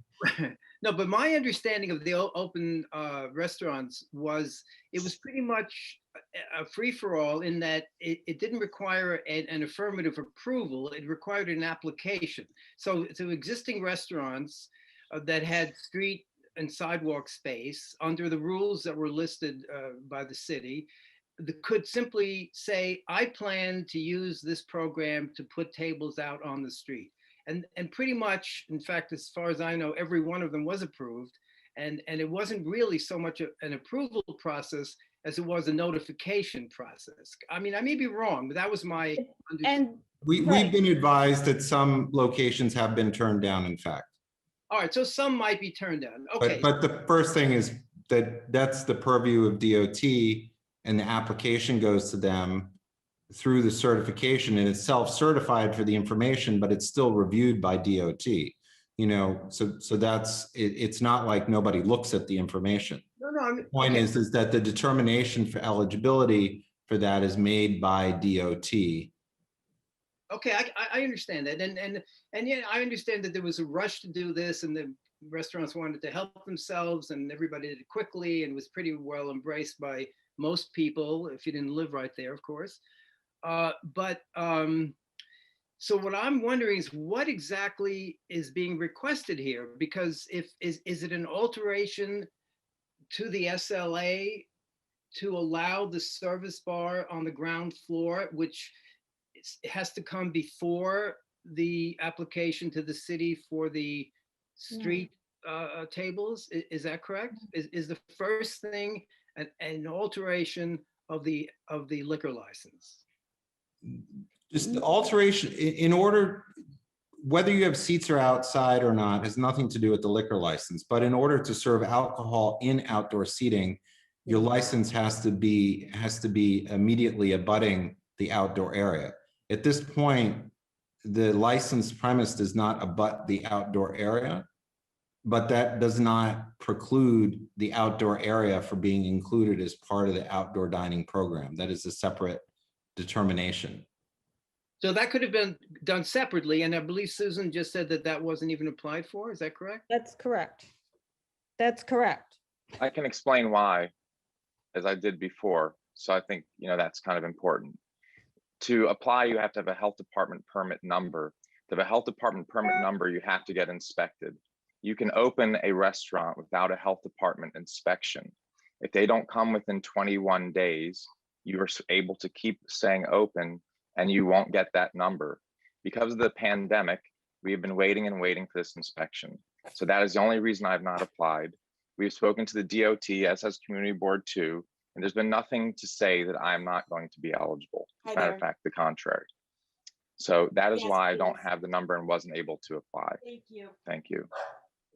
Well, can I just, I don't know what the procedure would be here, but is it possible to cut to the chase? And we see what the need is and we see what the request is.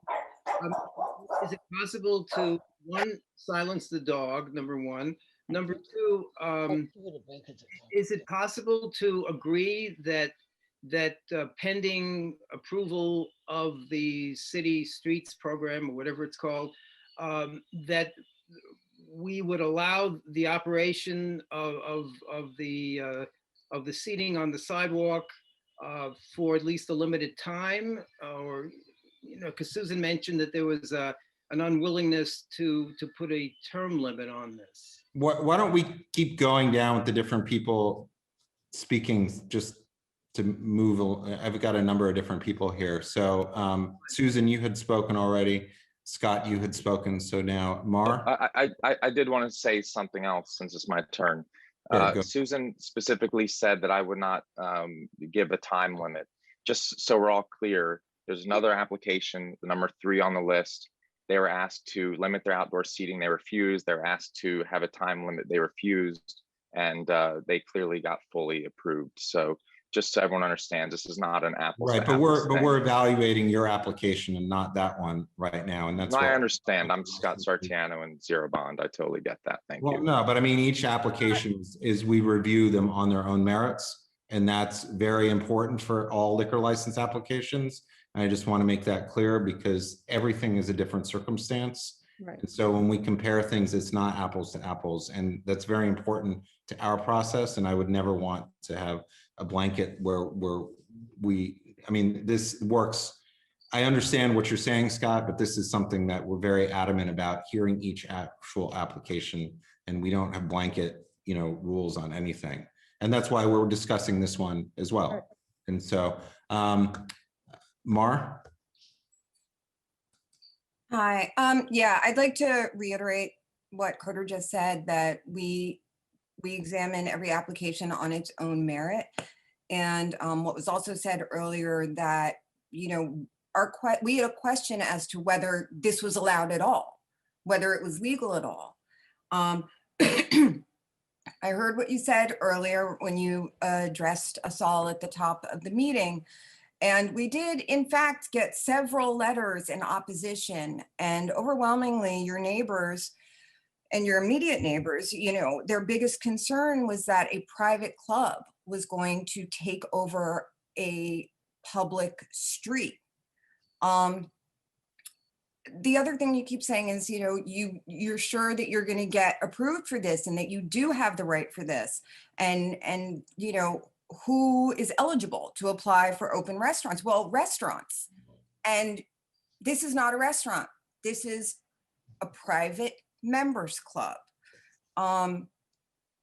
The only reference in the rules to private establishments are private schools.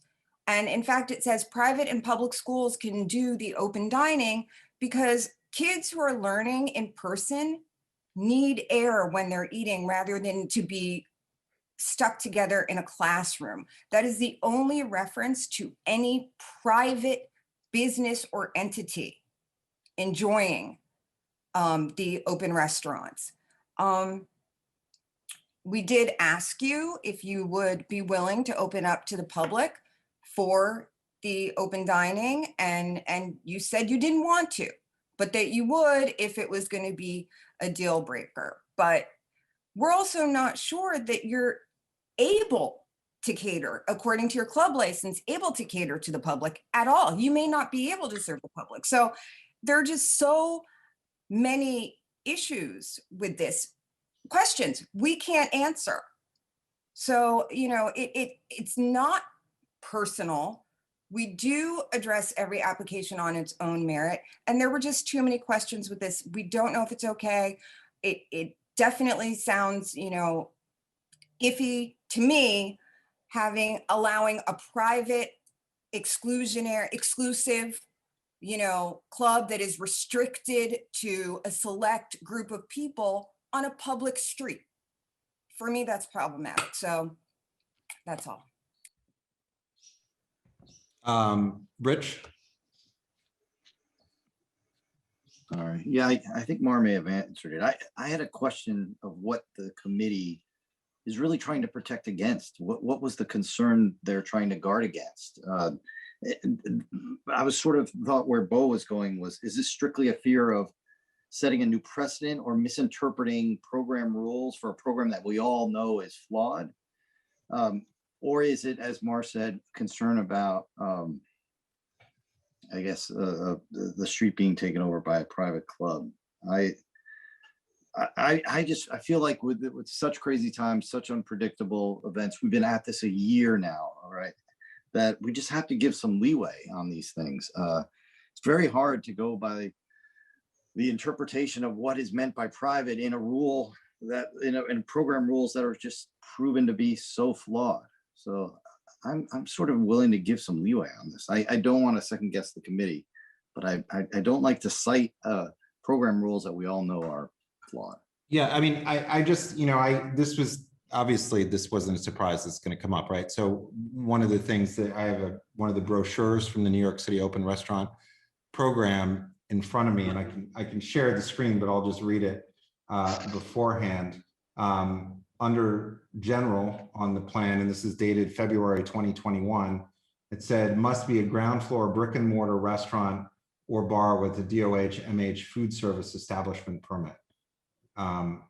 So, it's very specific, and everybody on the committee, when you read everything, that's very clear, and what that is. That's a New York City document.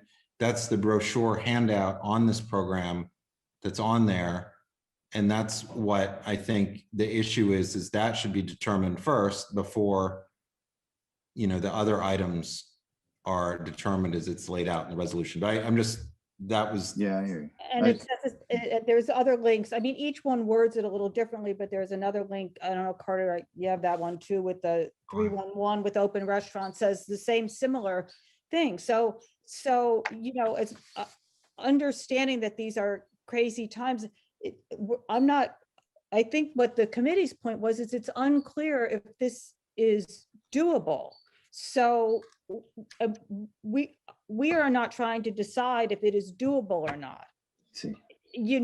We are trying to find out if it's doable before issuing something. That is to me the crux of it.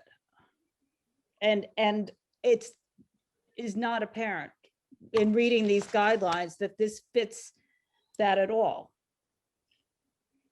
Okay, Dr. Smith. Yeah, most of the things I was going to say have been said, but I think my concern also too is that we also asked the applicant, would he be willing to limit this if he were granted this this application was granted, would he also be in favor of limiting it, especially when the COVID thing is over? And he, to my understanding, was not interested in that, unless I'm wrong, but I don't think so. People, the committee can chime in. I know, it's unbelievable. Thanks, Shirley. Rocio? Okay, I think it's a tricky situation here. If I read who is eligible to apply to open restaurants, it says any food service establishment licensed by the New York City Department of Health and Mental Hygiene, which has business frontage on the ground floor. Okay, obviously right now he doesn't have it. He has an office and he is willing to trade the office for a bar so that he can have the ability to have roadside dining. And therefore, I think we should support this application because it is within our ability to do so. And if he had the license, if he had his license on the first floor, then he can qualify for this. And I think times are so tough for so many businesses that we have to stop being so rigid. We have to be a little flexible and realize that this premises, this business is giving jobs to a lot of people. They're paying taxes. They're giving the revenue for the city. And we need to support small business such as this. And if we give him this ability to modify his liquor license, then he can go ahead and be part of the open streets. Now, we don't know. It's only a strike of a pen when whoever is mayor is going to decide we don't want this anymore. So we can't put restrictions on him because the laws are already going to put restrictions on all of us who have roadside dining. So I'm going to vote against this resolution because I don't think it's fair. I think you need to give him a chance to get his modification of his license so that he can go ahead and do this, that he wants to do, the roadside dining. And so I will support, I will be against the resolution as written for that reason. Thank you. Thanks, Bob.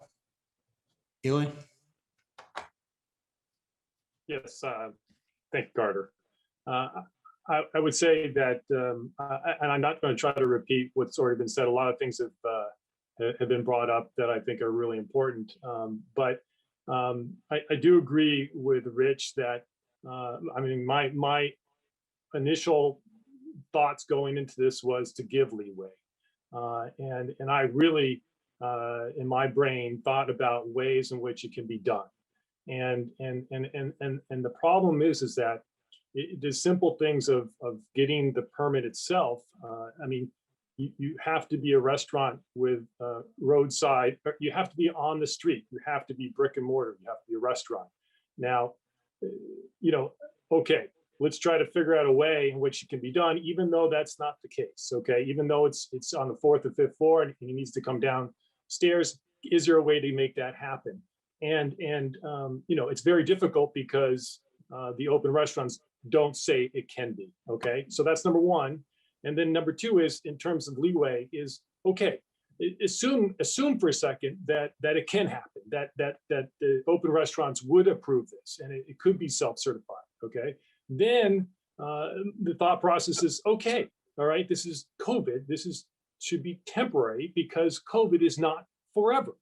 And so the question was posed, is there a time limit?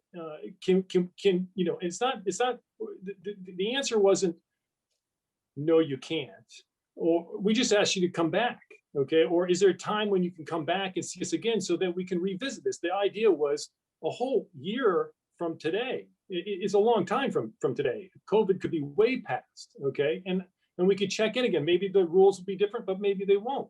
But the point is that come back, check in. That's what the resolution says. It says, please come back, check in, have a time certain for that purpose with us, because we don't know. It's uncertain what the future is got, okay? And the answer was, no, I'm not willing to do that. So people have to understand, okay? People have to understand that this is a permanent application, okay? This is not a temporary application. This is a permanent application to change something, okay, to gain access to the street. And so, yes, leeway, I was desperate to find a way for leeway. And it was difficult. It was tricky. And I think that there could be an avenue, but it's not being taken in the right way. And so the position that was taken by the committee has to be that the way it was. So that's the best I can do at this point. Sorry. Thank you. Also, might I say though, Bob, when you say I think also too, it might be appropriate to say we, since it was a unanimous vote. Yes, I'm sorry. As it relates to the leeway, not just you, but the committee. Yes, of course.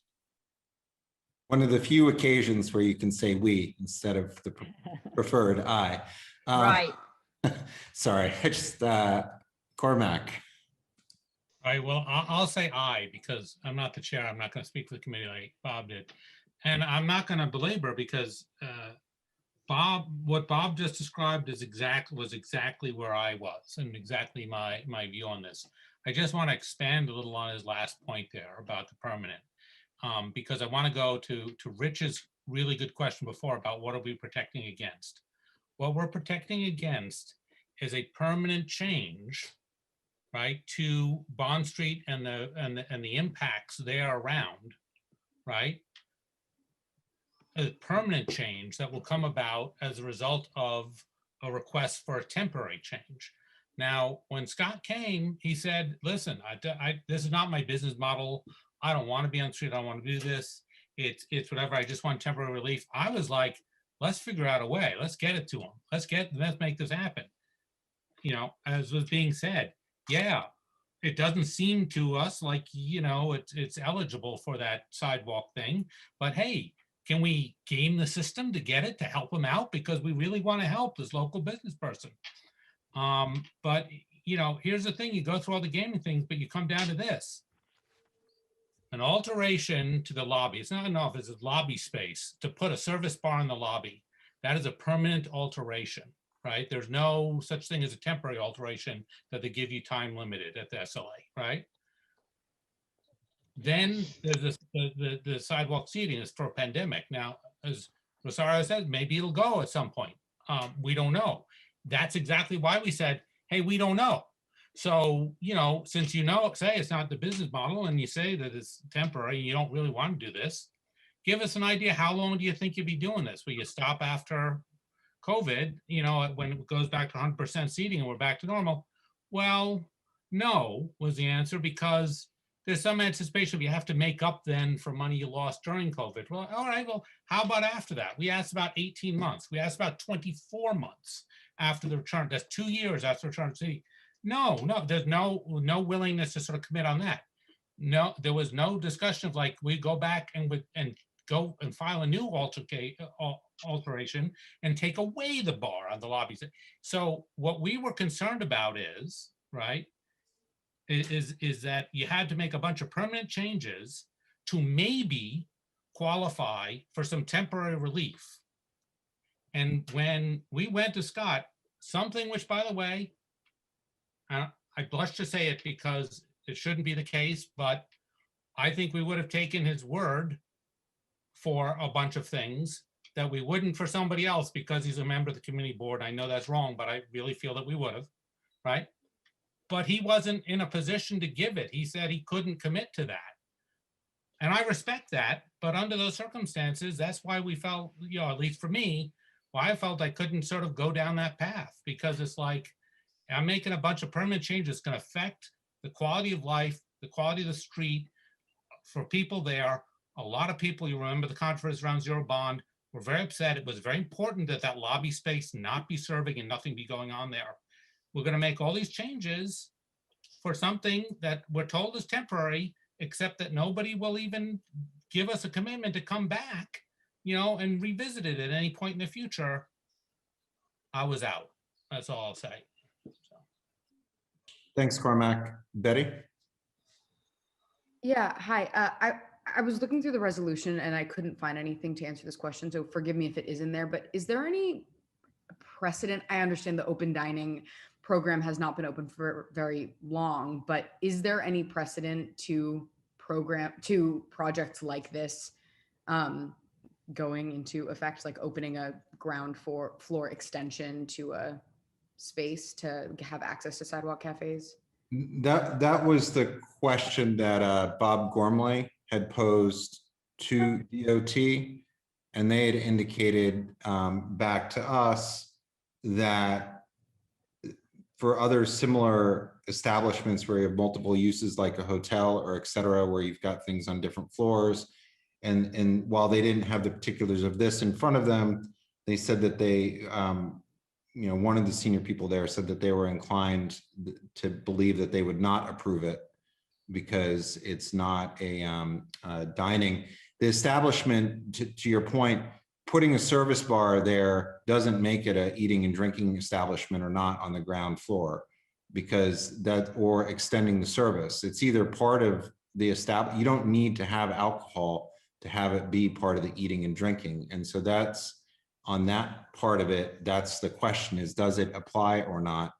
You know, if it doesn't have any facility for serving actual customers on the ground floor, there's no table seating, there's no people to seat, there's no reason for the service bar, they can't serve anybody on the interior. So to answer your question, Betty, that's why we wanted to hear from DOT on that, to understand whatever their, you know, whatever their ruling would be. And I think Did they email you back? Yes. I spoke to Kyle Gortman. Okay. Well, I'm Scott. I mean, I'm just telling you, you know, that's the. I would just like to ask just one point of order, Oh, which is, and Scott, I'm not meaning this in any way, but normally when we have an applicant, the applicant is not engaged in this conversation. I don't know what's right procedurally, and I'm just asking the question. That's all I'm doing. You know, members are allowed to speak to items. Okay, that's all. That's all. I'm fine. Okay, I'll wait. Scott is just as A said, obviously, it's his business. No, I understand that. I'm just asking the presumption is he'll recuse himself from the vote. So I'm just he can. Fine, that's speak to fine. it, but he does need to go in order, you know, of what we are. So did you want to add anything to what Betty was saying? No, or- I think or- that covered it. I mean, we don't know.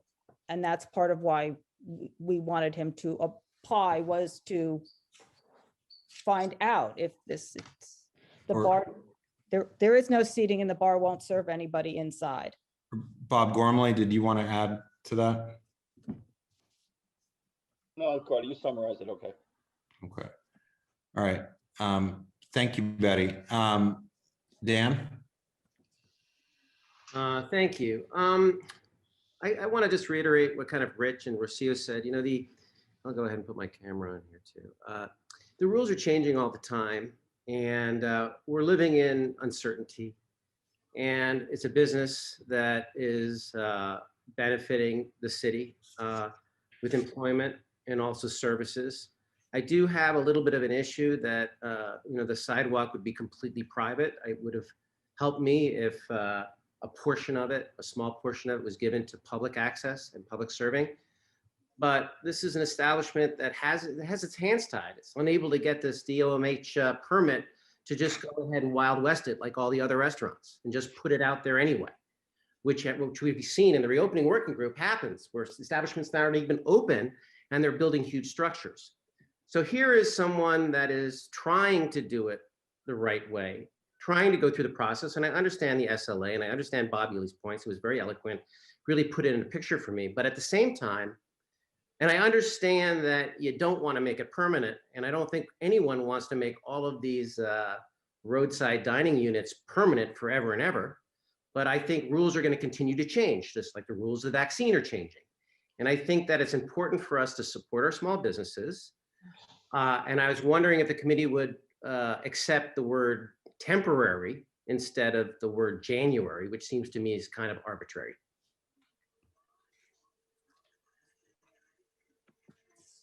That's my question to Donna. I think we'll hear from everybody else. Scott, when we had our meeting, Scott did not agree to a temporary, but that's not the primary issue. Still is the real question is if this is even allowable to have the open restaurants out on the road. He's a special case though, right? Because he wasn't able to get the Department of Health and Mental Hygiene permit because they were already closed up by the time he was supposed to get his permit. So it is kind of a special case. Otherwise, you just go out and do it. That's just one element, Dan, and that's when the committee members were looking through that's why we want the Department of Transportation to make their determination first. That's not the only issue. And clearly, until somebody actually gets an application before them, just like for us, you can't, they can't weigh in on the merits of it until the application is before them. Well, I said my piece. Thank you. Coral?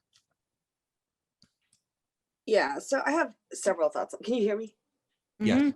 Okay, good. So my first thought is this is sort of one of those instances of where it's this, what is the spirit of the law versus the letter of the law? And then this entire, first of all, it's not even a law, this is a program, but I sort of would apply that language because the entire intent of this program is to support restaurants and businesses to operate through the pandemic. I think we would all agree on that. And we've been all trying to be flexible and figure out ways to do that. This program is construed to do that. And I looked at the 311 page and it does say that it's for both restaurants and establishments that serve food. So that's pretty broad. Plus we know that this program has been poorly delivered, communicated, and envisioned.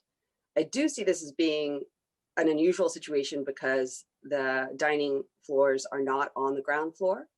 And I, just on a practical basis, cannot imagine a private club opening some sort of like fast and easy bar on the first floor, not making it an investment that would be maybe for future use of like a private, I have no idea what the plans might be, but I can imagine the resistance to temporary or a defined date being around, well, if you're going to convert his office to a bar, why not then later have some sort of use of like a private dining room for, 15 people if they want to go there and have that be a continuing use, which also doesn't seem like it would be something that would bother the community if it's 300 square feet we're talking about, right?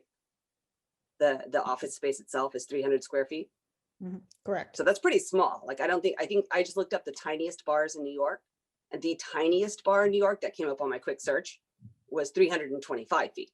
So this would be the tiniest bar in New York City. And so we're talking very, very small space that even afterwards were to continue, let's say hypothetically into perpetuity, that would be possibly a private dining room. And I can imagine. No, maybe Coral, right now. I'm No, so sorry. I'm just saying This the is service idea. bar is not there to serve individuals over. It is to bring drinks to a seated patron. You cannot sell a drink to a patron over a service bar. So if you all gave the actual Service bar is licensing- not where you go and buy a drink or somebody can sit at. That is called a stand-up bar. And this is simply an auxiliary bar. Okay, to all right, so host I'll just to save us seating all time, tables we and don't have to, chairs. because I'm not technical and all that. I guess my major issue with this is I don't understand why we are actually saying no, rather than allowing, if we actually think that possibly, I can't imagine why DOT would say no. I really can't. And I mean, that would be going against everything they've set up this program. So let's say like, you know, but let's say they do, then they have, and then it all goes back to nothing. So I don't understand why we would be the ones saying no. Just to clarify, it doesn't go back to nothing. Right. It That doesn't. bar is there permanently. So Permanent. this is a permanent alteration Right. to his license. This is not a temporary alteration to his license. He Right. may or may not get the outdoor, let me just finish. He may or may not get the outdoor dining, but that bar will still be there, just to be clear on that. So we are concerned about supporting a business in our community for the possibility of having a service 300 square foot bar on the ground floor. And that's the concern. The concern is whether this is even a legitimate thing to be doing. If you're going with the spirit of the law or what they're Well, it's saying. not a law, it's a program. but yeah. Right, Coral. So if you're going with the spirit of all the different wording and everything that's there, it's food service establishment, bars and restaurants on the ground floor or not on the ground floor. You know, that it says on the ground floor. What does the spirit of that mean? That's the question. Bars and restaurants, food service establishment, what does that mean? This, you know, the dining in here, let me finish my sentence and then you can go on. And the dining here is an accessory use of his business. These are all, it's complicated. So now you can go. So I would just say, let's say he doesn't get it. We are concerned about a 300 square foot service bar. Coral, say if he independently, doesn't get the outdoor dining, service bar can't be used because there's nothing to use it for. So then what was the concern? That's exactly the concern, that the determining factor of whether or not this is done is whether it conforms to the outdoor dining program, which is why that's the. I think maybe I'm not being clear. I guess my question is, what is the downside of allowing the bar that can only be used as a service bar be approved in perpetuity to possibly get this? Let's say it doesn't get it, then we've approved a service bar that can never be used. What's the problem? Why would we do that? Why not? Because we're possibly helping a business, and the other way, we're definitely not. Okay, so I think That's why I don't understand. Like, there's absolutely nothing to lose in supporting this because it won't be used if he doesn't get it. And if we vote to actually support. That's actually not true. That's not true, Coral, because his lawyer said specifically that they would use this in order to establish the fact that they're an outdoor dining, but it should exist whether or not there's outdoor dining. I mean, it's either a part of the restaurant and you can get the outdoor seating or not. It doesn't have anything to do with the liquor licensing, which is Okay, why. so I don't want to go on forever. I can't support this because I feel like we are becoming the ones that are actually hurting the business rather than the program. And I don't understand why we would do that. Yeah. Scott, did you want to speak again? I have some other people that haven't spoken yet. I don't know if you want to wait. I think for time, it's probably better that I wait. Okay. Janet? It does seem as if we're making this more complicated than it needs to be. This is an application for a service bar. And we're discussing liquor licenses. We're not, it's not our responsibility to decide who can have outdoor space. That's virtually every restaurant in existence now has that opportunity. So I don't know why you know, why we're trying to sort of move into that sort of that next what if, and why would we require Scott to have a termination date on if he were to get the outdoor space? Why are we so uptight about a termination right there where we can't tell any other restaurant or bar anywhere in the city that has pre-approved licenses when they have to terminate that space? That's up to the city. So that's sort of rhetorical, but then isn't there kind of a catch-22 here? How can Scott really find out if he can get outdoor space unless he actually has a license to operate? So, you know, I don't know, I'm seeing some sort of catch-22 here. And I do think it seems like it's been overthought. So I'm kind of siding to vote against this resolution. Okay. Susanna, have you spoken on this yet? No, thanks. Okay, go ahead. for letting me speak. I'm coming around to Coral's argument, which is this. The open restaurants program is a big question mark. How long it will last is a big question mark. It may end in September, in which case, Scott, whatever money you were to spend on your outdoor restaurant, you would have to lose because it would end in September. But actually, the question of when open restaurants ends is not out in our hands. That's not part of our determination. So Bob, I was really going with your idea about the permanence question. But the permanence is not the outdoor dining that he's requesting. The permanence is a condition that might allow him to become eligible for the open restaurants program. That's all it is. And to Coral's point, if he is not eligible as a result of this, or if open restaurants ends next month, then he won't be doing anything on the sidewalk. I mean, I was sort of believing that this whole thing was about granting someone permanent use of a sidewalk, and it's not. It's just granting him permission to set up a condition on the ground floor that might make him eligible for the open restaurants program. How long the open restaurants program goes is a big question mark. It might be permanent, although I think that would be a bad idea. It might be temporary till September, as they've said. It might go on further. Scott will have to decide that risk.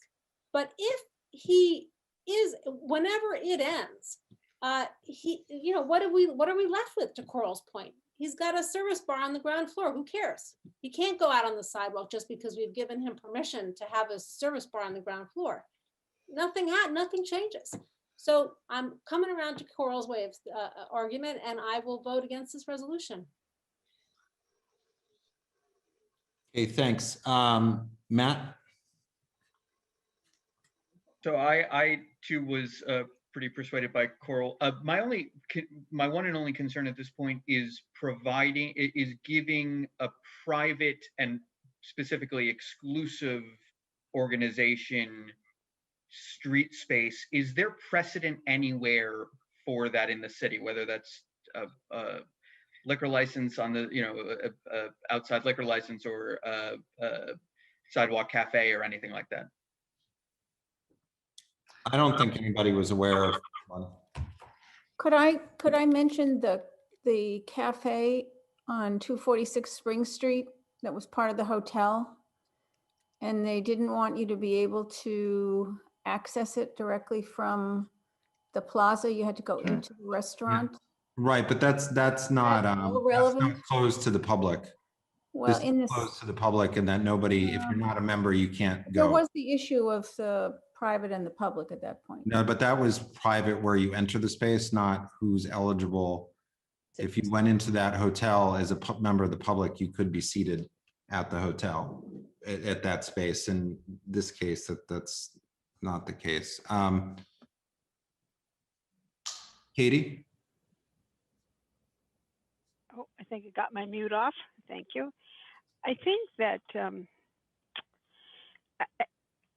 I think that members of the community board have to understand that the SLA committee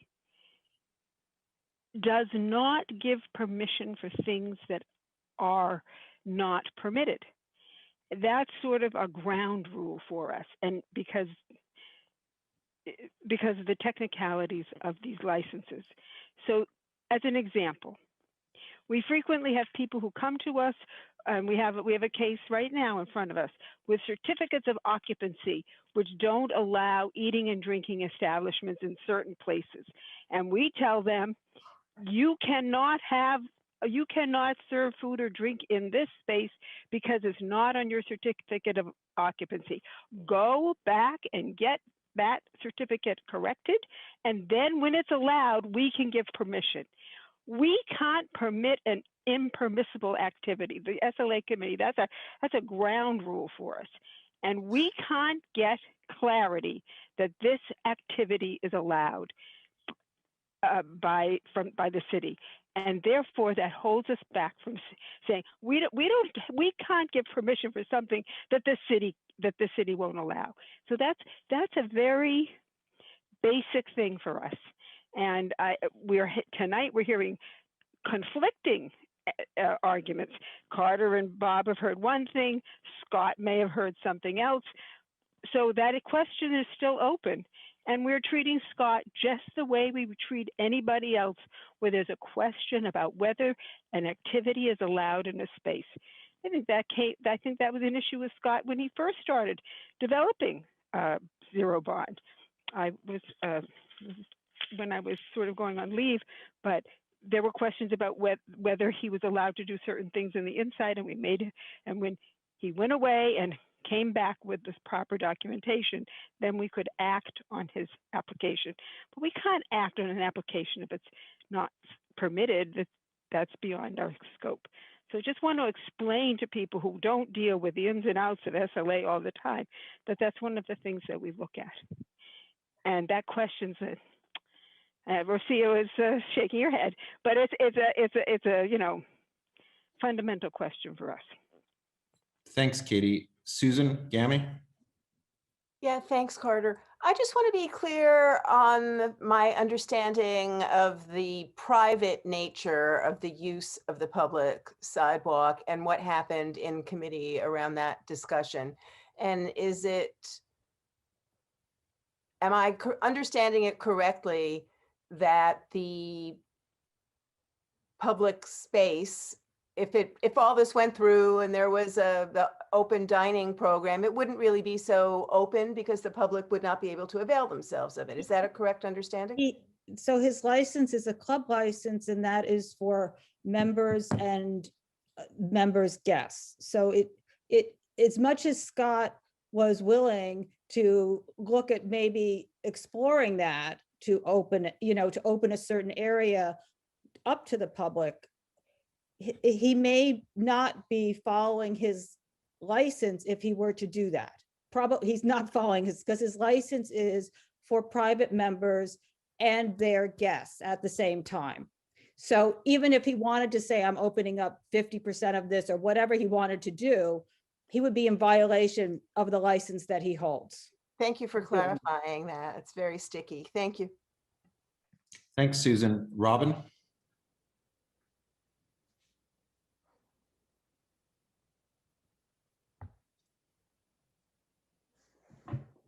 I don't see you, Robin. Robin Rothstein, are you?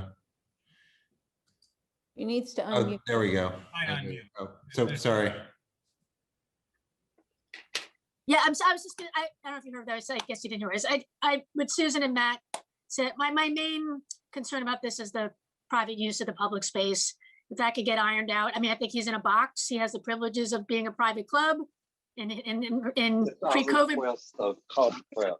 In pre-COVID situation, but now, he wants to use the space for a private situation on a public.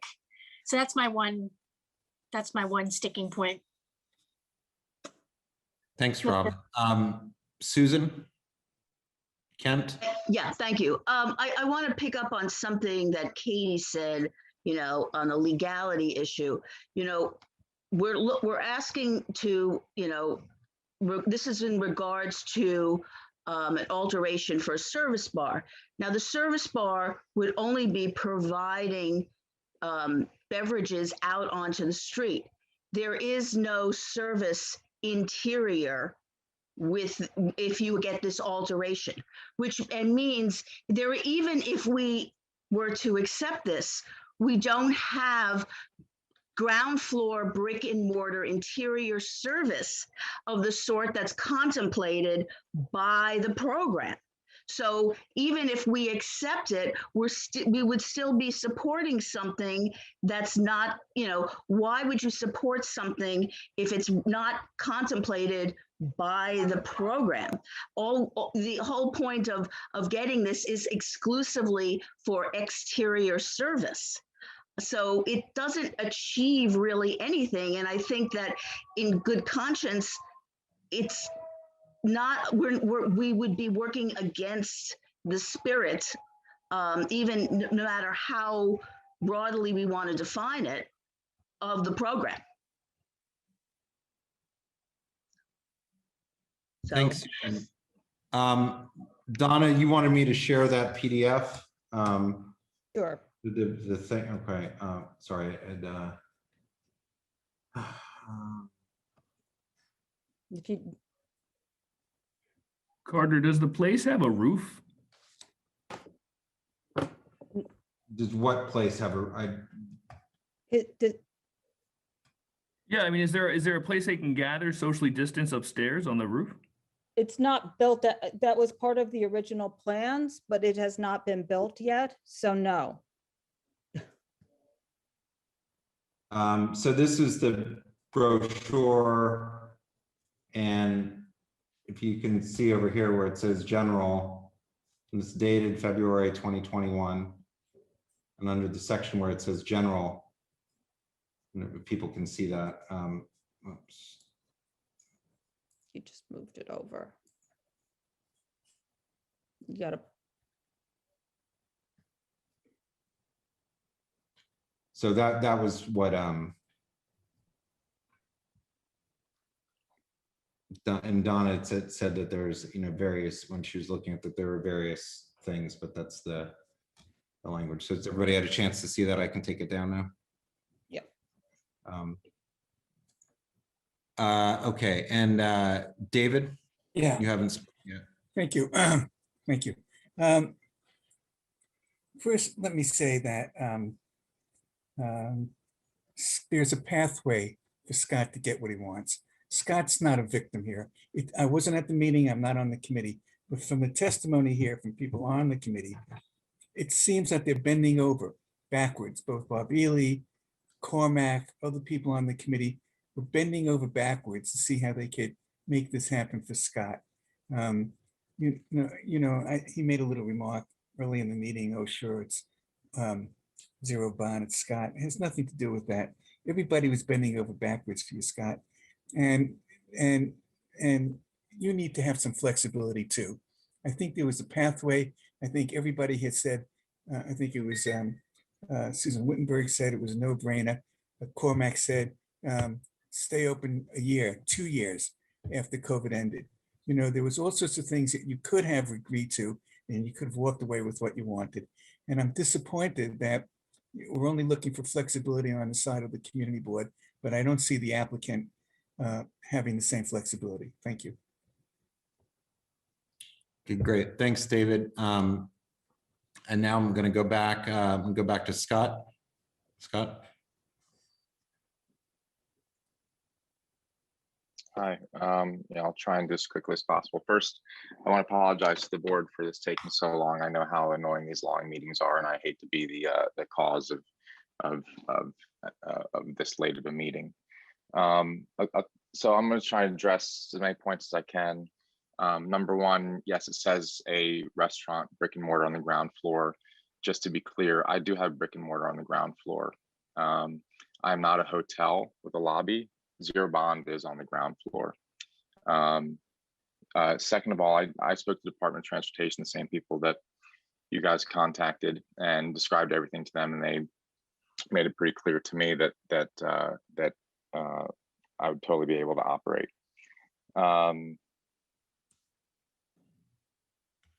Obviously, the service bar has already been addressed. That, you know, once this ends, there's really no use for that service bar. I wanted to just read from online about who is eligible to apply for open restaurants. Any food service establishment licensed by New York City Department of Health and Mental Hygiene, which is business frontage on the ground floor. I clearly have business frontage on the ground floor. This is from their website. It also says to the private and public thing, it says a food service establishment is a place where food is provided for individual portion. It goes down later, says this includes restaurants, employees, cafeterias, bakeries, takeouts, pizzerias, nightclubs, cabarets, bars, senior centers, emergency food relief organizations, public and non-public schools, or religious, fraternal, and charitable organizations. Well, I mean, we all know fraternal organizations are not public. Such establishments are required to obtain a permit from the Department of Mental Hygiene. So I think it seems pretty clear that private places can operate under the standing. As far as the not being flexible, maybe I remember it wrong. I remember being told by January that I would have to close. If what Cormac said is accurate, and 2 years after the COVID restrictions end, I would happily agree to that. All I remember is being told by January I had to be over, and that there wasn't really much flexibility beyond that point. So if that really is the sticking point, then I will be flexible. And once COVID is over, 2 years after that, I'll happily come back. Probably won't even need to, because I probably won't even be there. But I think that pretty much addressed all of the points. Thank you. All right, thank you, Scott. Bo. Yeah, I'm just wondering, is it possible to do some kind of a deny unless and give, excuse me, give Scott the opportunity to go to the DOT and get whatever permit he needs and go to the Department of Health and get the required permit. And then if that is done, he could then operate for with the sunset on it. He just suggested two years. I mean, because obviously time is of the essence here, so we can't say come back next month. So if we could do a deny unless with these stipulations, I would be in favor of that. I think, I mean, if you read the application, I think that that's what it says, and therefore be it further resolves. Well, but what would be the practical application of that? I mean, as written. Is that if he ends up being approved, then it has that if you go and read it. I mean, that's, I mean, correct me if I'm wrong, Donna, I'll let you speak to that. No, that's what it says. It says that if he goes, let me just get there, that where is it on what number, Donna? it's page 3. So, deny the application, then it says that when the application is considered by the SLA, we respectfully be it further resolved that CBP respectfully recommends following stipulations be imposed should the applicant receive a permit to participate in the New York City Open Restaurants Program, and the members of the authority consider the alteration application for NoHo Cultural Society. And then it lists the 4 stipulations.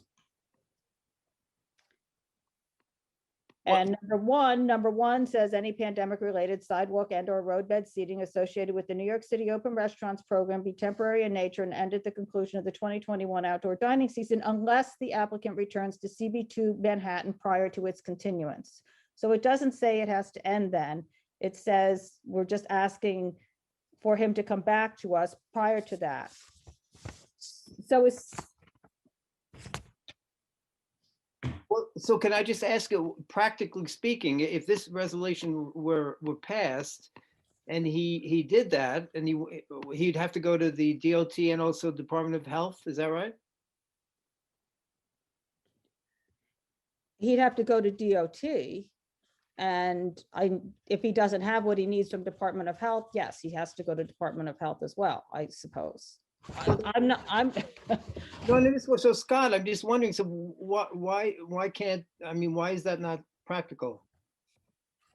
That definitely wasn't my or my attorney's recollection.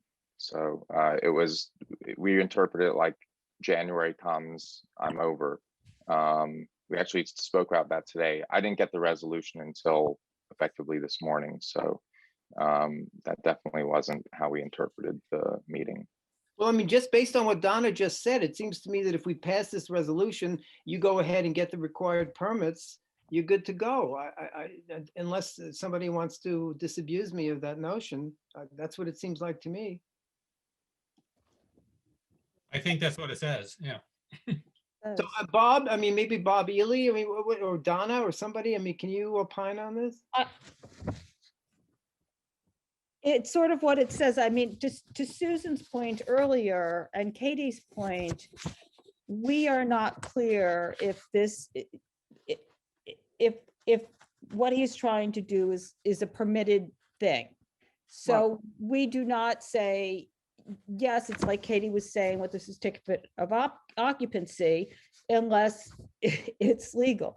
Now, us denying this with this in there, it's basically what you're saying. He could go and get his permits and if the liquor authority approves this, then he's good to go. And Bob, do you agree with that, Bob Ely? Well, the problem, can you hear me? Yes. Okay.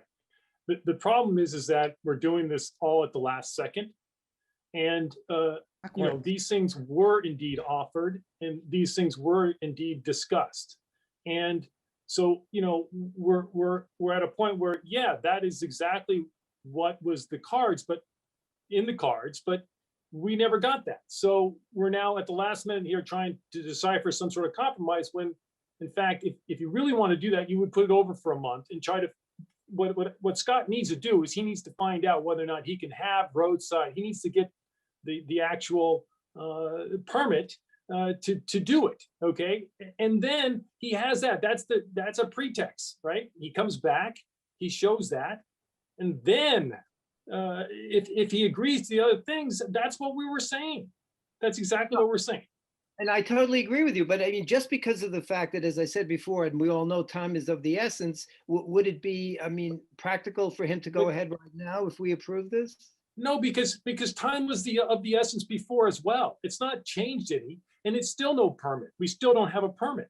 Okay, we don't have the roads, the open restaurant permit, which is self-certifying. Okay, and that can be gotten very quickly. So I don't. That's the part I think we're missing here, is that you get that, you come back, and you discuss it with us, because it seems to me that we have a meeting of the minds, but to do it all at this last second right now is a bad idea. But you even say in your resolution to end at 2021. What I'm saying, Scott, is a bad idea to do it the last second here. That's all. No, but It's a bad Scott, idea. It should have been done beforehand. Scott, what I think what he said was to come back. They didn't say it would end in 2021, as I understand it. They said you just have No, to. it says I'll read nonetheless it. that I was unwilling to put any limit as to the length of time there would be a road bed and or sidewalk seating beyond 2021. That was what happened.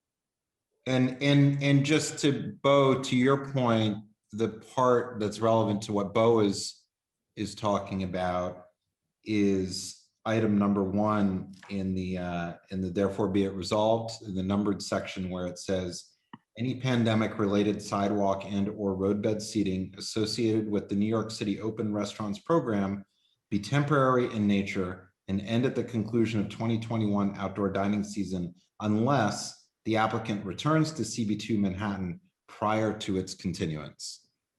So meaning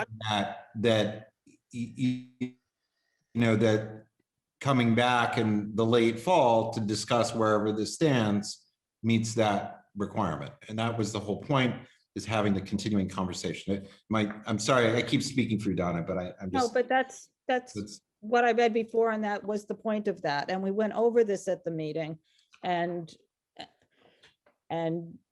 if I recall correctly, we were told that the expense to put this in, there would be no commitment to reevaluate anything, and he would wanted to keep going as long as he could go to keep recouping the losses, which there just was not a dialogue at our meeting about this. And so here we Scott, are you- now.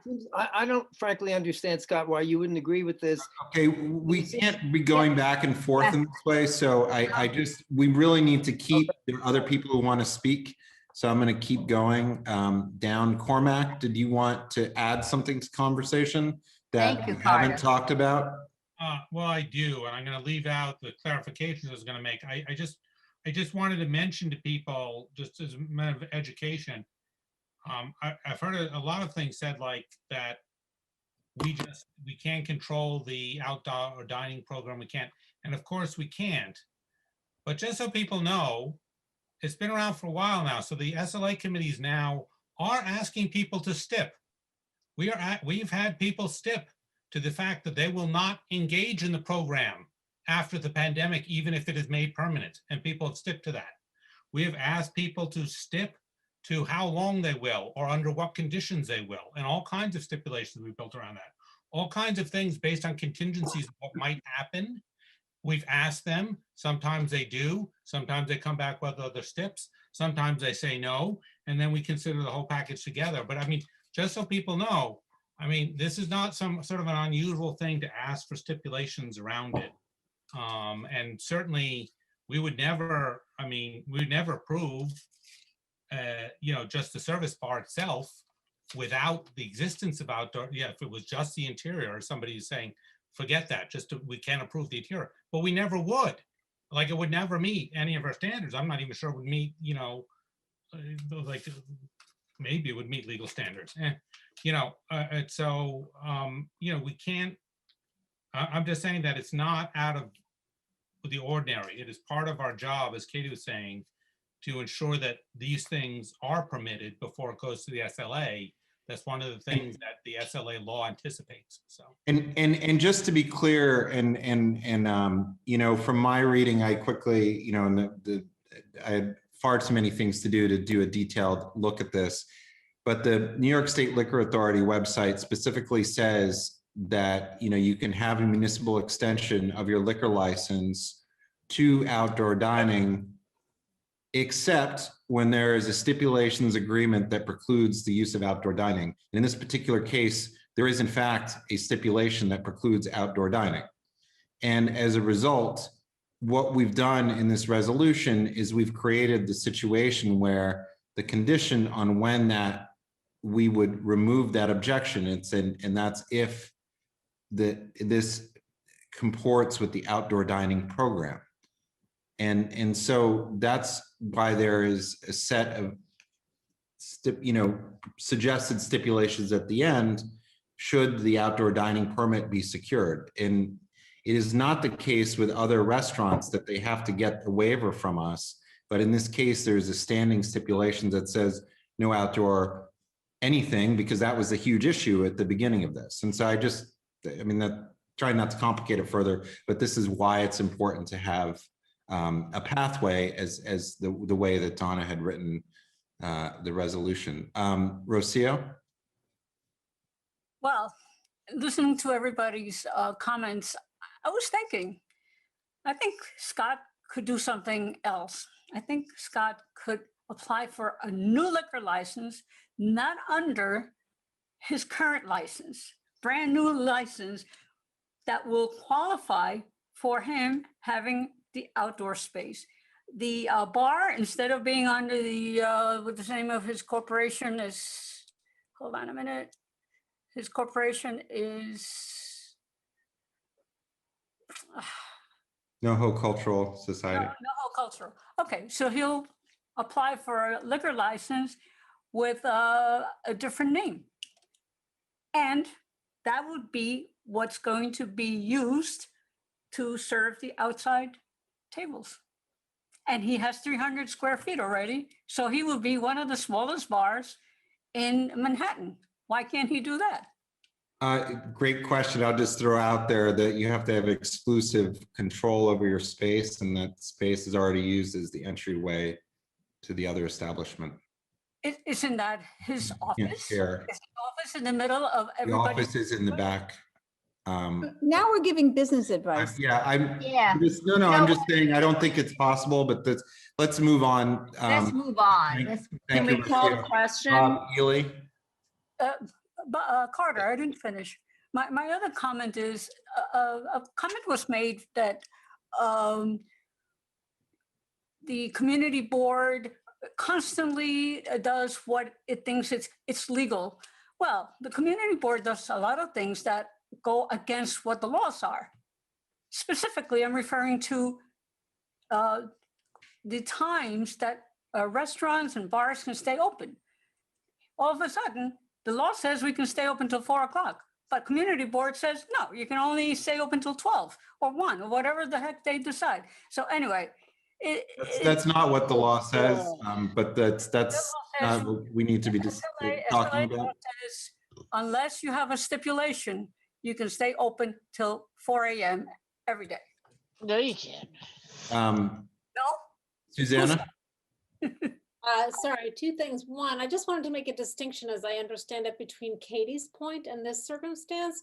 My understanding is that in cases like when there isn't a C of O, we need to see a C of O in order to know that the liquor license could be legal. In this case, it's the opposite. As I understand it, Scott needs a liquor license here in order to maybe be eligible for the open restaurants program. It's not the same thing. No, that's not, whether or not there's a liquor license would not be the predeterminant factor of speaking of outdoor dining. Oh, Right. Oh, then I can, really? Yeah. So why is he asking for this license? So that he can serve the alcohol outside. So he needs this in order to serve the Continuity. alcohol Right, outside. so that's, I'm sorry, that's my same point. In other words, he needs this only for the purposes of the, whether he gets the open restaurants permit doesn't matter to us. That's his problem. We don't, I mean, that's not our purview. That's a whole separate, as I understand it, this is just a prerequisite that he would then take to the open restaurants program. Susanna, we never limit ourselves in anything. That's why we're the community board. We're holistic. We approach every single thing that we do as a board holistically. And one of the issues here is what's the intention of how something is being used as the larger picture. So that's why when people try to cut out parts of what we look at, that's not like, you know, that's not how. I'm not agreeing with you, Carter, except that all I'm saying is that, look, we might have our own problem with the open restaurants program, but the open restaurants program is a whole other process. I'm not disagreeing with you on that. I'm just saying that holistically, that's how we generally approach is. So I'm just. I know that, but I'm not sure how that relates to this. In other words, I'm just pointing that out. In other words, all he's saying is, if you can let me do this, I have only one function for this, and that is that it will allow me to apply for the open restaurants program. That's my only reason for apply anyway. He doesn't need to do this to be approved. My understanding is that he would not be eligible. He could apply, but he wouldn't be eligible. No, that's not the case. This only is to, this has, whether you can serve food and have tables and seats outside. No. In order to do with the service of it. Serve alcohol outside. I'm sorry. Yes. Okay. Right. That's correct. To serve alcohol outside. Food and alcohol. Yes. In other words, for him to be able to serve alcohol outside, this would be a prerequisite for that. That's the function of this. It's right. So he cannot now apply to the open restaurants program. Yes, he can. He can as a food establishment, but not with alcohol. He wants to do it with alcohol. He cannot do it with alcohol unless he first has this service.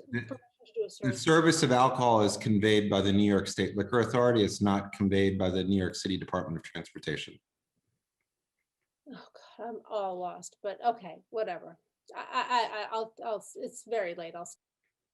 John, you haven't had a chance to opine. John Paul?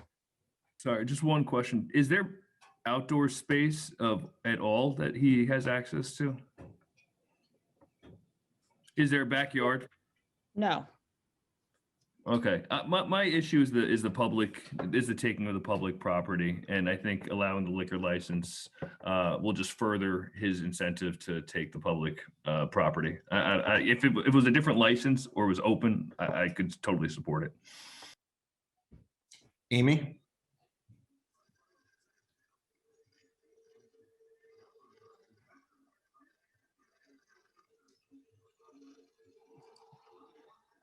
Amy fell asleep and pressed the Yeah. link. What? What? I did not fall away. I didn't fall asleep. What did I do wrong? Well, you didn't respond. Oh, I couldn't hear anything. I'm sorry. I just like heard nothing.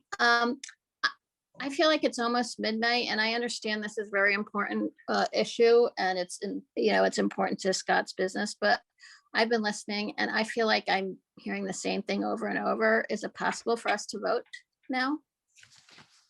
I would agree. I'm not sure that we need to go to a vote to do this. We saw last time how long that took. So I'd ask the people that have their hands raised. Well, it's only Scott and Dr. Smith. If we're done speaking here, are we finished? Is there anything else that we need I'd like to to make add? just one quick comment. Sure, go ahead, Scott. In relation to the closing or coming back from September 21st, obviously that wouldn't work for me, because to spend that amount of money, it's like getting a 6-month lease. It just the risk of that would be very difficult to swallow. That's all. But I just where do you see where it says to come back in September? I think even Bob said that earlier on here, that the request was for me to come back in September. It says at the conclusion of the 2021 outdoor dining program. Okay, yeah, I saw that, but I think Bob may have said something different earlier. But yeah, so regardless, since it's not, it's just too short and too uncertain. Thank Okay. you. All right. Thanks, Scott. So I think that is there any last things, Donna, as far as clarification? I don't think so. But Dr. Smith did not have anything else to say, correct? Well, I wasn't asked, but I had my hand. I saw your hand. had asked, Go ahead. I'm sorry. I thought I had globally asked. Dr. Smith, I'll specifically ask you, do you want to add anything? If I think that we should call the question. Okay, so if you are not speaking, then we don't have anybody else who's speaking, so we don't need to consider that question, which would, so I don't see any other hands raised. I'm going to, so we still, You have 3. if we have concluded this, yes, we have also now have resolution number 3. And so I don't know if people want to discuss that. Is there any discussion on item number 3, which is LPB 5 LLC DBA La Pecora Bianca 817 Washington Street, aka 71 Gansford Street? Yeah, I brought it up. I made the comment before. Just the question was, I know that the operator was asked if he would limit his time and limit his seats. He said no to both. I was just curious why that wasn't in the resolution, because it seems like such an important topic to this board. Thank you. Donna, correct me if I'm wrong. Isn't that seating the existing sidewalk cafe seating? He had its existing sidewalk cafe that was there before, and then he was going to try for the roadbed if he could get it, like everybody's doing. So there was sidewalk seating there before, and he was basically following the sidewalk seating that was there before. No, he was specifically asked if he would limit his seats to that. He said no. Yeah, he said no. Yeah. But there was, it had sidewalk seating there before. It wasn't something new. Mm-hmm. It was a licensed restaurant. Yeah, I remember. I just was wondering why it wasn't in the he did. resolution. He would not agree to that. And he also wouldn't agree again- to the time limit. And that's not in the resolution. So it should be. You asked him if he would limit the time, and he said, no, I won't. So are you making an amendment to this? Is that what you're asking for? I guess that's what's needed. I just think it's so important to everyone that should definitely be included in the resolution.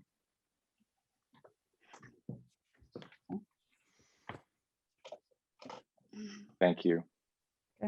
Okay, Cormac? Yeah, so I just like to say that I think it's a good catch by Scott.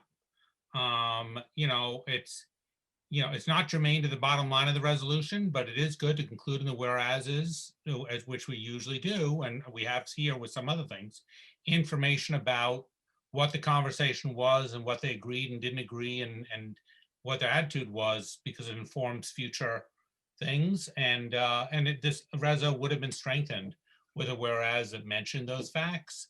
I would suggest that since it is now after midnight, it isn't, strictly speaking, like critical to this particular reso, but a really good admonition for us to, make sure we do a better job in the future.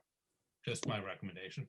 I'm just going to plug one of our committee meetings next week, which is the reopening working group and traffic and transportation committee, where they will be discussing the roadbed dining on Gansevoort Street, where this restaurant is located. So it's actually tangentially being discussed next week. Bob Ely.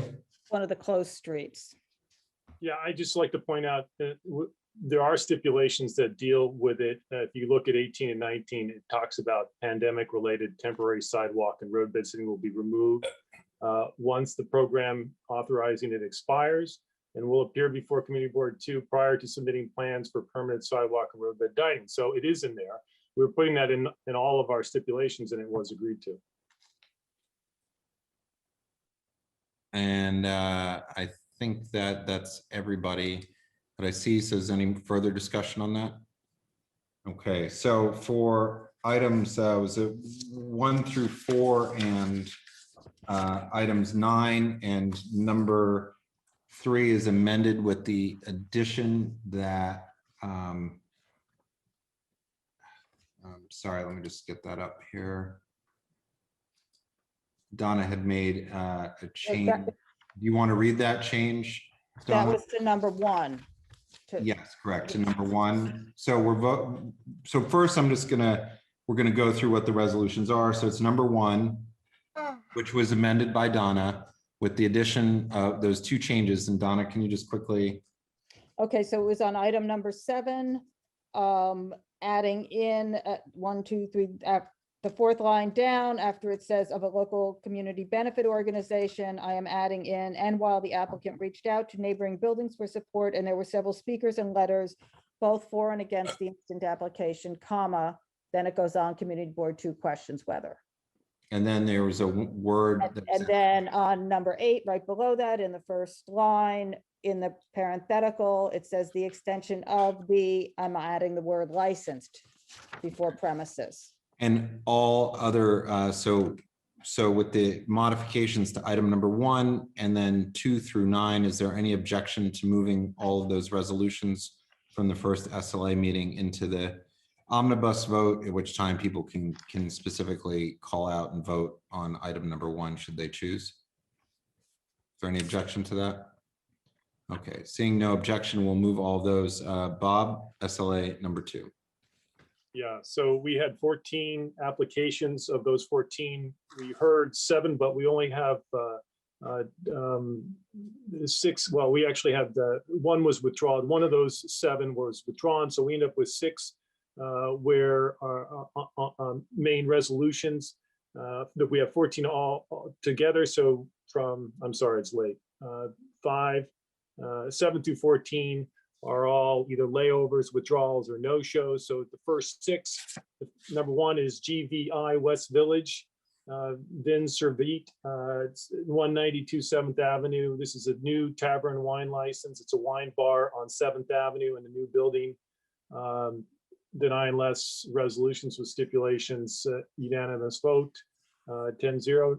Number 2 is Christopher Street 73. LLC, DBA is pending. This is 75 Christopher Street. This is the old Fat Cat Billiards, and the gentleman is looking to come in and do exactly the same thing that was there before. So same method of operation. That was denying less with the stipulations in place and a unanimous vote. Number 3 is Silkstone LLC, to be determined in terms of its name, 51 Bank Street, also known as 300 West 4th Street. This is a new on-premise liquor license. Again, it was stipulations in place, denying less, and the vote was 10-0, unanimous. Number 4 is St. Jardim, DBA St. Jardine, 183 West 10th Street. This is the location where you heard a few people come in earlier in the public session to speak on. That was deny and less. The vote again was unanimous with stipulations. And number 5 is BFNY Enterprises, a DBA to be announced at 569 Hudson Street. This is a transfer of it's a new on-premise, but it's a transfer of an existing on-premise license. This is a recommendation was to deny. There was some serious issues with the character of the applicant and also a tremendous amount of opposition in the area. Number 6 was Ramar Holdings, DBA Hudson Bar and Books, 636 Hudson Street. This is an alteration to add a new storefront for a cigar bar on Hudson Street.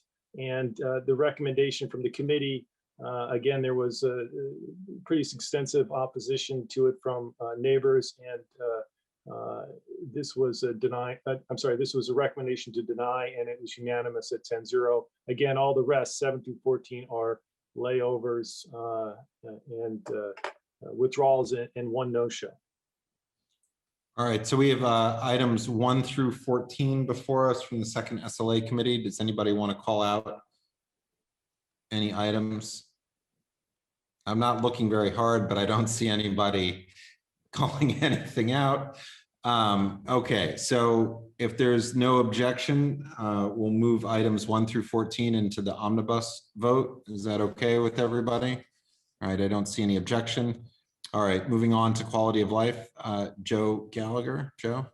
Hi, we just have 1 resolution and 2 layover resolutions. The first is for a street activity, a full street closure on Sunday, May 2nd, 2021, Little West 12th Street pop-up, sponsored by the Stonewall Democratic Club between 9th Avenue and Washington Streets. And the committee recommended approval of the application, provided that the application conforms with all applicable laws, rules, and regulations, including any and all COVID-related orders and/or restrictions and clearance requirements. And that was adopted. We recommended approval, adopted unanimously, and the 2 layovers were both adopted unanimously. And then we have a list of street activities and FYI renewals. None were called out for a public discussion. We approved them unanimously, recommended approval unanimously with the same, therefore be it resolved that they meet all COVID-related orders and or restrictions in place at the time. Okay, so we have items 1 through 19 before us. Does anybody want to call out any of those items? Okay, seeing nobody wanting to call out, is there any objection to moving items 1 through 19 into the omnibus vote? Okay, I see that Rich is wishing Dan happy birthday. So we've clearly marked a turnover into another day. That was happy birthday. Happy birthday, Dan. Thank you very much. I couldn't spend it I couldn't envision spending it any other way. So. Happy birthday, Dan. Happy birthday, buddy. Happy birthday. Happy birthday, Dan. You're gonna have to think harder about that. So we're moving on to land use. Frederica? Yes, good morning, everyone. Really apologize, but we had 2 meetings. February 10th, we met part 1 of 216 Lafayette Street, which is conversion of a portion of the cellar and first floor to use group 6. This is AKA Osteria Morini, so that'll be interesting next month. And at our first meeting, we had a discussion of New York City Council Intro 2186, a local law to amend the New York City Charter in relation to requiring a comprehensive long-term plan. This is a extremely complex issue. We had nobody from the Speaker's office or from City Council to explain it to us. So that required a second meeting, which we had last night. I did send out I circulated the reso, and I'm going to read the original therefore. Therefore, be it resolved that Community Board 2 strongly recommends that City Council's plan to vote on Intro 2186 as early as March be delayed until there has been time for truly extensive outreach to and dialogue with community boards and related stakeholders. So I only had overnight to work on this. During the day, I got some more input from committee members, and I don't know how to do this, Carter. I just would like to read the final therefore. All right, just go ahead and read it. Somebody called it self-amending. Therefore, be it resolved that Community Board 2 strongly and unequivocally recommends that City Council's plan to vote on Intro 2186 as early as March be delayed until there's been time for truly extensive outreach to and dialogue with community boards and related stakeholders. Be it further resolved that no public hearings or reviews on the part of City Council be held on Intro 2186 until there have been presentations by the council members or their surrogates to community boards and other stakeholders so that there's a comprehensive understanding of the details of and basic underlying reasoning for the changes. Be it finally resolved that this fundamental change to New York City land use procedures and processes, which requires a city charter modification, be treated as the 2019 charter revisions, that is with citywide open hearings and public feedback opportunities. So I can get this to Valerie. I'd like to say tomorrow, but later today, because it is amended. Does anybody want to speak to this? Hold on, I'm gonna switch over. David. Yeah, I just want to say that and thank Frederica for doing a very good job on very, very short time bracket. We went back and forth on this, and Frederica, I think we came out with a good reso on this. So thank you. Bye. Don't leave us yet, David. All right. Is there any other? Okay. Thank you, Frederica, as well for turning this over so quickly. I just want to point out before I move this, the application that you heard at the first meeting, the applicant is not Asteria Marini. Just no, but it has the to do space, with it's the building. Marini. Yeah, it's the place next door. The history of Osteria. Oh, yes. Historically, it was previously before us for that. All right. Is there any objection to moving the one land use item into the omnibus vote? Okay, I don't see any objection to that, so we'll go ahead and do that. And then last, but just as important, social services. Susanna, you have a resolution that was from the committee per se, but it was introduced to the executive committee. Do you want to? I will. I wish it was really, really controversial because I would get it past this board so quickly. But unfortunately, I don't think it's very controversial. So I'm not going to get that much use out of the fact that it's 12:16. Okay. Therefore, be it resolved that Community Board 2 Manhattan, #1, appreciates the efforts of New York City leadership and the hardworking staff at the Department of Health and Mental Hygiene and the Vaccine Command Center to respond quickly to the unprecedented emergency created by the COVID-19 virus and appreciates the wealth of data that is shared on the city's COVID-19 website. And also expresses disappointment and frustration in the city's failure to create a vaccine distribution system that assures patients, even in the face of temporary vaccine shortage, that once they apply for a vaccine, their place in line will be protected until a vaccine becomes available. And maintains that a central tracking system with an API, this is Adam Zeldin's language, or provider portal managed by city government is not incompatible with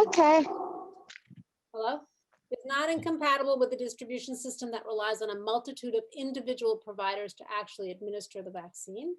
And 4, recommends the city address the difficulties not only in acquiring a vaccine, but also in obtaining a COVID test, which remains difficult almost 1 year after COVID-19 first struck our city's residents, and appreciates the efforts of the city's health department workers to improve the vaccine finder as the department receives ongoing feedback from the public, and hopes that this resolution will prompt improvements in the design of the vaccine finder.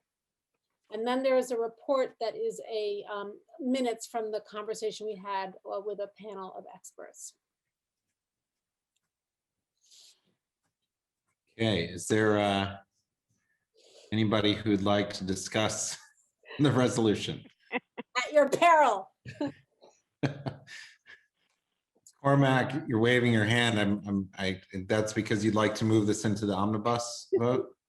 And no, it's because I would like to congratulate the committee on a very thorough and impressive resolution. Thank you. Thanks, Cormac. Okay, so without objection, and thank you, Susanna, for doing that.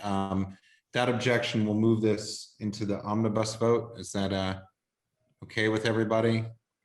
All right, we're going to move on to that omnibus vote. I don't, does anybody have any new business?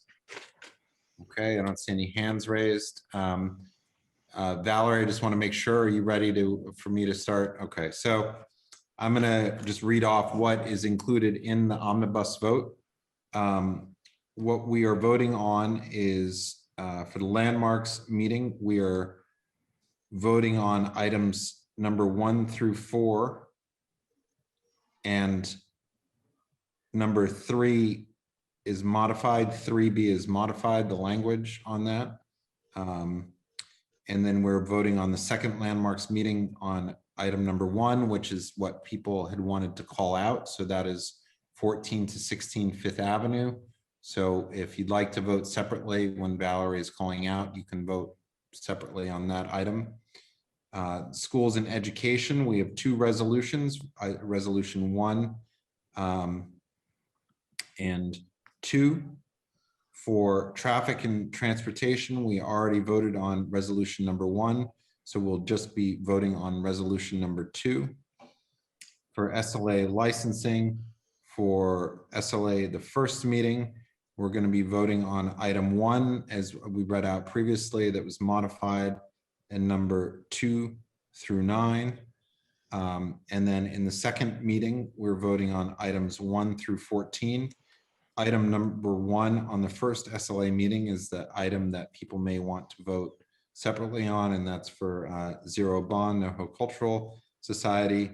Then the next resolutions are items 1 through 19 for the Quality of Life Committee. All of those were as they were written. We're also adding in the land use resolution. There is 1 resolution as it was written. And then lastly, the social services resolution as it was written. And that would be the omnibus vote. Is there anybody who'd like me to clarify anything? Yes, Carter, would you read the resolution for SLA item number 1, Zero Bond? How does it stand now? There was the added, it's as it stands, and let me get it in. It's as it stands with a modification to Roman numeral number 7. In the 4th line, it would add after local community benefit organization, it would add, and while the applicant reached out to neighboring buildings for support, there were several speakers and letters, both for and against the instant application. And then it continues, community board 2 questions whether. And then it was adding in Roman numeral number 8, in the first line, it's adding where it says the extension of the premises, it's adding the extension of the licensed premises. So those are the 2 changes. Is that clear? Okay. Is there any other clarifications or questions before we start the vote? I'm sorry, Carter. So the resolution for that item number 1, Zero Bond, reads such that if we vote yes, we are. I'm sorry. Yes, I misheard. I thought you said as it resolved. We're voting on it as it is written. It says therefore the conclusion is therefore be it resolved. CB2 Manhattan recommends denial of the alteration application of a club license for the NoHo Cultural Society, Inc., and states the address. Therefore, be it further resolved when the application is considered by the SLA We request that the item be calendared so it may appear before the members of the authority for determination, and so that our resolution can be heard. And then therefore be it further resolved that CB2 respectfully recommends the following stipulations be imposed should the applicant receive a permit to participate in New York City Open Restaurants Program, and the members of the authority consider the alteration application for NoHo Cultural Society Inc. And it outlines the four stipulations that we're recommending. Carter, can you read those stipulations, please? Sure. Number one, any pandemic-related sidewalk and/or roadbed seating associated with the New York City Open Restaurants Program be temporary in nature and end at the conclusion of the 2021 outdoor dining season, unless the applicant returns to CB2 Manhattan prior to its continuance. Number two, any sidewalk and/or roadbed seating will end by 11 p.m. It's sort of standard language, so no patrons would be in that area after that time, and the area closed. There's no speakers or music will be played outdoors, and no interior speakers will be positioned to fade outside. There will be no televisions or monitors outside. There will be no other entertainment of any type. The maximum total seating for the sidewalk and/or roadbed areas will be limited to 75 patrons, as stated by the applicant, and there will be no eating or drinking in the interior lobby at any time. Thank you. So any, and everybody else is clear on all the items that we're voting on? Okay, I don't see anybody raising their hands or asking. So Valerie, do you want to begin?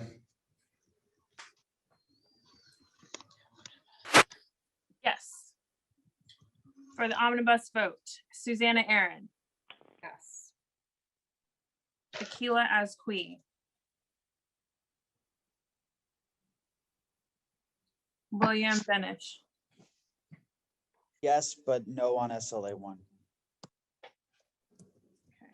Oh, wait, was that what we were supposed to do? Say, Sorry, do you want to let's just clarify quickly. So if the separate votes that we're taking, so even though we're taking a singular vote, people can vote separately on the two items.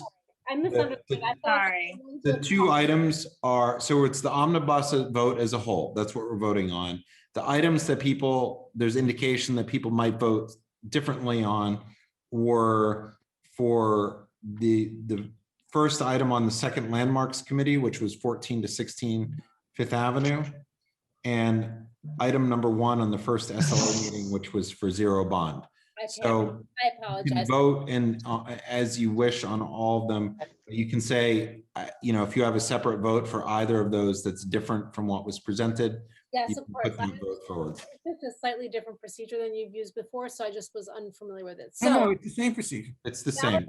Same procedure. Sorry, I said omnibus. Fair vote. Let's move on. for now, I vote yes on everything except for zero bond.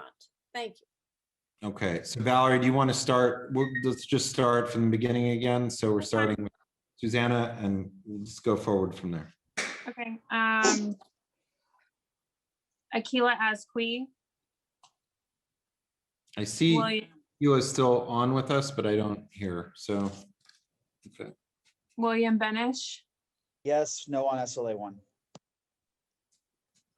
Keenberger. Yes, for all. Carter Booth.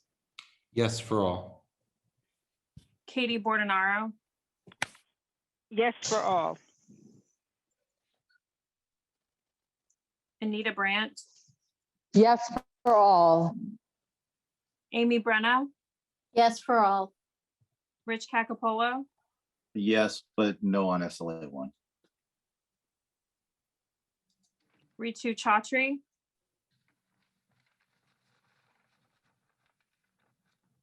Coral Dawson.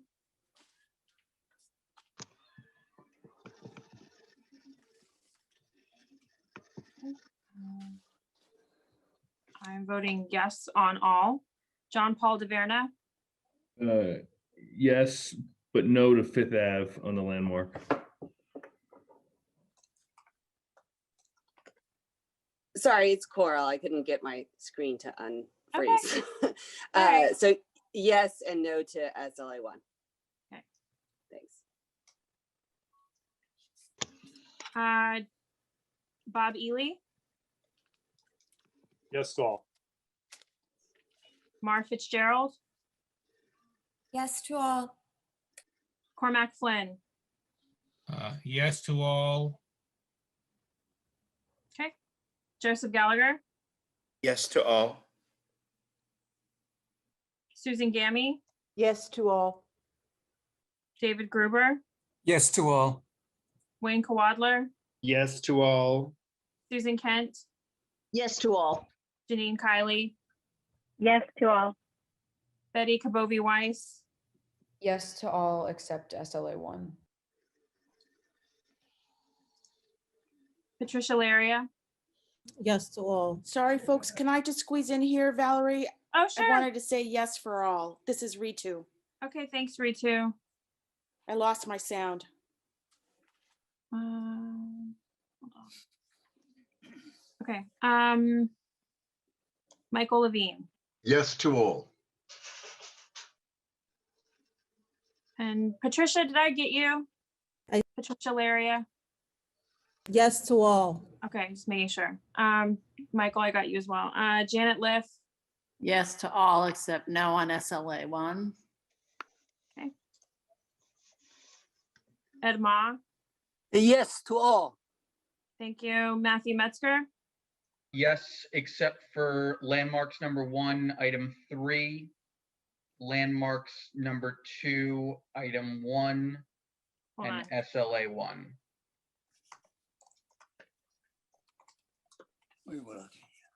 No on landmarks number 3. No on. Landmarks 2, item number 1 on landmarks 2, Okay. and then SLA 1. Sorry.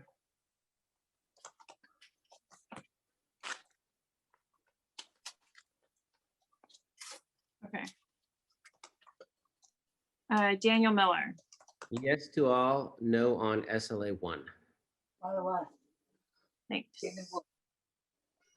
Brian Pape. Same as Matthew. So yes, except for item 3 on landmarks. And And then number 1, Fifth Fifth Avenue. on landmarks and number 1 on SLA. Okay, thank you. Donna Raftery. Yes to all. Lois Rakoff. Yes to all resolutions. Yes. Thanks. Bo Riccobono. Yes to all. Robin Rothstein. Yes to all. Sandy Russo. Rocio Sands. Yes to all. Landmarks number 1, landmarks 1, number 3 is a no. Landmarks number 2, number 1 is a no. And I have to vote no on school number 1 and vote no on SLA number 1. Okay.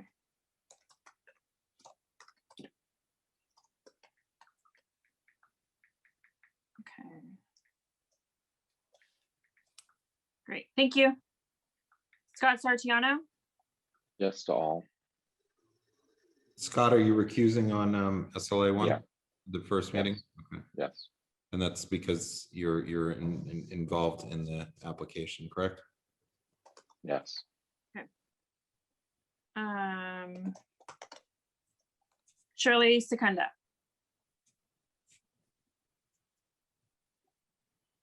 Frederica Siegel. Yes to all. Yes to all. I'm here. I was. I'm sorry. Okay, Shirley, yes to all. Frederica. Yes to all. Dr. Shirley Smith. Yes to all. Chenault Spence. Yes to all. Kathy Sullivan. Hi, yes to everything but SLA 1. Okay. And that's no. Okay. Eugene Yu. Yes to all, except SLA 1.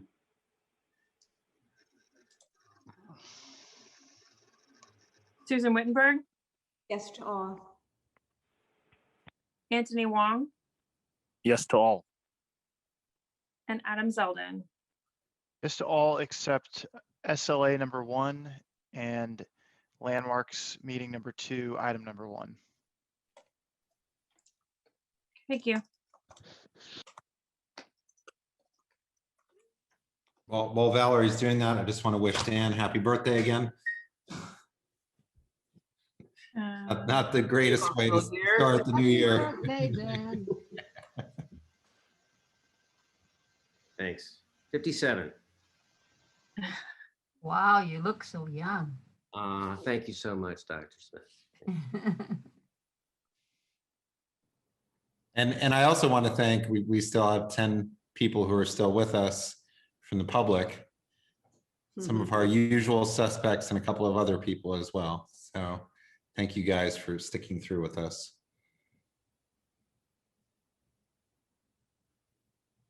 So can we get the results? We're waiting for Valerie to Okay, do the calculations. Take a couple minutes. I did. The counting is slow in Michigan. So I see. A question, Carter, about the vote that we did today. That we know that, I know that was a test vote. Correct. Okay. By the way, candidate number 1 won the election in the landslide for chair, had 45 votes, 6 abstentions, and 1 for candidate number 2. 1 vote. Yeah.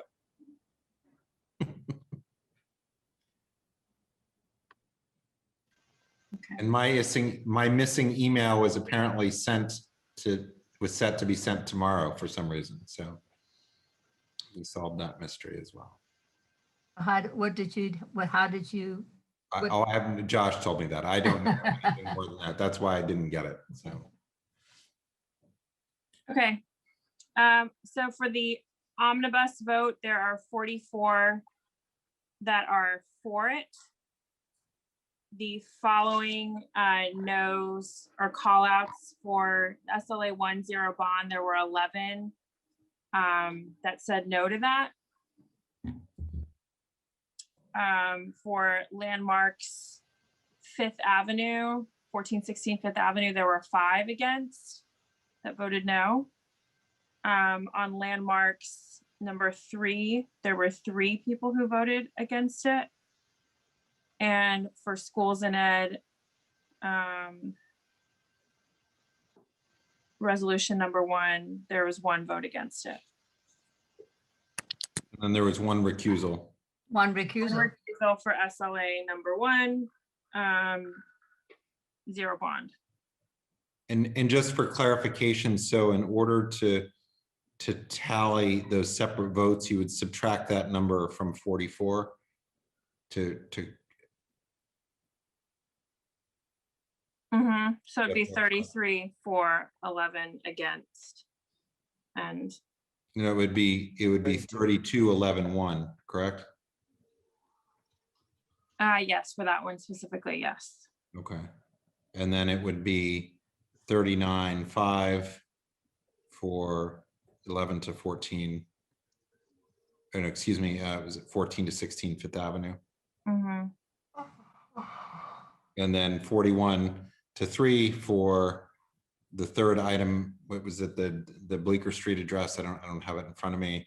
And then the schools and education, it would be 43 to 1. Is that clear? It would be 45. So the total for the omnibus is 45.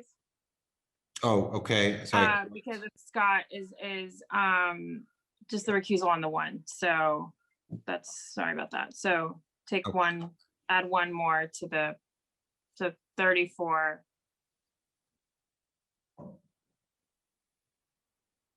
Or 33, 11, and 1. 33 11 1. 42 to 3 for the Bleecker Street landmarks. Then 14 to 16 5th Avenue would be 40 to 5, correct? Yeah. This is just for everybody's clarification. All right, everybody's looking at me with glassy eyes, so I think we've Yeah, maybe right. you take this offline. Yes. Move to Okay. adjourn. All right. Thank you very much, everybody. Cool. Always good Patience night. tonight. This is probably, well, it is, I think, our latest meeting that I can remember. Good night. Good night, everybody. Good night, everybody. Happy birthday, Dan. All right. Happy birthday. Good night. Good night.